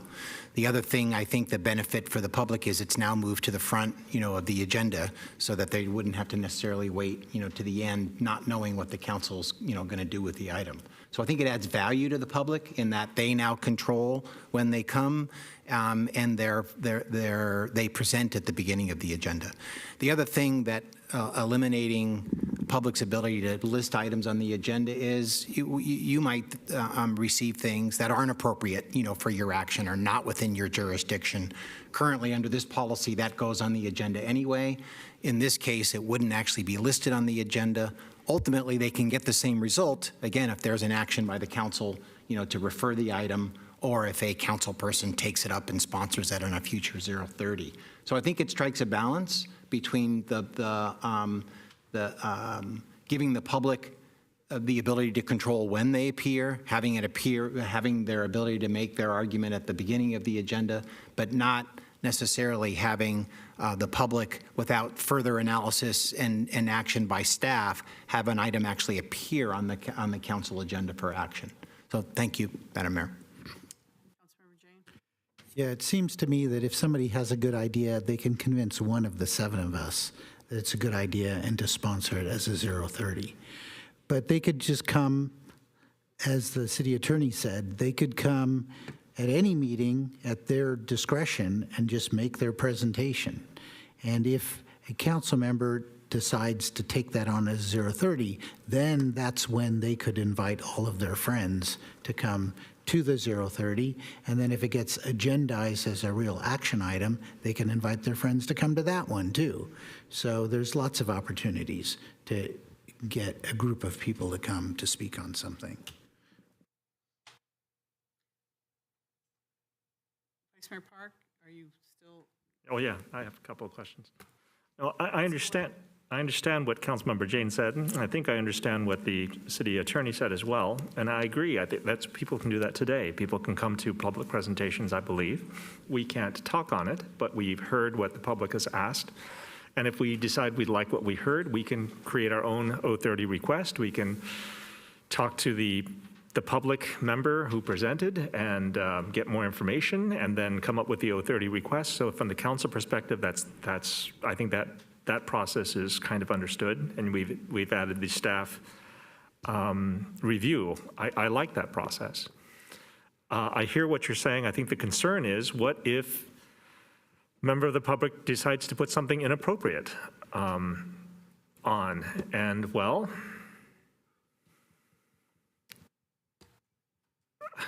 I kind of feel that we have to balance that with the ability to, at every step of the way. What if they want people, it's a complex item that we wouldn't necessarily understand with one person presenting, and they want other people to come, or they'd like to, get a group, other friends, supporters to come at every meeting. I don't understand why we couldn't do that. Like, I understand the idea of filtering. I don't want to quite call it censorship, but filtering items. But I also like the ability to just list. If I put the work in as a public member, I make a presentation, I know in advance that I want to come at a certain time or on a certain date. I may not care. I just want it to be taken up, and I want to present it to staff. Staff will agendize it, and I can tell everyone, oh, it's agendized. It's coming up. You can look for it when you see it on the agenda. Please come to speak up. I still like the concept of being able to do that. I understand that there's many other times, like when it's agendized for the 030. By a council member, and then if it gets put onto a future agenda, they can come to that meeting as well. But what if they don't have a lot of time, and they just want to spend some time to make the appeal to council the first time that it comes up, supported by a larger group? I don't know why we can't just put it on the agenda if the public member works hard and prepares to do that. Then we would go back to our old written petitions, put written petitions on the agenda and put it under written petitions. That's exactly what you're talking about. No, that's what I'm saying. I think That's that the way we used to do it. Move it. Yeah. I'd like to call the question. Well, I want to give time for, is that, Vice Mayor Parker, are you finished with your? Yeah, I'm done. I think I've said what I wanted to say at least 2 times. Okay. Is there anyone else? All right, City Clerk?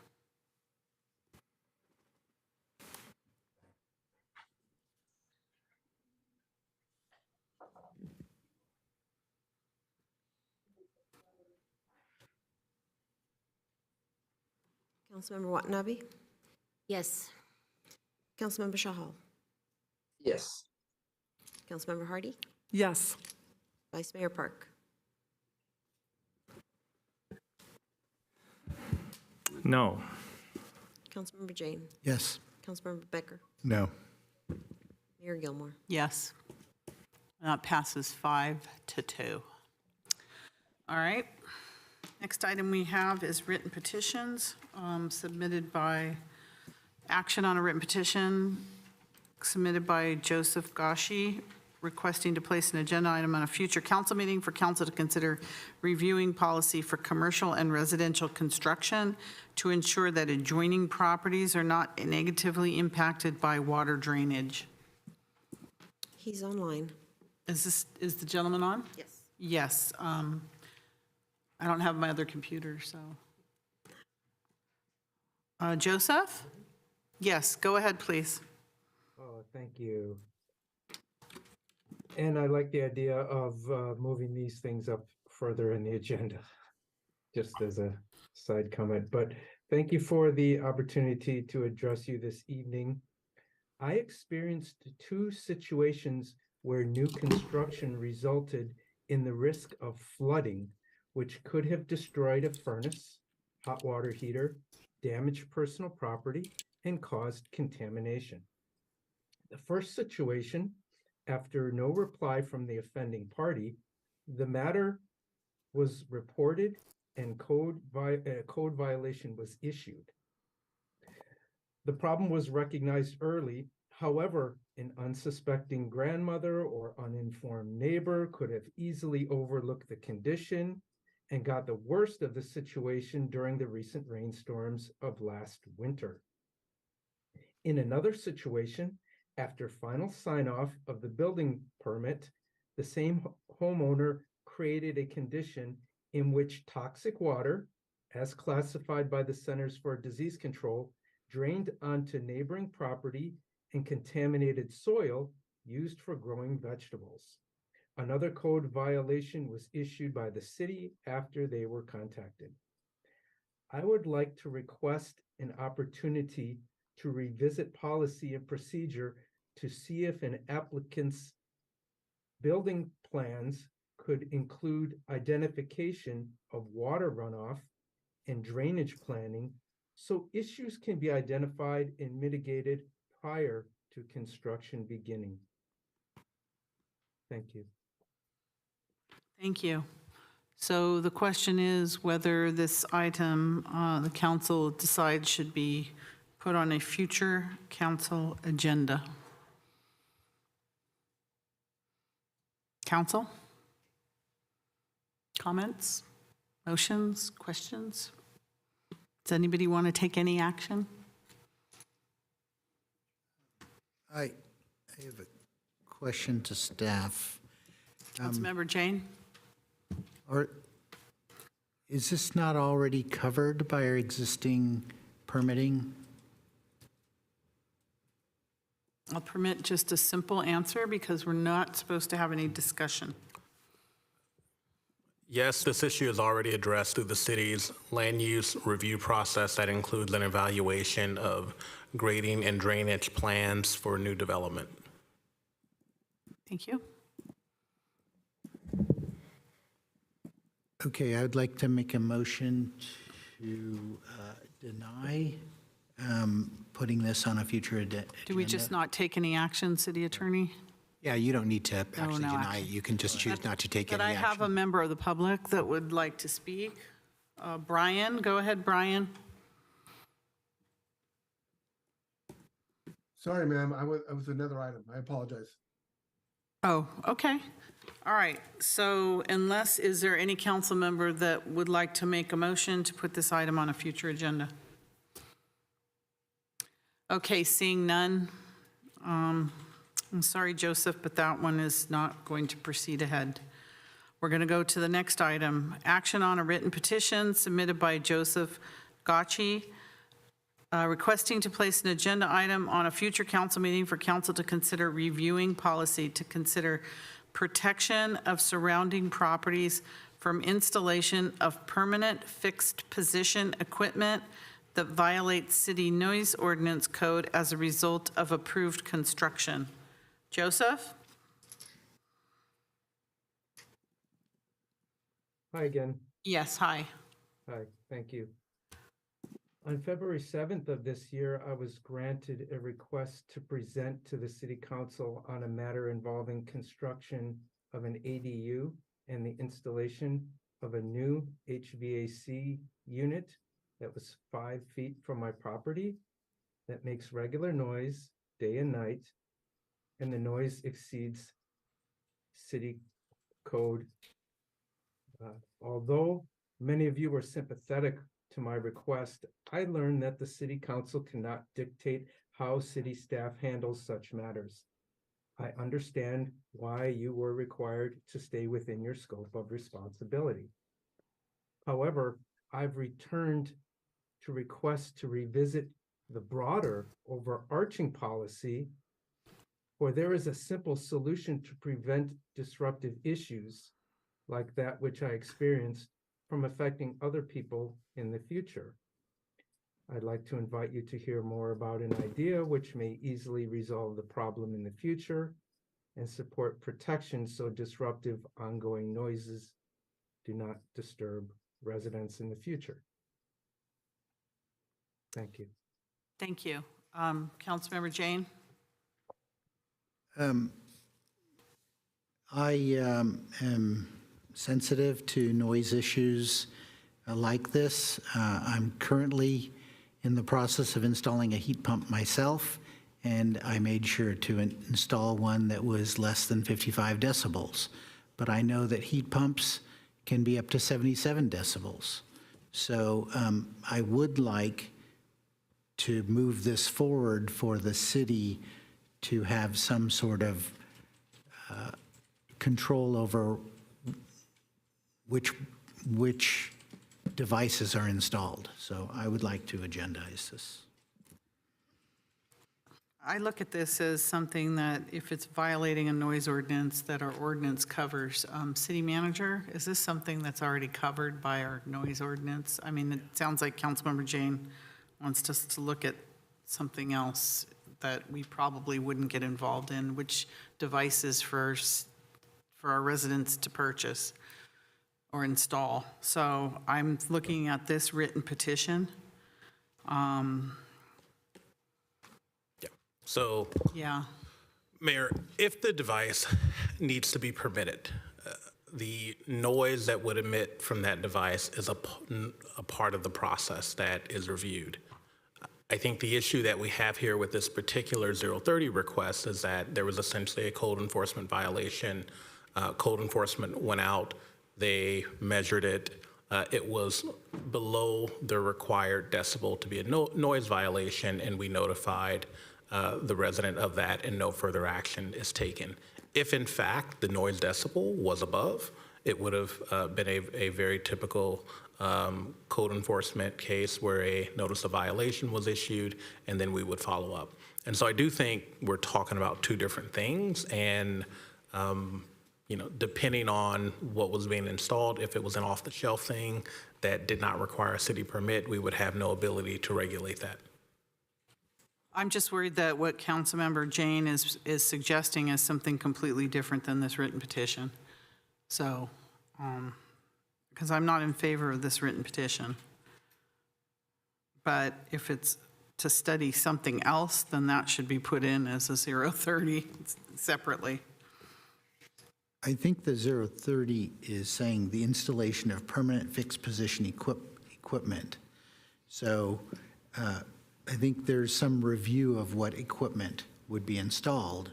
Presumably there's a permit, and that the decibel specs of the equipment should be reviewed in the permitting process. Through the mayor. The 030 that Councilmember Jane is referring to is actually the fourth one. We are on the second one submitted by Mr. Groschi. So if I can. I thought we were on number 10, which is permanent fixed position equipment that violates city noise ordinance code. We're on number 10. You're correct. Sorry about that. Okay. I'm just not interested in staff spending time on this. If it's anything, it should be referred to goal setting. Just because you may have personally purchased something doesn't mean our staff should spend time on this.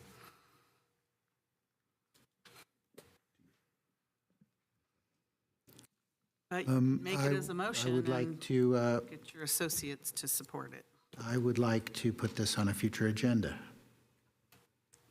So I make a motion to put this on a future agenda. I'll second. Okay, we have a motion and a second to put this on a future agenda. Through the mayor, if I can.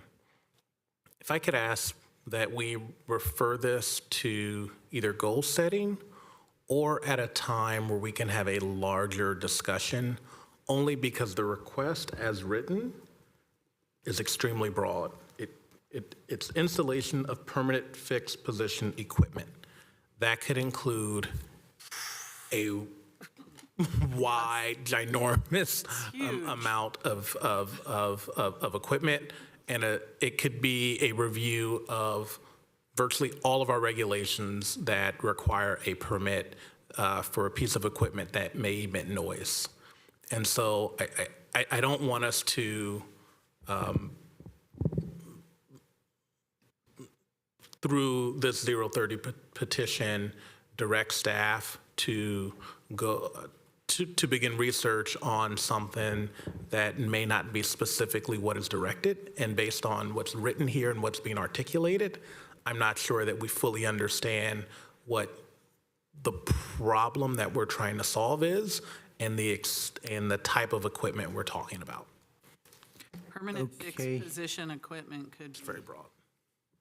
I agree that we Bazillion should things. narrow it, and I will take staff's recommendation on this, yeah. Which is what? Staff's recommendation was priority setting or Which one? or we agendize a larger discussion on this to obtain clarity on what permanent fixed position equipment we're seeking to regulate and what it is about permanent fixed position equipment we're seeking to regulate. I would like to agendize a broader discussion of noise from equipment affecting residences. Because we have the 60 decibel rule, which if you're on El Camino Real, it's We're not already going to at have a lot of 60 discussion decibels. about this, so So, just make your motion, please.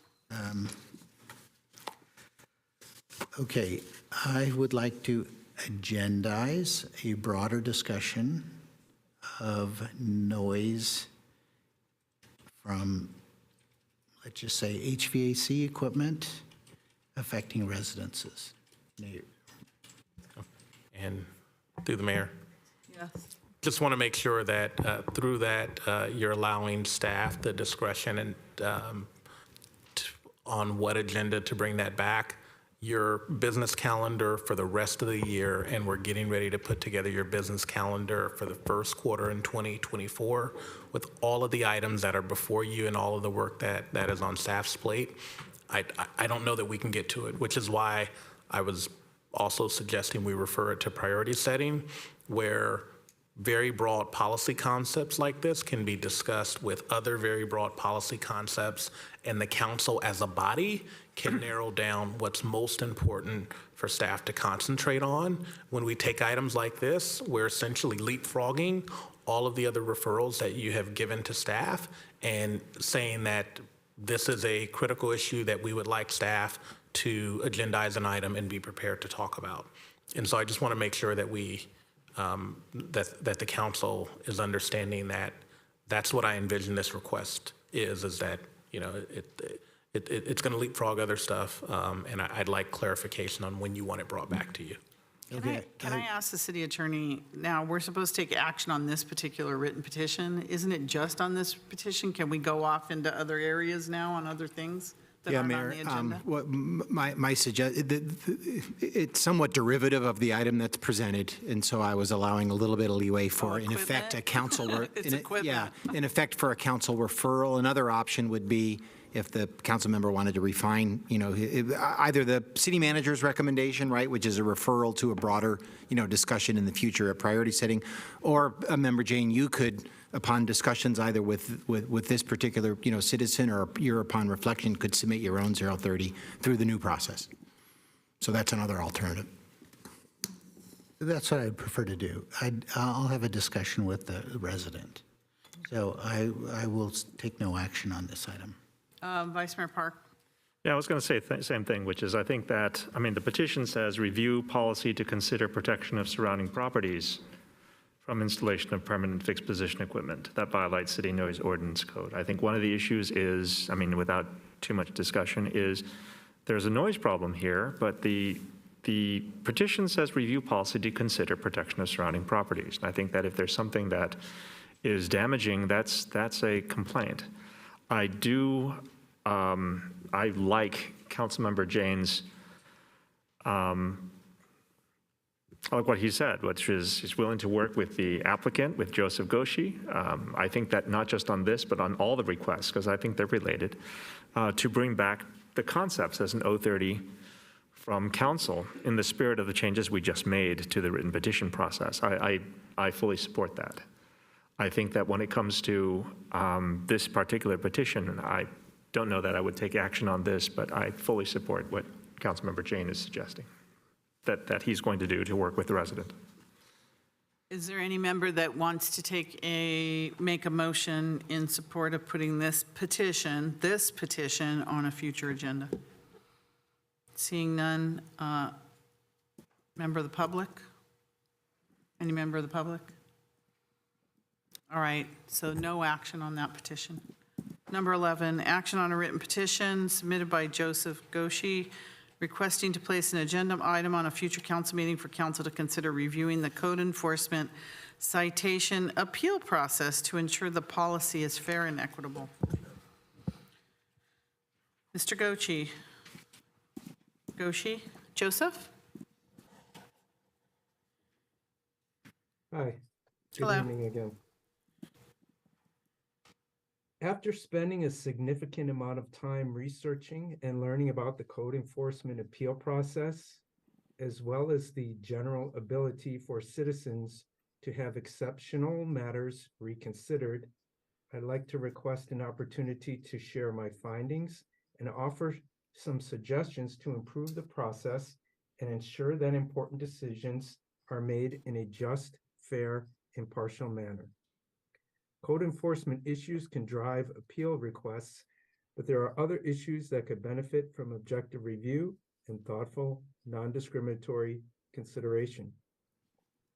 My request to review the appeal process and offer improvements might be most effectively reviewed by elected officials, such as yourselves, because you are among the few who can take an unbiased view and represent the perspective of the city as well as the citizens.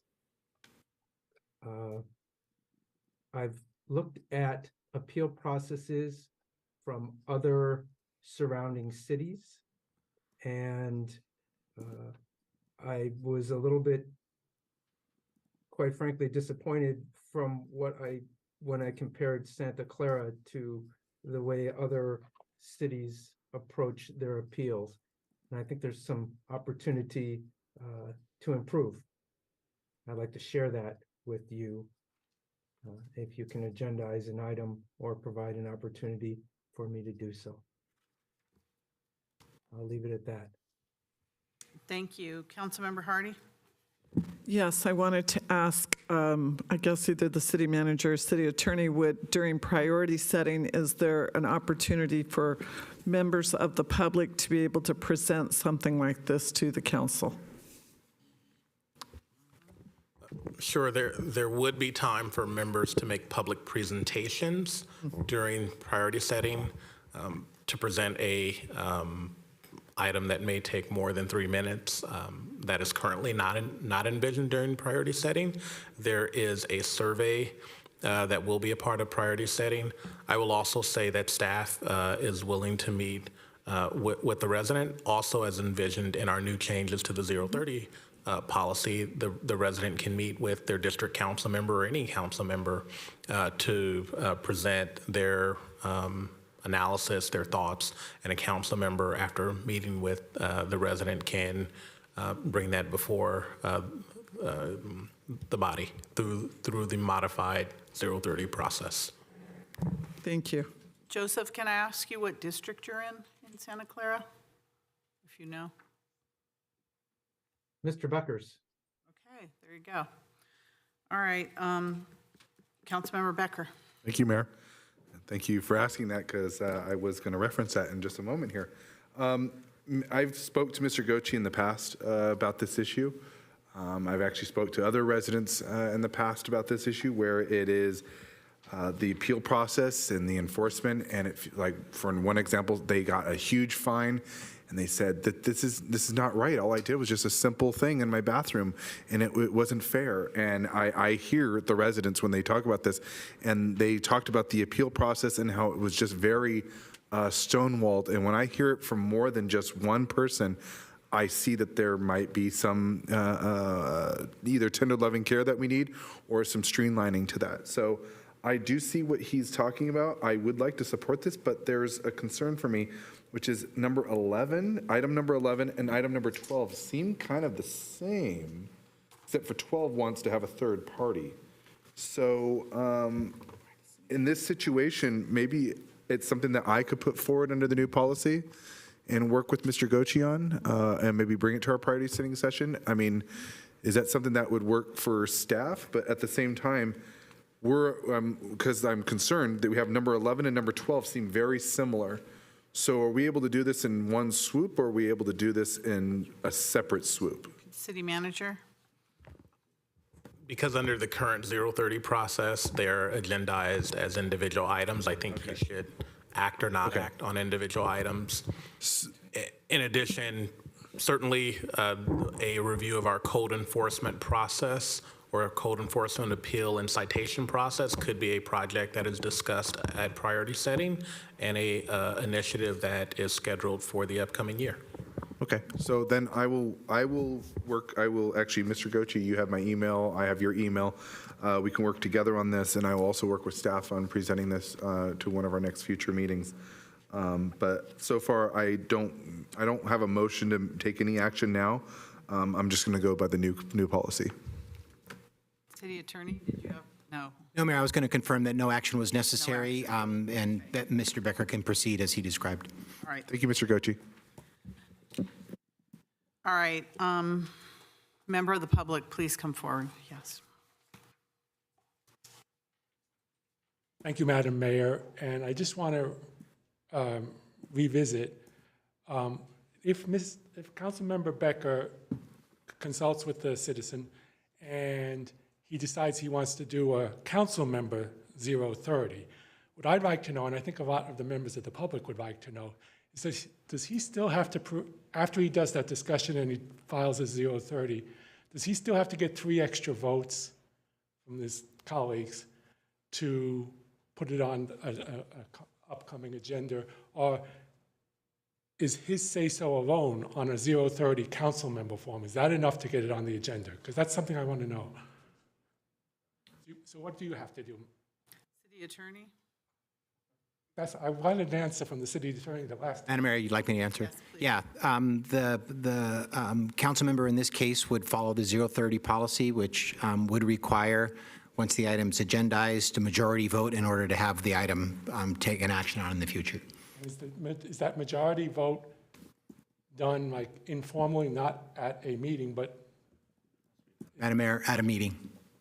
at a meeting? Okay. But first, there's consultation with the city attorney and city manager. Thank you, Madam Mayor. Before it comes to the meeting, but everything's done in public at the meeting, public vote. Because I've never seen in the past members arguing for their agenda. Like I've heard the public come up and there'll be a vote, but I just haven't seen, oh, I want this on an agenda on the future meeting. So it's a puzzle to me. Thank you. Anyone else from the public? All right, so there's no action on item number 11. Now we're going to item 12. Action on a written petition submitted by Joseph Goshi requesting to place an agenda item on a future council meeting for council to consider policy review to allow corrective actions by code enforcement to be reviewed by affected third parties to be certain the corrective actions are effective and not harmful. Hi, I'm here. Yes, I'm sorry, Joseph, go ahead. Okay, yeah, thank you. The core of this one is there was a code violation and it affected my property.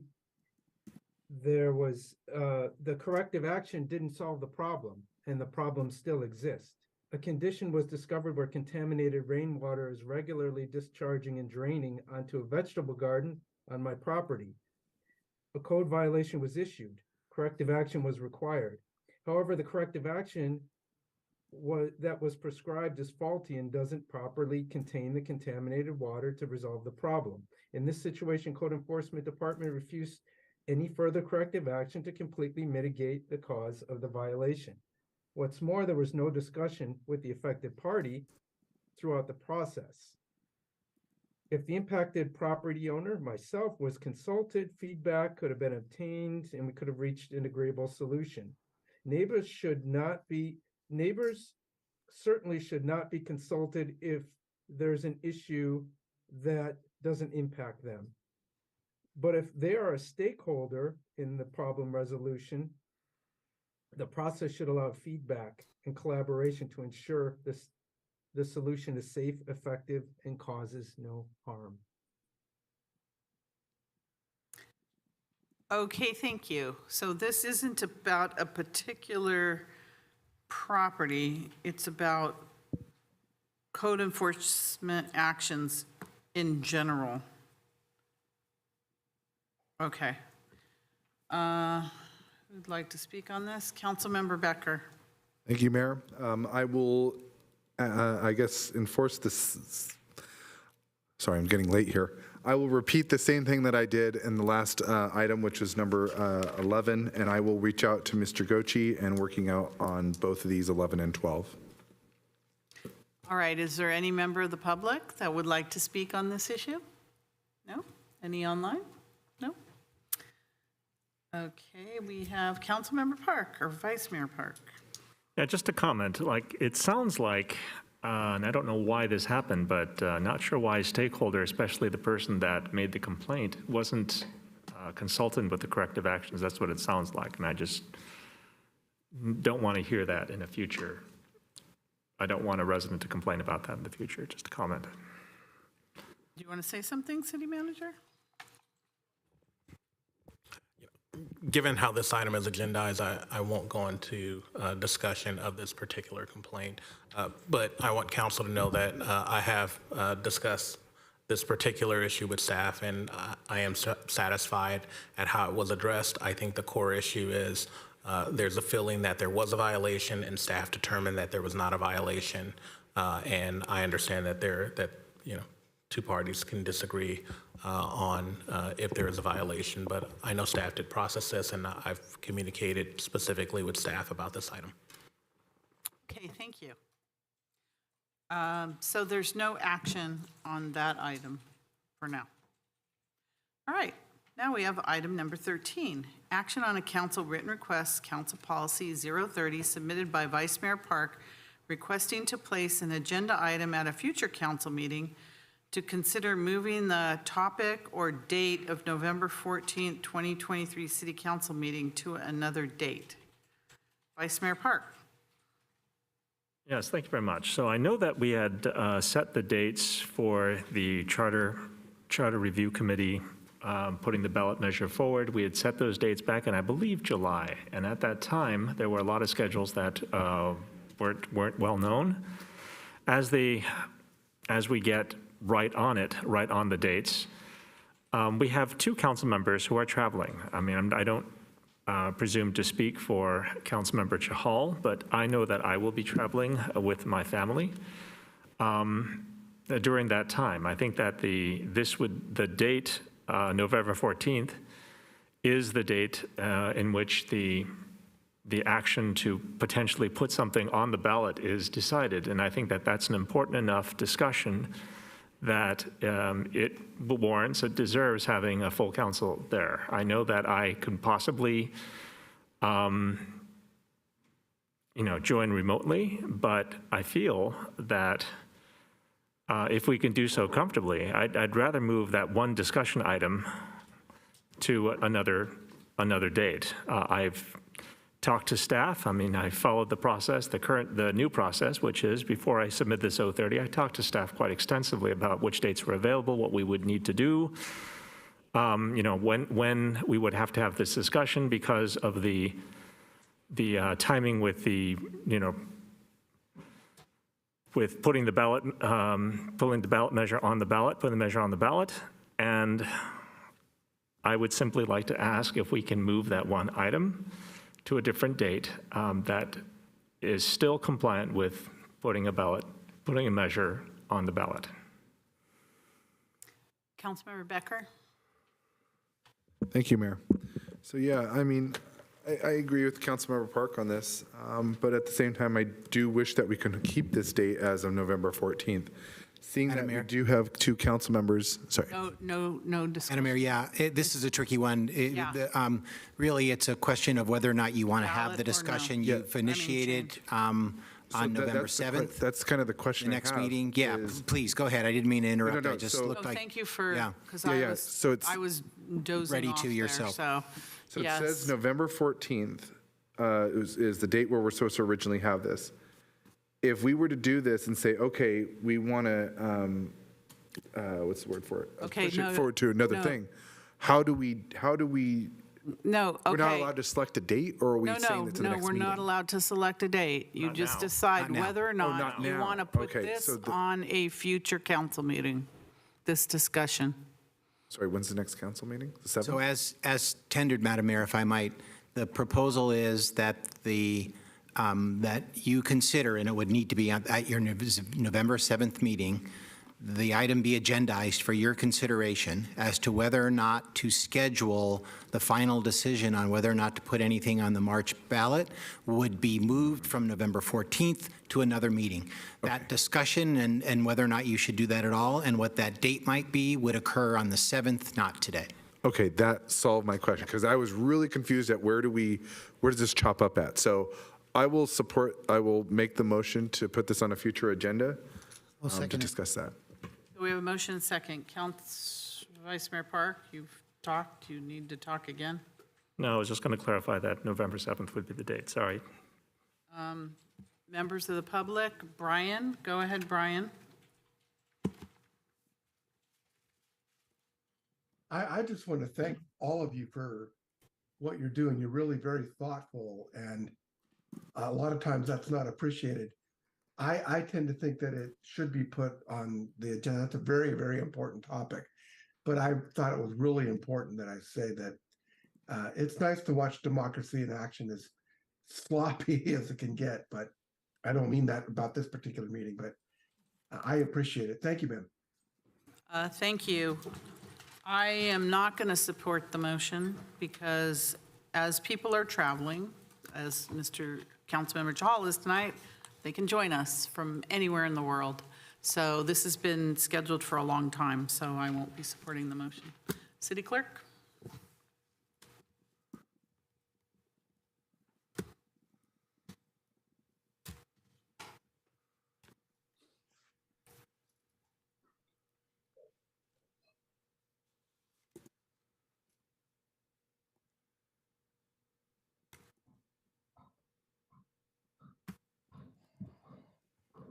Councilmember Watanabe.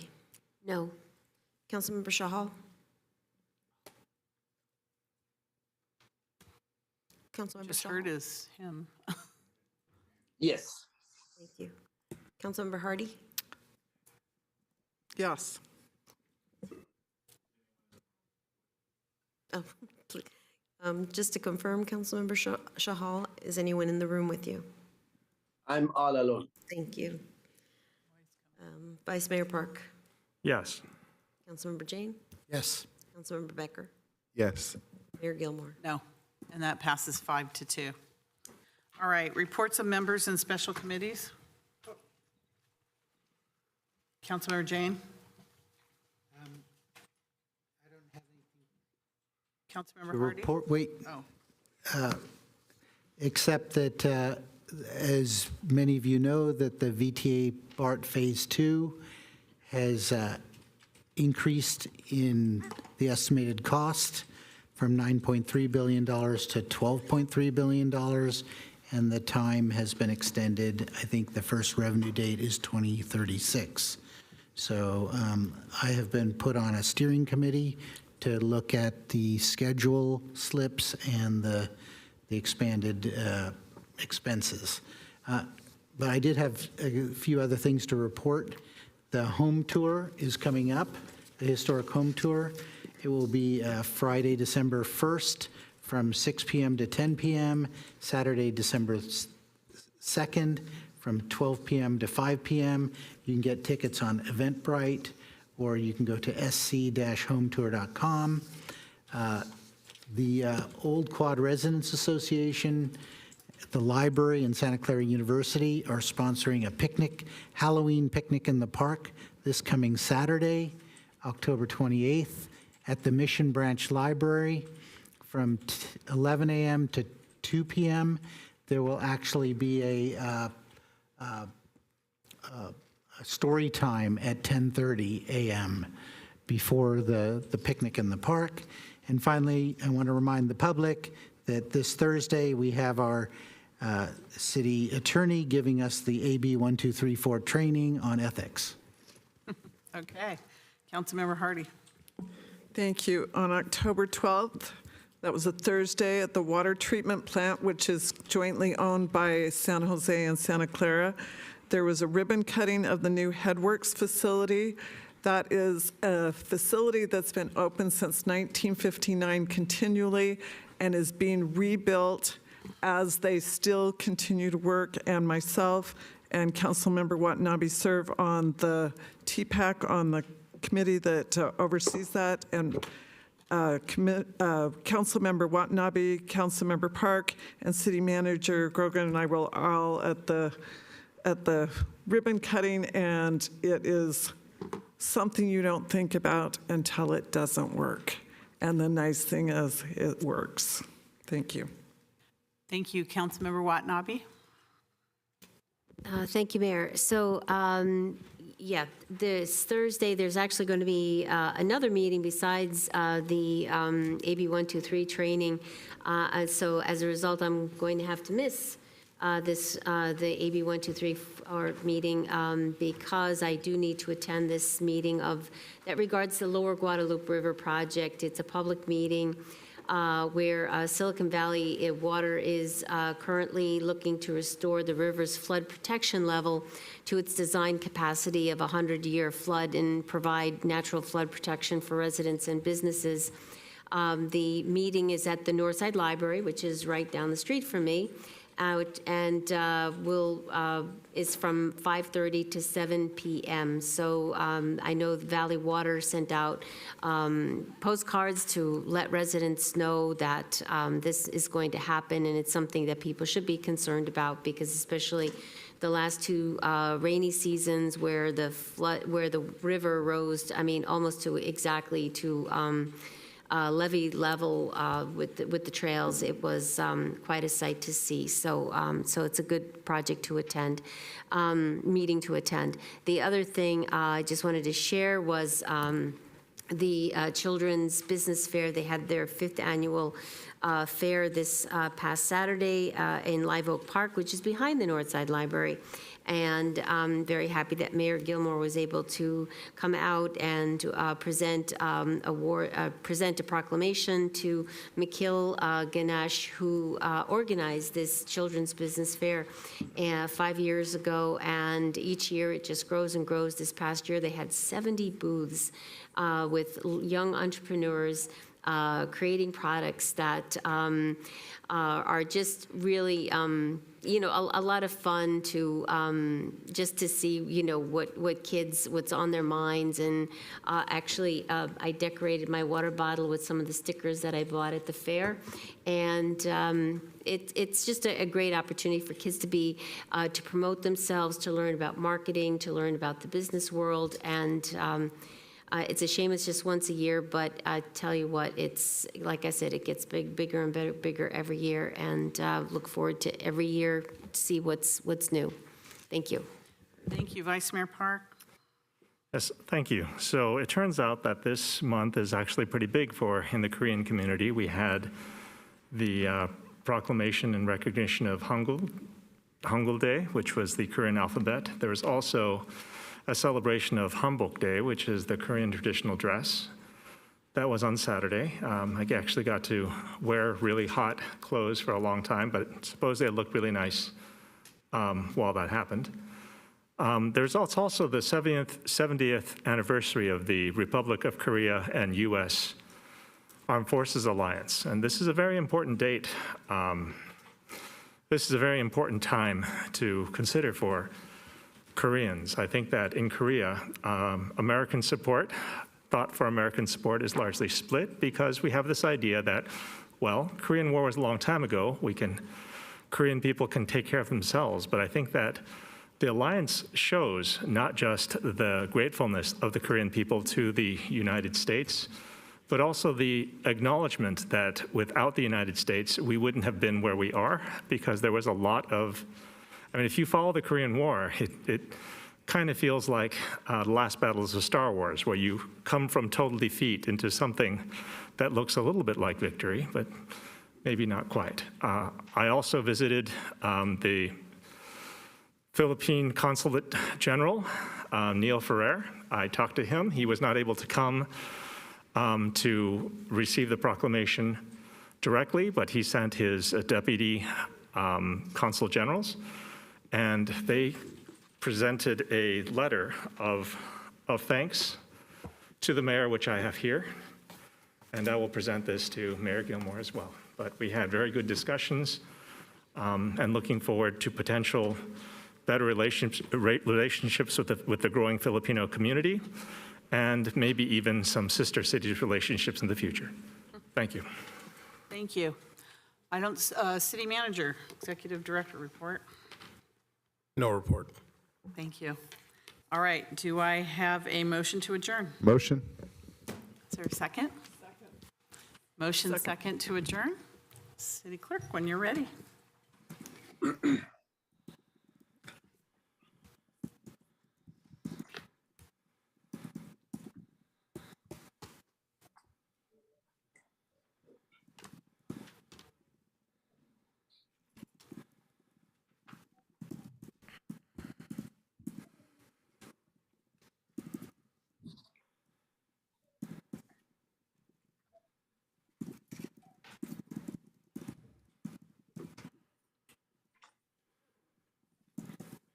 Councilmember Watanabe. Yes. Councilmember Shahal. Yes, and I'm still alone. Thank you.